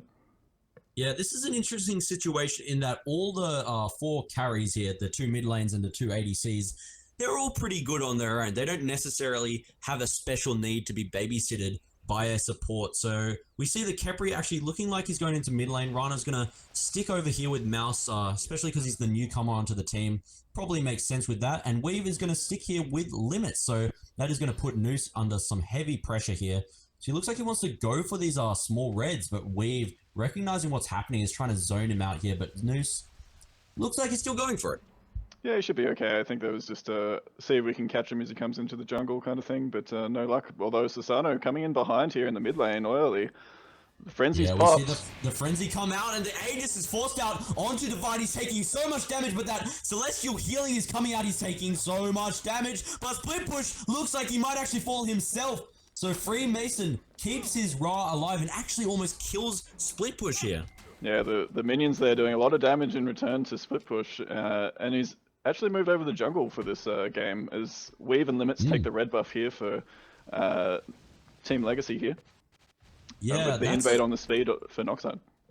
Yeah, that's a really interesting switch up here since both players can play both roles pretty well, though I definitely feel like Texi before wasn't having too much of a great impact on those assassin characters, so I feel like Texi will definitely feel more comfortable on a warrior like Osiris where he can roam around and absolutely bully the enemy team here of Noxide, so I mean, sorry, of Legacy here, so I really like this switch up for Noxide. We'll see how it works out in the end. So far, nothing really has happened at this point. We see the Fafnir and the Medusa stealing away this purple buff, making sure they strip the farm off this Jingwei considering she's by herself. Yeah, I mean, it won't affect her too much. It's more about keeping themselves. She's actually a level ahead here of Limits as he just hits level 3 there. So the experience that he's losing isn't too drastic at this point, but they just need to keep that pressure on that side of the map as they look for mid-camps and oracles by look of things here on the left side. Yeah, we've got a really strong control here of Legacy on the left side of the map, whilst Noxide has opted for that right side, which has allowed them to get their speed buff and blue. We actually see the oracles being taken here, so I'm looking for Legacy, to get a first blood and possibly really try to hard pressure the left side of the map, even try and set up for a Gold Fury. Yeah, I know the Gold Fury wouldn't be beyond them with the Ra as well as the Hunbat's zone, so it could be a good option here as they look to pick up their own buffs here in the jungle. Not too much of a lead here, just a few hundred gold at the moment, so it's nothing too drastic. Be interesting to see how the level 5 fights come out here. Who's going to hit level 5 first? Exactly, I was just about to mention that. Humbatz's ult is incredibly powerful. Throughout the matches today, we've seen just how strong that Humbatz ult is, absolutely dominating in team fights, can switch a team fight from lost to won in the matter of moments. But Susanoo is no fool himself. He has a powerful ultimate as well. So it's very interesting to see how these level 5 team fights go out as we see the grouping up here from Noxide in the middle lane, but now Weave's only just starting to actually come and help out in the middle lane. The block there onto Idavine, the Kraken comes out and just bursts, absolutely destroyed there.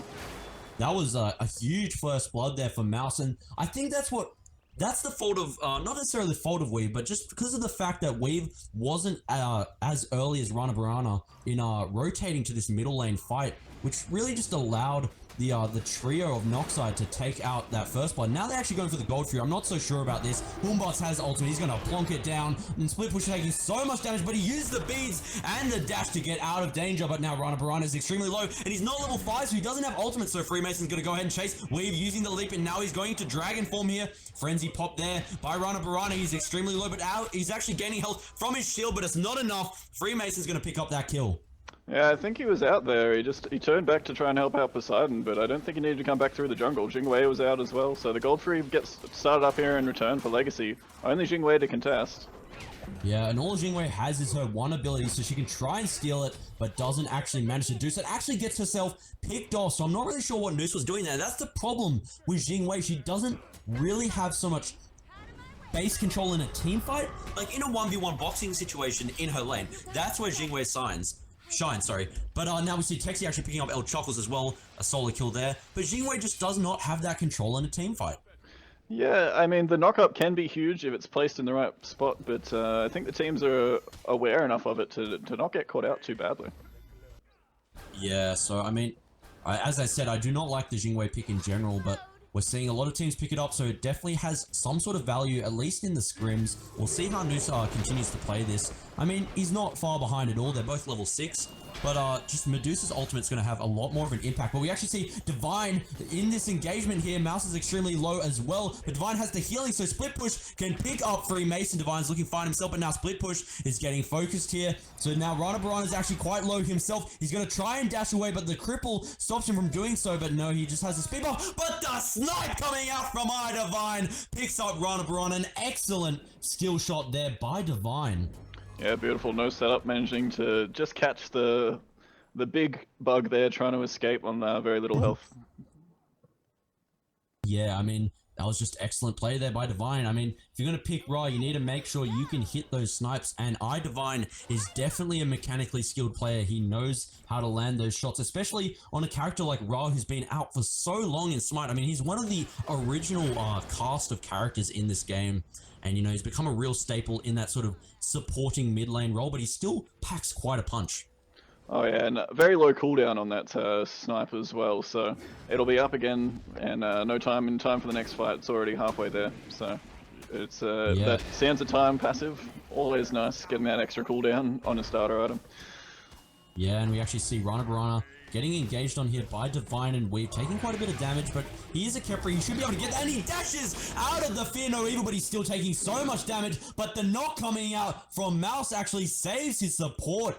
Excellent communication there, and that's what I love to see with Mouse here. He's new on the team, but he's communicating well with his support, which is an excellent sign of practice, which always wins games. And we see Rana Barana here taking a lot of damage now.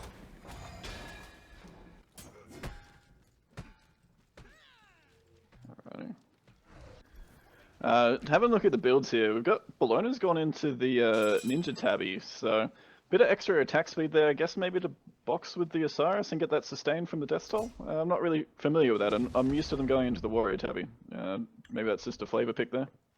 No, the Ninja Tabby can definitely work on a Bologna pick. As you said, it works incredibly well with the Death Toll, but now we see Split Push actually engaging onto El Charlton, so we'll see how the Ninja Tabby work out for him now, and it looks like he successfully avoids confrontation there. But now, so with the Ninja Tabby, what it actually allows to do is, because you attack faster, that means you recover from movement speed penalty slightly faster. So it will actually allow the Bologna to be, you know, slightly faster in some engagements if she's trying to run away or catch up to a kill. So, I mean, it's a very nitpicky sort of thing, but Bologna can definitely get away with using the Ninja Tabby. And we see Split Push taking so much damage in the middle lane, but he has that dash. Susanoo being so incredibly, you know, mobile, he doesn't really have to worry about dying too much unless he gets crippled. Yeah, and as I mentioned earlier, that's why they picked up the Poseidon, to prevent from that Susano being shut down. Although there isn't interaction with Susano and Hunbatz fears the Susano away and actually moves the ult as well. So, got to be mindful of that, playing the Susano into Hunbatz.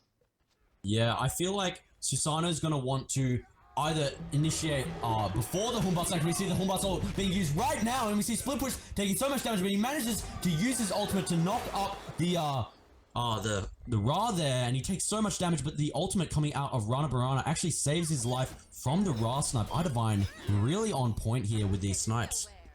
Yeah, and Rana Barana up to the task though. That was a very nice Khepri ult, getting his jungle out of dodge there. His News is forced back by some poke from limits there, but should be fine with the Jingwei passive, being able to fly back to lane.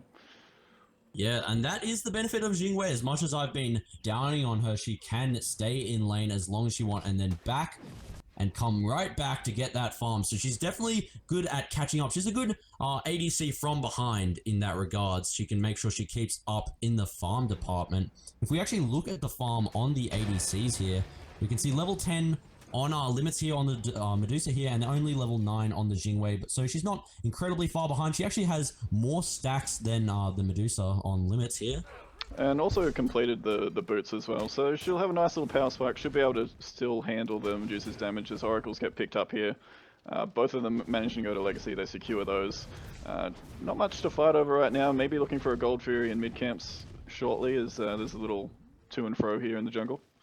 Well, yeah, both teams really want to win this team fight here because they want to go straight to that Gold Fury, and Legacy actually securing those Oracle Harpies, as you said, will be incredibly important in that engagement. He's forced to go back here, and now there's a Kraken in the middle lane, and Mouse picks up Divine. Just because Divine's been landing ults doesn't mean Mouse can't do the same, and he picks up a kill onto Divine. Yeah, it'll be the Lotus Crown now finished on the Ra, so he'll have a bit more protections for his team. That supportish style of build will be coming out from him, but he might need to upgrade that Aegis soon. He's just getting Kraken out of the fight every time. Yeah, we see Freemason leaping over the wall to not die there, but we see Rana Barana following him now. Weave is just going to give him a little slap and poke there with the auto attacks, but as we know, Guardians don't do too much damage, so Rana is pretty safe and sound. I mean, with the Ra, as you mentioned, he's built the Lotus Crown, great item on a healer, gives your team protections, but I still want to see him get damage, especially because he's been landing so many ultimates. Now Rana takes so much damage. The Fear No Evil coming out to secure that kill, Limits picking up for himself, and now it looks like they're going to go straight to that Gold Fury. Yep, the Ra ultimate's online now, so he should be able to secure this, although he's pathing quite aggressively here. Turns back, and yeah, they'll pick that up for free as Noxide just recognized that they probably can't contest that and just pick up their own buffs, hopefully, quite safely. Although there's a ward here, they might get caught out by the Freemason and Weave coming around the corner here. They do manage to secure it and get away. Yeah, it looks like they're going to be safe there. They knew that they couldn't engage on that Gold Fury. It was 2 versus 4. They had absolutely no chance, and so Noose and his support making the smart decision to not engage there. And Noose is just going to get back into the lane and farm up. He needs to catch up, as you see Limits is one, level ahead. As we see an engagement coming out on the right side of the map, but Split Push, being as mobile as he is, doesn't really have to worry. We see Weave, just trying to zone out, really. You can see Weave has been rotating all across the map. He's been a part of 3 of the kills out of 4, so he's definitely been having a huge impact on these team fights. He's actually taking a lot of damage now, but he uses the Coerce to heal himself a bit and escape. Yeah, he should be fairly safe as that dragon. He still had ultimate if he got into a lot of trouble, being able to immune some of the damage if you time it well. As they just look to push up the mid, although Runner's going after Idavine here. Another Kraken comes out, but the Aegis is online this time. He should be safe here. As Limits comes in from the side, looking to pick up Mouse. Good tidal surge. Coming out of Limits there, absolutely destroying Mouse. And now Divine's actually quite low himself, but he does manage to help Freemason pick up Split Push, and he's taking a lot of damage. But now the Lotus Crown keeping him alive along with that heal. And we see Noose there has to get the ultimate from Khepri used on him, but the Fear No Evil coming out. An absolutely devastating ultimate that allows them to pick up 4 kills. Kexi the only survivor, and that's only because he's in the solo lane. Yeah, he's bullied out Bologna, but the Portal Demon should fall here. I don't think he can really contest it. I don't think he even knows that it's happening, to be honest. Bologna teleports back to lane. Should be fairly free. He probably knows it's happening, but there's absolutely no way that he himself can try and steal that. I mean, that Lotus Crown coming out of the Ra there was incredible. You can just see how powerful that item is. He kept getting poked down and down. You could see his health jump up and down. It would go to 1 health, but then it would pop back up, and he just wouldn't take that damage because of the Lotus Crown. It kept him alive, and it was absolutely incredible there. So a really good pick up there from Divine, and he actually starts to build into the Fortified Scepter, which could go into a Gem of Isolation or an Ethereal Staff. I'd say it's probably Ethereal Stuff. Ra already has a slow in his kit. I don't think they really need extra slows either. Bologna's got one. I would like to see the E stuff picked up here. I don't think he'll go into Gem of Iso, but I could be wrong. You never know. Yeah, I don't mind the E stuff pick. It's always a strong item, but I actually would rather see an E stuff not picked up. I mean, the whole item not picked up, and then a Soul Reaver later on. Considering how well he's been landing these ultimates, if he can time that with a Soul Reaver there, he could do so much burst damage. Yeah, he can certainly 100-0 people and keep up with that Poseidon Kraken damage as well. Yeah, exactly. Rana again taking very low here. Gets picked up by Limits. That was an incredible ultimate there by Limits, doing so much damage. Now Idavine picks up Mouse as well. That's 2 down on the side of Noxide. Then the huge Fear No Evil once again coming out of Freemason. He's chasing down Noose, but Noose is looking like he managed to survive. And now Freemason himself gets picked off by Tekchi. That's 1 kill for Noxide, but Legacy is already on 10, and Noxide only have 5 kills, and they get that tier 1 tower in the mid lane, which, as I always like to say, gives them so much map pressure, allows them to rotate through the jungle buffs in Noxide's Staff. Yeah, and they'll just heal up with that Ra and push this tier 2. They might even be able to get some decent poke on it. Not sure if they can finish it up. Yeah, it doesn't look like they're going to be able to finish off, but that's the power of the Ra, as you just mentioned. He can siege these towers so effectively, and, that push is going to really help them out. If they can get extra tower here and there, they're going to be really far ahead because of the XP and gold that towers actually give you when you destroy them. Yeah, it's not just the golden experience either. As you said, it's that map pressure. You can start looking for objectives more aggressively, and they've already been doing a good job of that so far. So look to kick on with that and seal this game out. Is there 7,000 gold ahead at this point? So yeah, starting to get out of control. Yeah, around 5,000 gold and 5,000 XP. So Legacy having a strong lead here. Noxide definitely gonna have to do something drastic here to catch up, but they definitely have the potential there with the split push on that Susanoo and Noose on that Jingwei. But as I said, Jingwei's more of a I'm safe. What are you going to do about it, God? As we see Divine taking huge amounts of damage. Kraken coming out, but he has the Aegis locked and ready. But now we see Noose landing down on him and picking up that kill onto Divine. And now they continue to chase, but Freemason actually uses his ultimate to pick up Mouse. A huge pick there for Freemason, making that a 1-for-1 trade. Now we see old Chuckles chasing down Noose. Is he going to die or is he not? Looks like that Medusa ultimate comes down on him. We have the Khepri ultimate here. It looks like they're just going to pop that ultimate, but Khepri is able to dash away to keep Noose safe. And split push just gets away from Freemason there in the jungle. The overhead smash just off target, but Texi's ults in, picks up limits. Everyone's low here. Don't know if we can really follow this though. Orana gets the pluck onto Weave though. They might be able to pick up the dwarf here. No, I guess looks like the dwarf's too tanky. But you know, Texi's really being the saving grace here. 3-0 and 0. He actually hasn't had an assist yet, but every kill he's gone for, he's gotten. So I'm really looking towards Texi here to pick up the game pace here for Noxide. Next item, I want to see Shogun's Kusari. That is an absolutely broken item in my opinion. It needs to be picked up every game, and it would really go well with Osiris here. And I feel like if he picks that up, he could definitely swing this game into his favor. Yeah, it might be the case where the first person to pick it up gets ahead, but Bologna's already building into it by the look of things, as Gold Fury is contested here. Although they just pick up the Oracles for now. Yeah, Not just wanting to get engage. that vision. Yeah, they're just looking for that vision on the Gold Fury there.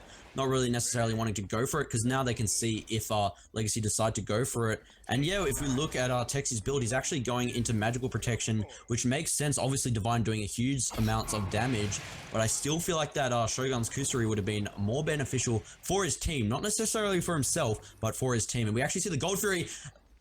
The Gold Fury's gone.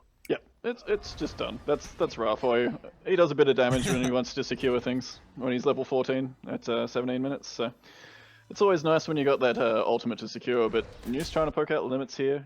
Split push giving him a bit of hand, but limits just goes back under tower and says, "Well, I'm fine. I'll just farm over here."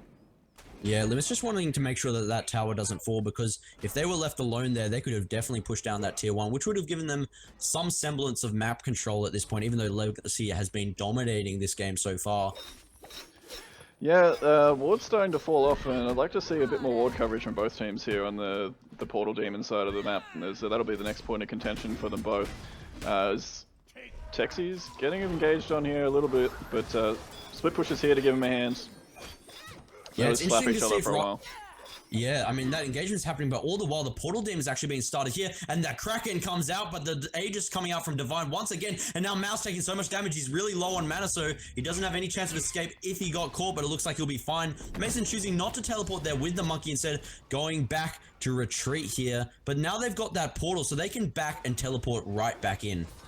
Yeah, and they've already got vision control, and Noxide can't really afford to back here. Mouse doesn't have an ultimate, so I don't mind him going back, but the rest of his team needs to hang around and contest this objective. Whether it's the tier 1 tower, which it looks like they might just let go. I mean, it looks like they're going to just head back and use that portal while they can. Now they're coming right back, and they're going to head right for that objective, as you mentioned. I mean, the minions have almost pushed it down by themselves, and we see them engaging here onto Split Push, but, you know, he dashes away, and we get the teleport coming out from Texi to help defend this tower. Yeah, and the front line here for Legacy is just running amok, and able to find people in the jungle here as Split Push gets taken really low. The Eagles rally comes through, forces the ultimate out of Khepri there. They should be able to get out. Texi looking for Idivine in the backline, might be able to pick him up on his own. Yeah, beautiful use of the ultimate there. Healing, there we go, Texi showing the power of Osiris there, but he does get picked off by Limits, and we see the Fear No Evil. Mason just getting another kill. Hunbutz is an absolute monster, as we've seen time and time again today. His ultimate just absolutely destroys. But as I was saying, as we see Legacy sieging up this tower here from Noxide, that Osiris actually does counter healing with his ultimate, and that's what allowed him to pick up Idivine there. Even though he had the protection from Lotus Crown and an amazing heal, his healing got countered, and that got him picked up.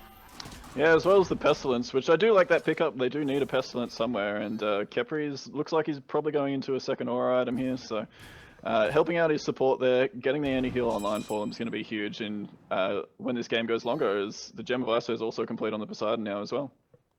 Yeah, but after that Pestilence, you can guess what item I want built next. I mean, Shogun's Kusurai, it needs to be built. It's an absolutely amazing item, and it's allowed Legacy to actually pick up a lot of towers as well. So I definitely want to see... I mean, Khepri can pick it as well. Though I'd rather it be on Osiris just in case he's alone so he can still have that attack speed boost. But Khepri can definitely pick it up as well if Osiris doesn't have room for it. And I mean, at this point, even Susanoo, if he wants to risk building one defensive item, could pick it up. Though they're definitely not short of people who can build the item. I just want someone to build it. Yeah, it's a great item. It was a good item. It just needed that little extra kick. 25% might be a little too much in my opinion, but yeah, it's just a really important item for both teams to pick up. I think here, as the Gem of Iso was completed on the Ra as well, so he'll look to finish off the spear here. I'm not sure which. It's either a Spear of penetration item we're going Desolation. to. Yeah, probably a Spear of Desolation, since that's just such an incredible and powerful penetration item that gives a lot of power, a lot of pen, and some cooldown. It has all the essential stats for a mage. I mean, it's just a great item for Ra to build, along with any other mage. We actually see Noose here. Looks like Limit's going to try and engage him here, and so much damage coming out of Limits. 3 levels ahead, and he times the ultimate perfectly. Noose's Aegis was absolutely useless because Limits is a beautiful Medusa. Yep, showing why he's one of the top ADCs in the OPL at the moment, Limits, and just a scary person to land against is Mouse looking to chase down Weave here, who's under his tier 2. I mean, technically, if I was landing against Limits, I'd be running home crying. And we see Texi actually picking up a kill onto El Chuckles, so Texi still being the saving grace of his team. He's 5-1-0, and we see Freemason just picking up another kill there. Didn't need to use his ultimate. Still got that cooldown available for the next team fight here. And they're just going to go ahead and pick up this 2-2 in mid lane. Well, they're going to pick up the left Phoenix as well, as Idavan and Limits are allowed to just split push that lane while they're trying to pick up Bellona. So I'm going to call that worth for Legacy there. Losing your solo laner for a tier 2 and a Phoenix, and then a second tier 2 in mid. Yeah, I mean, despite split push being on the side of Noxide, Legacy really living up to that tactic. And as they go for the Gold Fury here, more so than actually gaining that gold for themselves, they're actually preventing Noxide from catching up by picking up that Gold Fury. So it's still a very important pickup pretty much until the very late game. Yeah, valiant effort there from Texi trying to pick up the Gold Fury with the flail, but just missing. Yeah, actually, looking at the builds once again, I really like the Magi's Blessing coming out of Humbarts, because the reason Humbarts is an absolutely amazing character is because of his ultimate, and he needs to get there and guarantee a good ultimate. So if he gets CC'd before he can use his ultimate, that's horrible. So this Magi's Blessing is going to really allow him to make sure he can get that perfect ultimate off. Yeah, and he's upgraded his blink now, so he'll be able to engage pretty much on cooldown with the blink a little bit earlier than that. In fact, he's got a fair bit of cooldown online now. So yeah, I like that pickup. Helps him be safe, helps him initiate properly, and the blink will help that as well as the portal demon gets started up by Limits. Yeah, we actually see the ultimate coming out from Freemason, trying to get a solo kill there. Not necessarily the best ultimate, but I do respect it.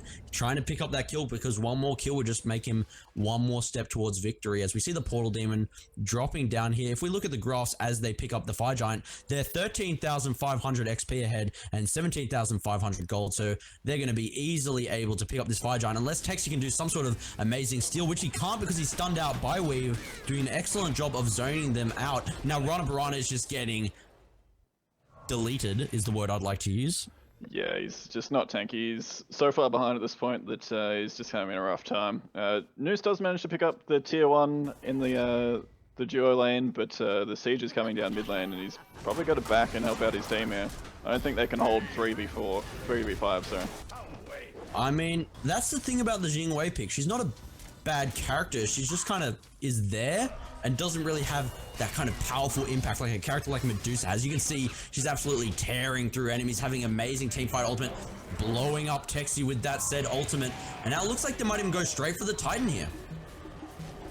Yeah, the Fiona Weaver comes out, they're looking to finish, and they do manage to get the win here. Legacy picks it up over Noxide, and it's just done. They can't believe how quickly that ended, to be honest. Yeah. Really nice ultimate there from Freemason, picking up the rest of them there around the Titan. I mean, that the Shogun's Kusari is just such an amazing item. As you can see, they wouldn't be able to push nearly that fast if they didn't have that item, because it gives the whole team 25% attack speed. But apart from that, Legacy just played a lot more effectively. Their picks and bans were a lot more effective. They had more impactful ADC, which really shows if you look at the difference in damage. You see 7,000 damage coming out of Noose compared to the 18,000 from Limits. Yeah, Limits was just huge in that game, as was Idavine and Freemason. Really carrying that team through beautifully and just rolling down the hill once they got the lead. All right, we're going to head into a short break right now, and we'll be back with the last game of tonight, Legacy versus Noxide.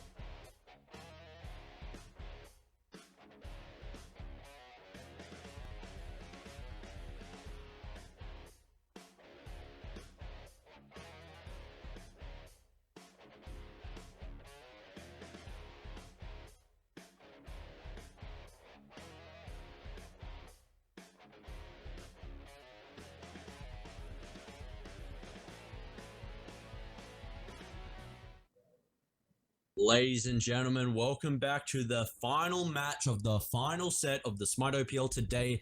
We have Legacy versus Noxide. Legacy having a very dominant game against Noxide, so we'll see if Noxide can somehow pull a win through here.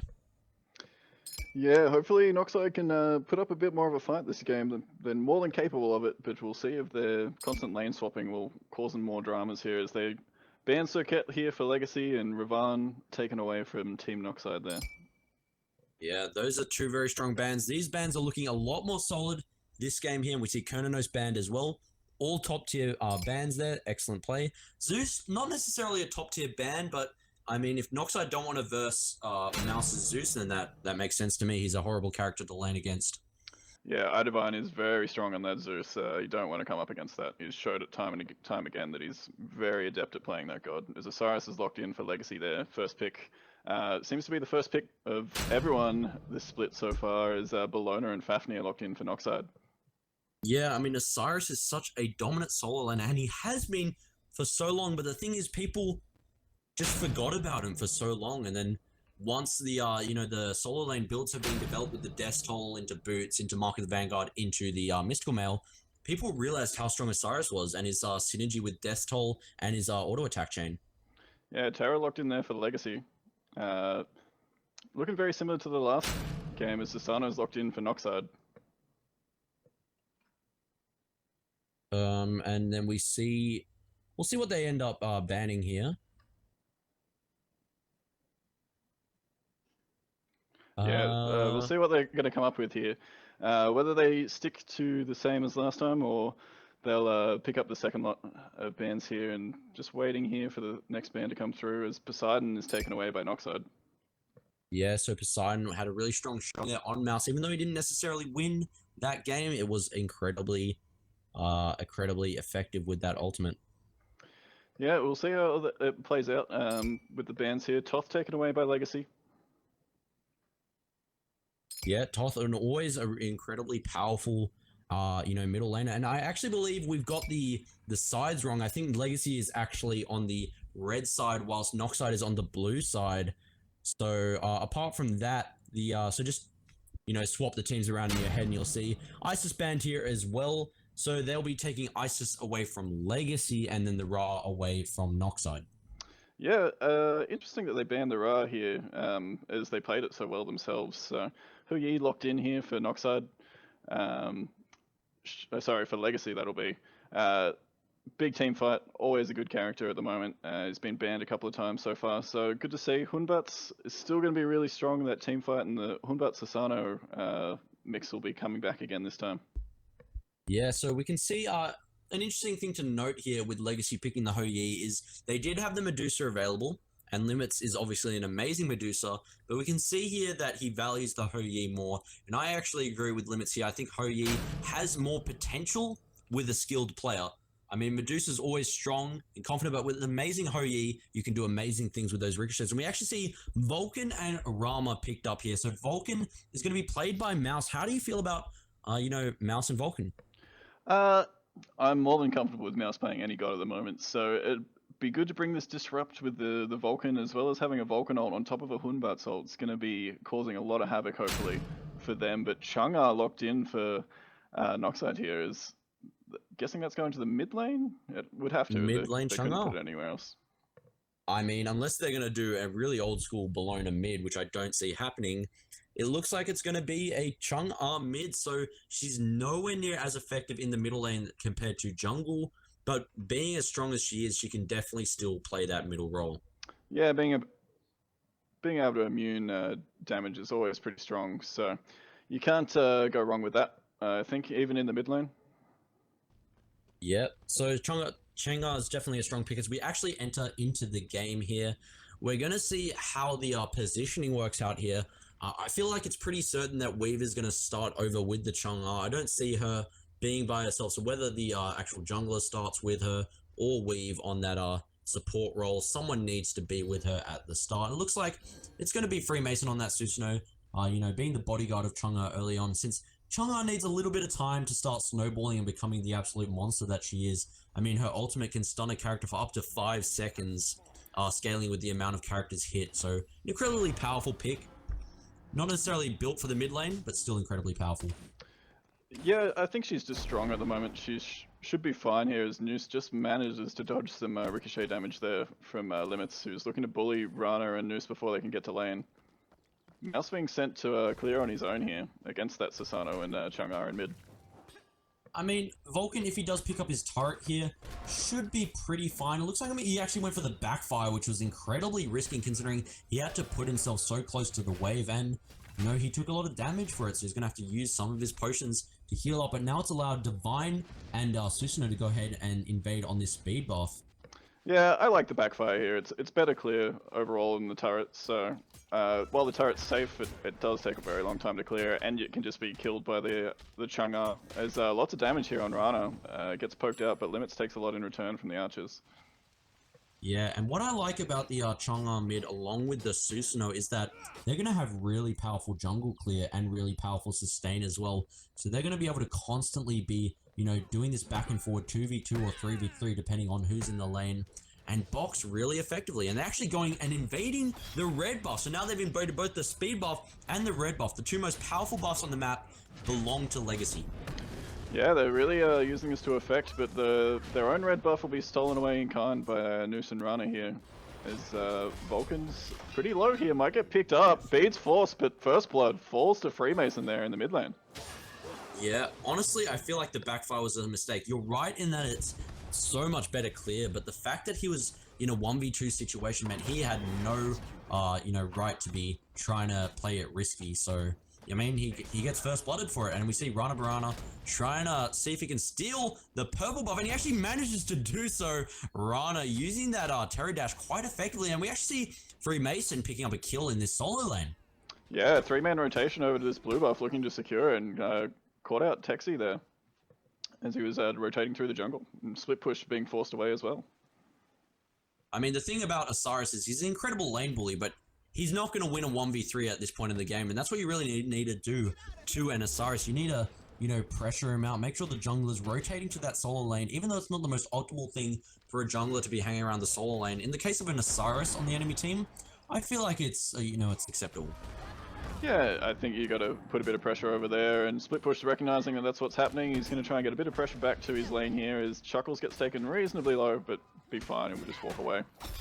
Yeah, Chuckles is feeling quite confident here. He's standing with the wave. He's not really falling back, even though both Split Push and Texi were there. So he's feeling comfortable in his shoes. We see Freemason level 5, so now he has the ultimate, using it onto Split Push. Split Push absolutely bursted, and now El Chuckles helping out his jungler to pick up that kill. An excellent pick there by Freemason, and El Chuckles, we can see why he was confident now. Yeah, he knew the rotation was coming, well called out there, and just burst down with the bludgeon. So that pressure that they were trying to achieve on that side of the map is just going to continue, and Freemason helping out his solo lane perfectly there. Yeah, and the difference between this game and last game, because we're in the same exact situation where Legacy's slightly ahead at this point. They haven't full-on snowballed, but the difference is Noose. Noose is on Rama, and Rama can carry. And, you know, that difference between Jingwei and Rama, I think, may allow Noxa to actually pull through a win here if they play correctly. Yeah, we can see he's gone for that Chalice of Health again this time. Did that earlier in the earlier set, and it seems to be something he favors, but we'll see how he goes here, if it pays off for him, whether he gets that full value out of it. Okay, now looking at it close up, he doesn't do it on any character. He does it on Rama. And the reasoning is that Rama is not as mana intensive as a lot of other ADCs, so he doesn't feel like he needs to spend as much on mana potions. So instead, he's just going to get reusable health potions that are going to, you know, benefit him a lot more during the whole course of the game as opposed to just that start. Yeah, it does make sense. It's interesting that he's gone with that. The Death Toll's normally enough sustain for a lot of the hunters, especially one that can hit through all of the minions at once. As, You actually see the Bologna ulting here. out here into the middle lane. Freemason picking up a kill on Rana Barana. The ultimate coming out of Mouse, but it's not going to be enough. It's not going to do nearly enough damage, and that's just a free pick for Legacy. They're just taking one win at a time. They're not really going for these team deer sizes at the start of the match, which they, you know, realistically couldn't go for. They're just going for one kill after another, and they just keep on snowballing and snowballing. You know, Split Push using that jump effectively there, but he still gets picked. Freemason on fire right now. He's actually you know, trying to fight Noose here. This is very dangerous, but now the rest of their team is here to back them up. iDivine on that Chang'e actually can heal his teammates up. So even though he took a lot of damage in that boxing, he picked up the kill and then got healed up. Yeah, Rana goes ahead and picks up the red buff, knowing that no one else could get there safely. So a little bit more burst damage on the Terra. Could be a little bit dangerous even at this stage of the game. Don't really want it on the Guardian, but you never know. Could work out. Better someone pick it up than no one. Exactly. I mean, you don't want to just leave a red buff on the floor doing nothing, though he probably could have left it for another character. As we see Divine here going for this blue buff on the right side, they're just making sure that they consistently keep on farming, because they don't want to get this far ahead and then stop farming. They need to keep on snowballing. They can't stop the pressure, because as soon as you stop the pressure, Noxide is going to realize that and then strike at that point. So Legacy doing a good job of maintaining the tempo in this match. Yeah, the only thing that they're somewhat lacking is burst to secure this Gold Fury. I think they would have gone for the Gold Fury if they had a mage that could really burst it down, but a bit scared of when there's so much counter engage with and steal potential from Rama, and you've got Vulcan, you've got a Hunbat's ult to contest with, so they're not able to snowball with the Gold Fury just yet, as the Oracles get started up here. Yeah, I completely agree. And what's more, I think what they're going to do is try and maybe bait the Gold Fury, bring in Noxide, and then use that Chang'e ult to just get that massive stun out and try and get a deicide then, which allows them to get the free Gold Fury in that way instead of just trying to sneak it and risking Noxide picking up, because they don't want to make mistakes. That's what Legacy's doing. They're not making mistakes, and that's what is allowing them to, you know, snowball this powerfully. If we actually look at the graphs here, we can see that 3,500 XP and, you know, 2,700 gold. So Legacy really dominating here. I'm loving how they're playing as a team. Yeah, and force out the Terra's Blessing here. I'm not sure if there was a call here. They were maybe trying to pick up El Chuckles in the solo lane, but Texi deciding not to dive. We actually see the ultimate coming out from Limits now, taking so much damage. Actually just blows up Noose there. And we see, you know, in this right side of the lane, both Split Push and Texi extremely low as well. Divine keeping Freemason alive. Freemason doing so much damage and work on this Susanoo. It really shows the Oceanic region how powerful Susanoo is. And, you know, he does that damage. He picks up that kill, but Split Push actually picks up the you know, Freemason there, but Weave responds by picking up Texi as well. Yeah, and Rana just escaped with his life as well, have forced back behind the tower, and Limits proxies the wave in duo as Mouse gets taken really low here and picked up by Chuckles. Dominated. Just, I mean, shouldn't have been in the jungle there, really. The fight was over. It's just a positional thing there. I completely agree. And, you know, both of these teams are actually in a similar position in regards to their rosters, considering how Freemason has, you know, entered the jungle role on the side of Legacy, and compared to Mouse coming in on this middle lane. I mean, you know, Freemason's doing really well against his whole team. Yeah, and it may be just the fact that he knows how his team plays, and that's helping him out, but he's showing mechanically why he's been picked up by this Legacy squad. So, really good work from Mason in this game so far. Not only mechanically, but communication-wise, because him and iDivine have been sticking together like, you know, Jack and Jill, who went up the hill, but instead of going up the hill to get a pail of water, they've been just splashing damage out on the enemy. They're doing really well together. You know, iDivine keeping him healed up, giving him some CC, baiting when necessary, and Mason just pulling out the damage. Yeah, and he's already working into that Hydra's Lament, and he'll be even more dangerous soon as iDivine gets a little bit of poke, a lot of poke here, as Split Push picks him up.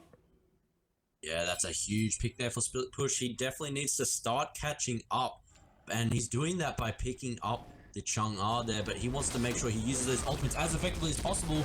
But now we see Mouse taking so much damage, he just gets destroyed. Split Push not having enough of an effect on this Hunbatsu, which is quite unusual considering we've seen how dominant this character, or rather this god, can be.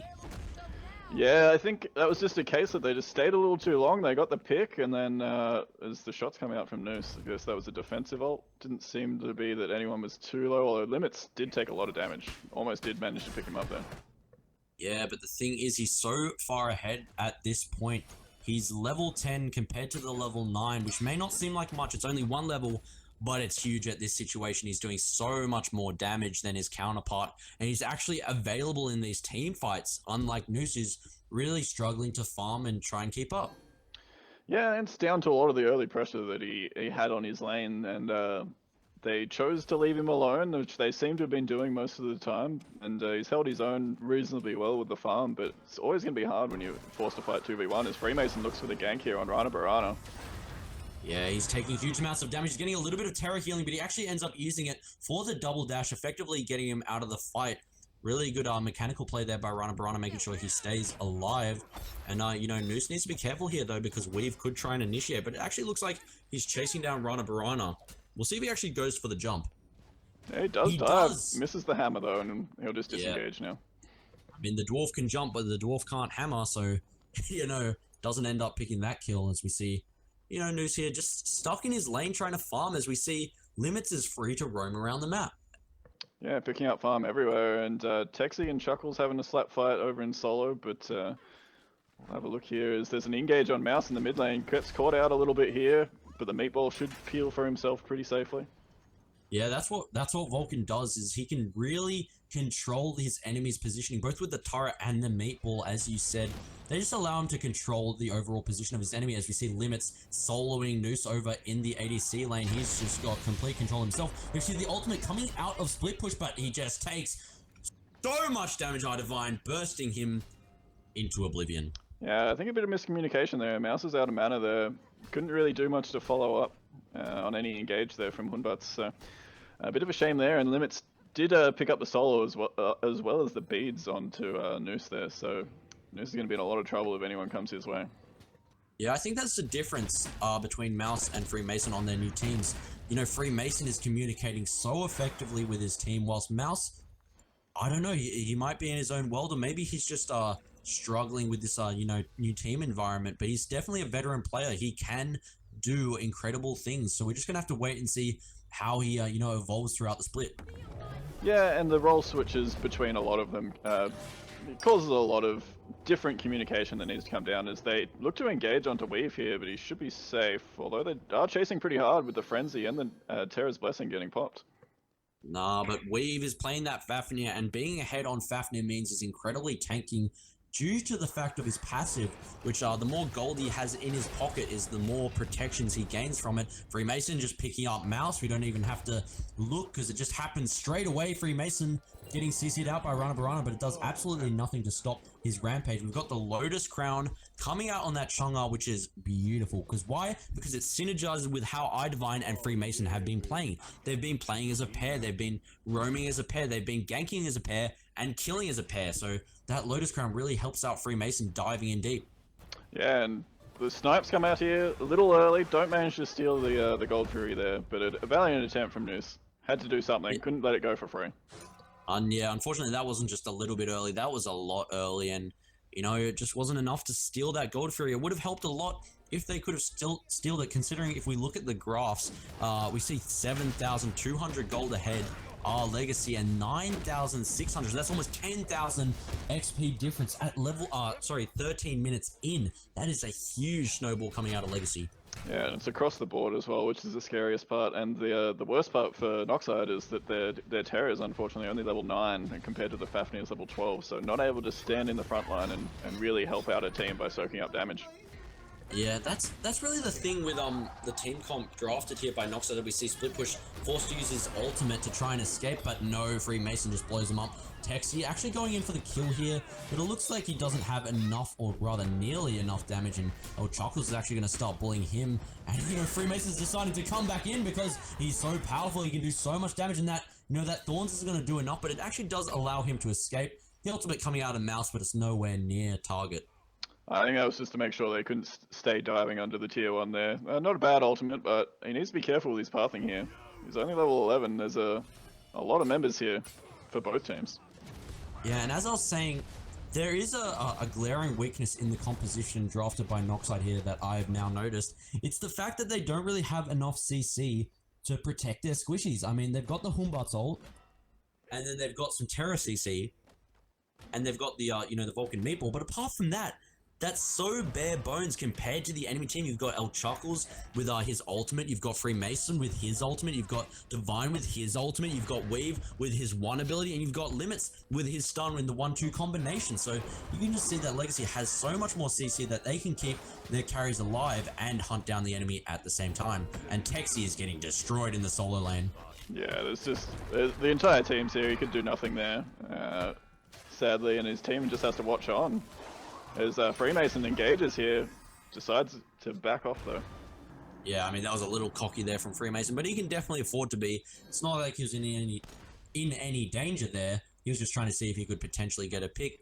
Didn't work out, so he's like, screw it, I'm just going to dash out of there, and I'll be completely safe. Yeah, that's the beauty. You can engage and disengage all at once with Susano. He's got so much mobility.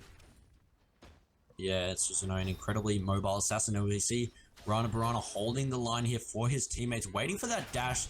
He was waiting to see if he had to double dash to escape there, but he was fine and dandy there, so he didn't need to do anything with that. He, that was good zoning there from Rana Barana. He made sure his team lived. Yeah, I mean, the blue buff gets stolen away, but you got to give it up at this point as they look to siege the tier 2 here in mid lane. Mouse ultimate coming out from Mouse. Destroyed. It's just absolutely destroyed. It's just gone. There's no way. I cannot believe in a world where Noxide win this game. Legacy is absolutely dominating. 18 kills to 2.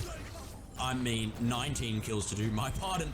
They're just absolutely dominating as they push this second tier 2 middle tower. Texi's going to try and get that kill, but he's just not going to get it because they're so tanky. And they're tanky not because of items or anything, but just because they're so far ahead.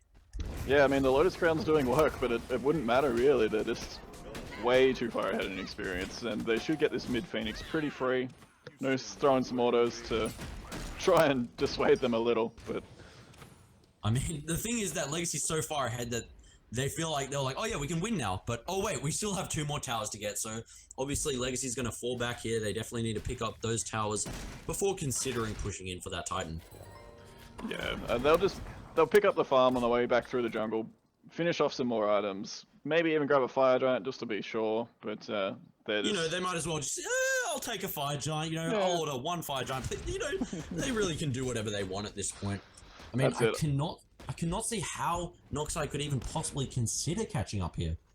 Yeah, it's rough. I mean, Osiris is now building into your favorite item, so maybe they've got a chance, right? So Shogun's Kusari should hopefully help them out a little bit, but it looks like too little too late at this point. Yeah, and as you can see, the Bologna already having that Shogun's Kusari. It's almost like, it's like a checkpoint marker of how well the team's doing. Like, oh, I have my Shogun's Kusari, that means you're at the mid game. You pretty much get Shogun's Kusari when your team is at mid game, and so you can see that.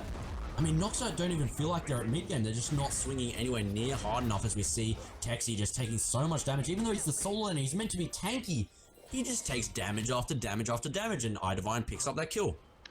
Something I want to mention, we've seen a lot of Osiris picks, but it hasn't really been working out for teams, and I think I put it down to the lack of CC on the other team members. Osiris is great. He's a bully, and he wins lane, and you're not really going to go behind on him early, but late game, he just doesn't bring enough CC to the table, so you need to have that on other members, as Mouse just gets absolutely taken so low, manages to escape with the Aegis and ult back over the top, misses everyone. Rana will probably die as a sacrifice here, and he does get taken down by Weave.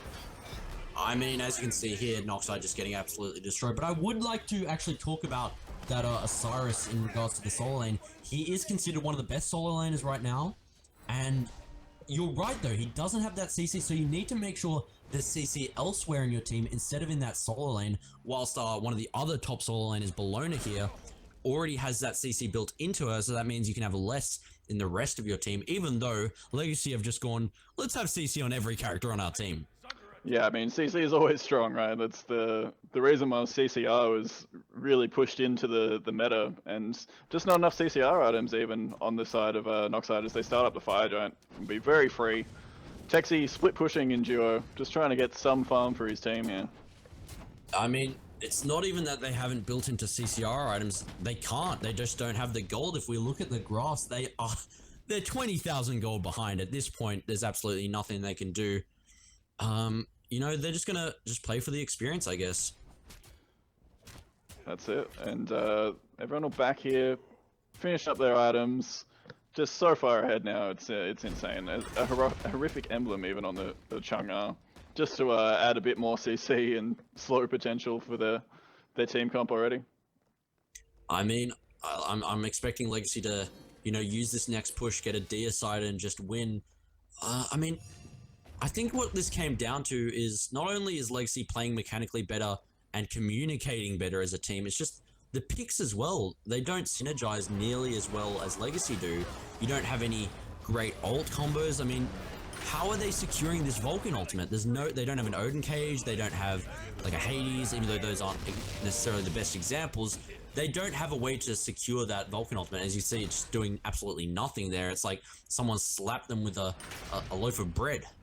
Yeah, and the only thing they have is Winbutts, and he's split pushing tier 2, so I think this game's pretty much all done here. They should look to finish, or maybe try and pick up a kill on Mouse and Fountain. But looks like this will be game. That is game, set, match, ladies and gentlemen. Legacy absolutely slaughtering. There's no other way to describe it. That is a slaughter, ladies and gentlemen. 27 kills to 2, 20 minutes in. Legacy dominated Noxide. Yeah, really strong performance there from Legacy, looking to bounce back from the IAM performance, and they've done so really strongly here on their new roster. Yeah, I mean, it just came down to that team synergy there. Freemason and iDivine, I am loving their cohesion. They're playing excellently together, and they need to keep that up in the coming weeks to make sure they stay as a top team. Yeah, they'll join Kanga Esports at the top of the OPL ladder for after week 1, so really good job from those two teams. Really putting on a good, solid performance today. And ladies and gentlemen, that is it. Thank you so much for watching the SMITE OPL for today. I mean, it's a pleasure commentating here, me being Woofin and my fellow caster Smackamoose, along with, Husey and Lynx casting those middle games there. Thank you very much for watching. I hope you have a great night and or day. Goodbye.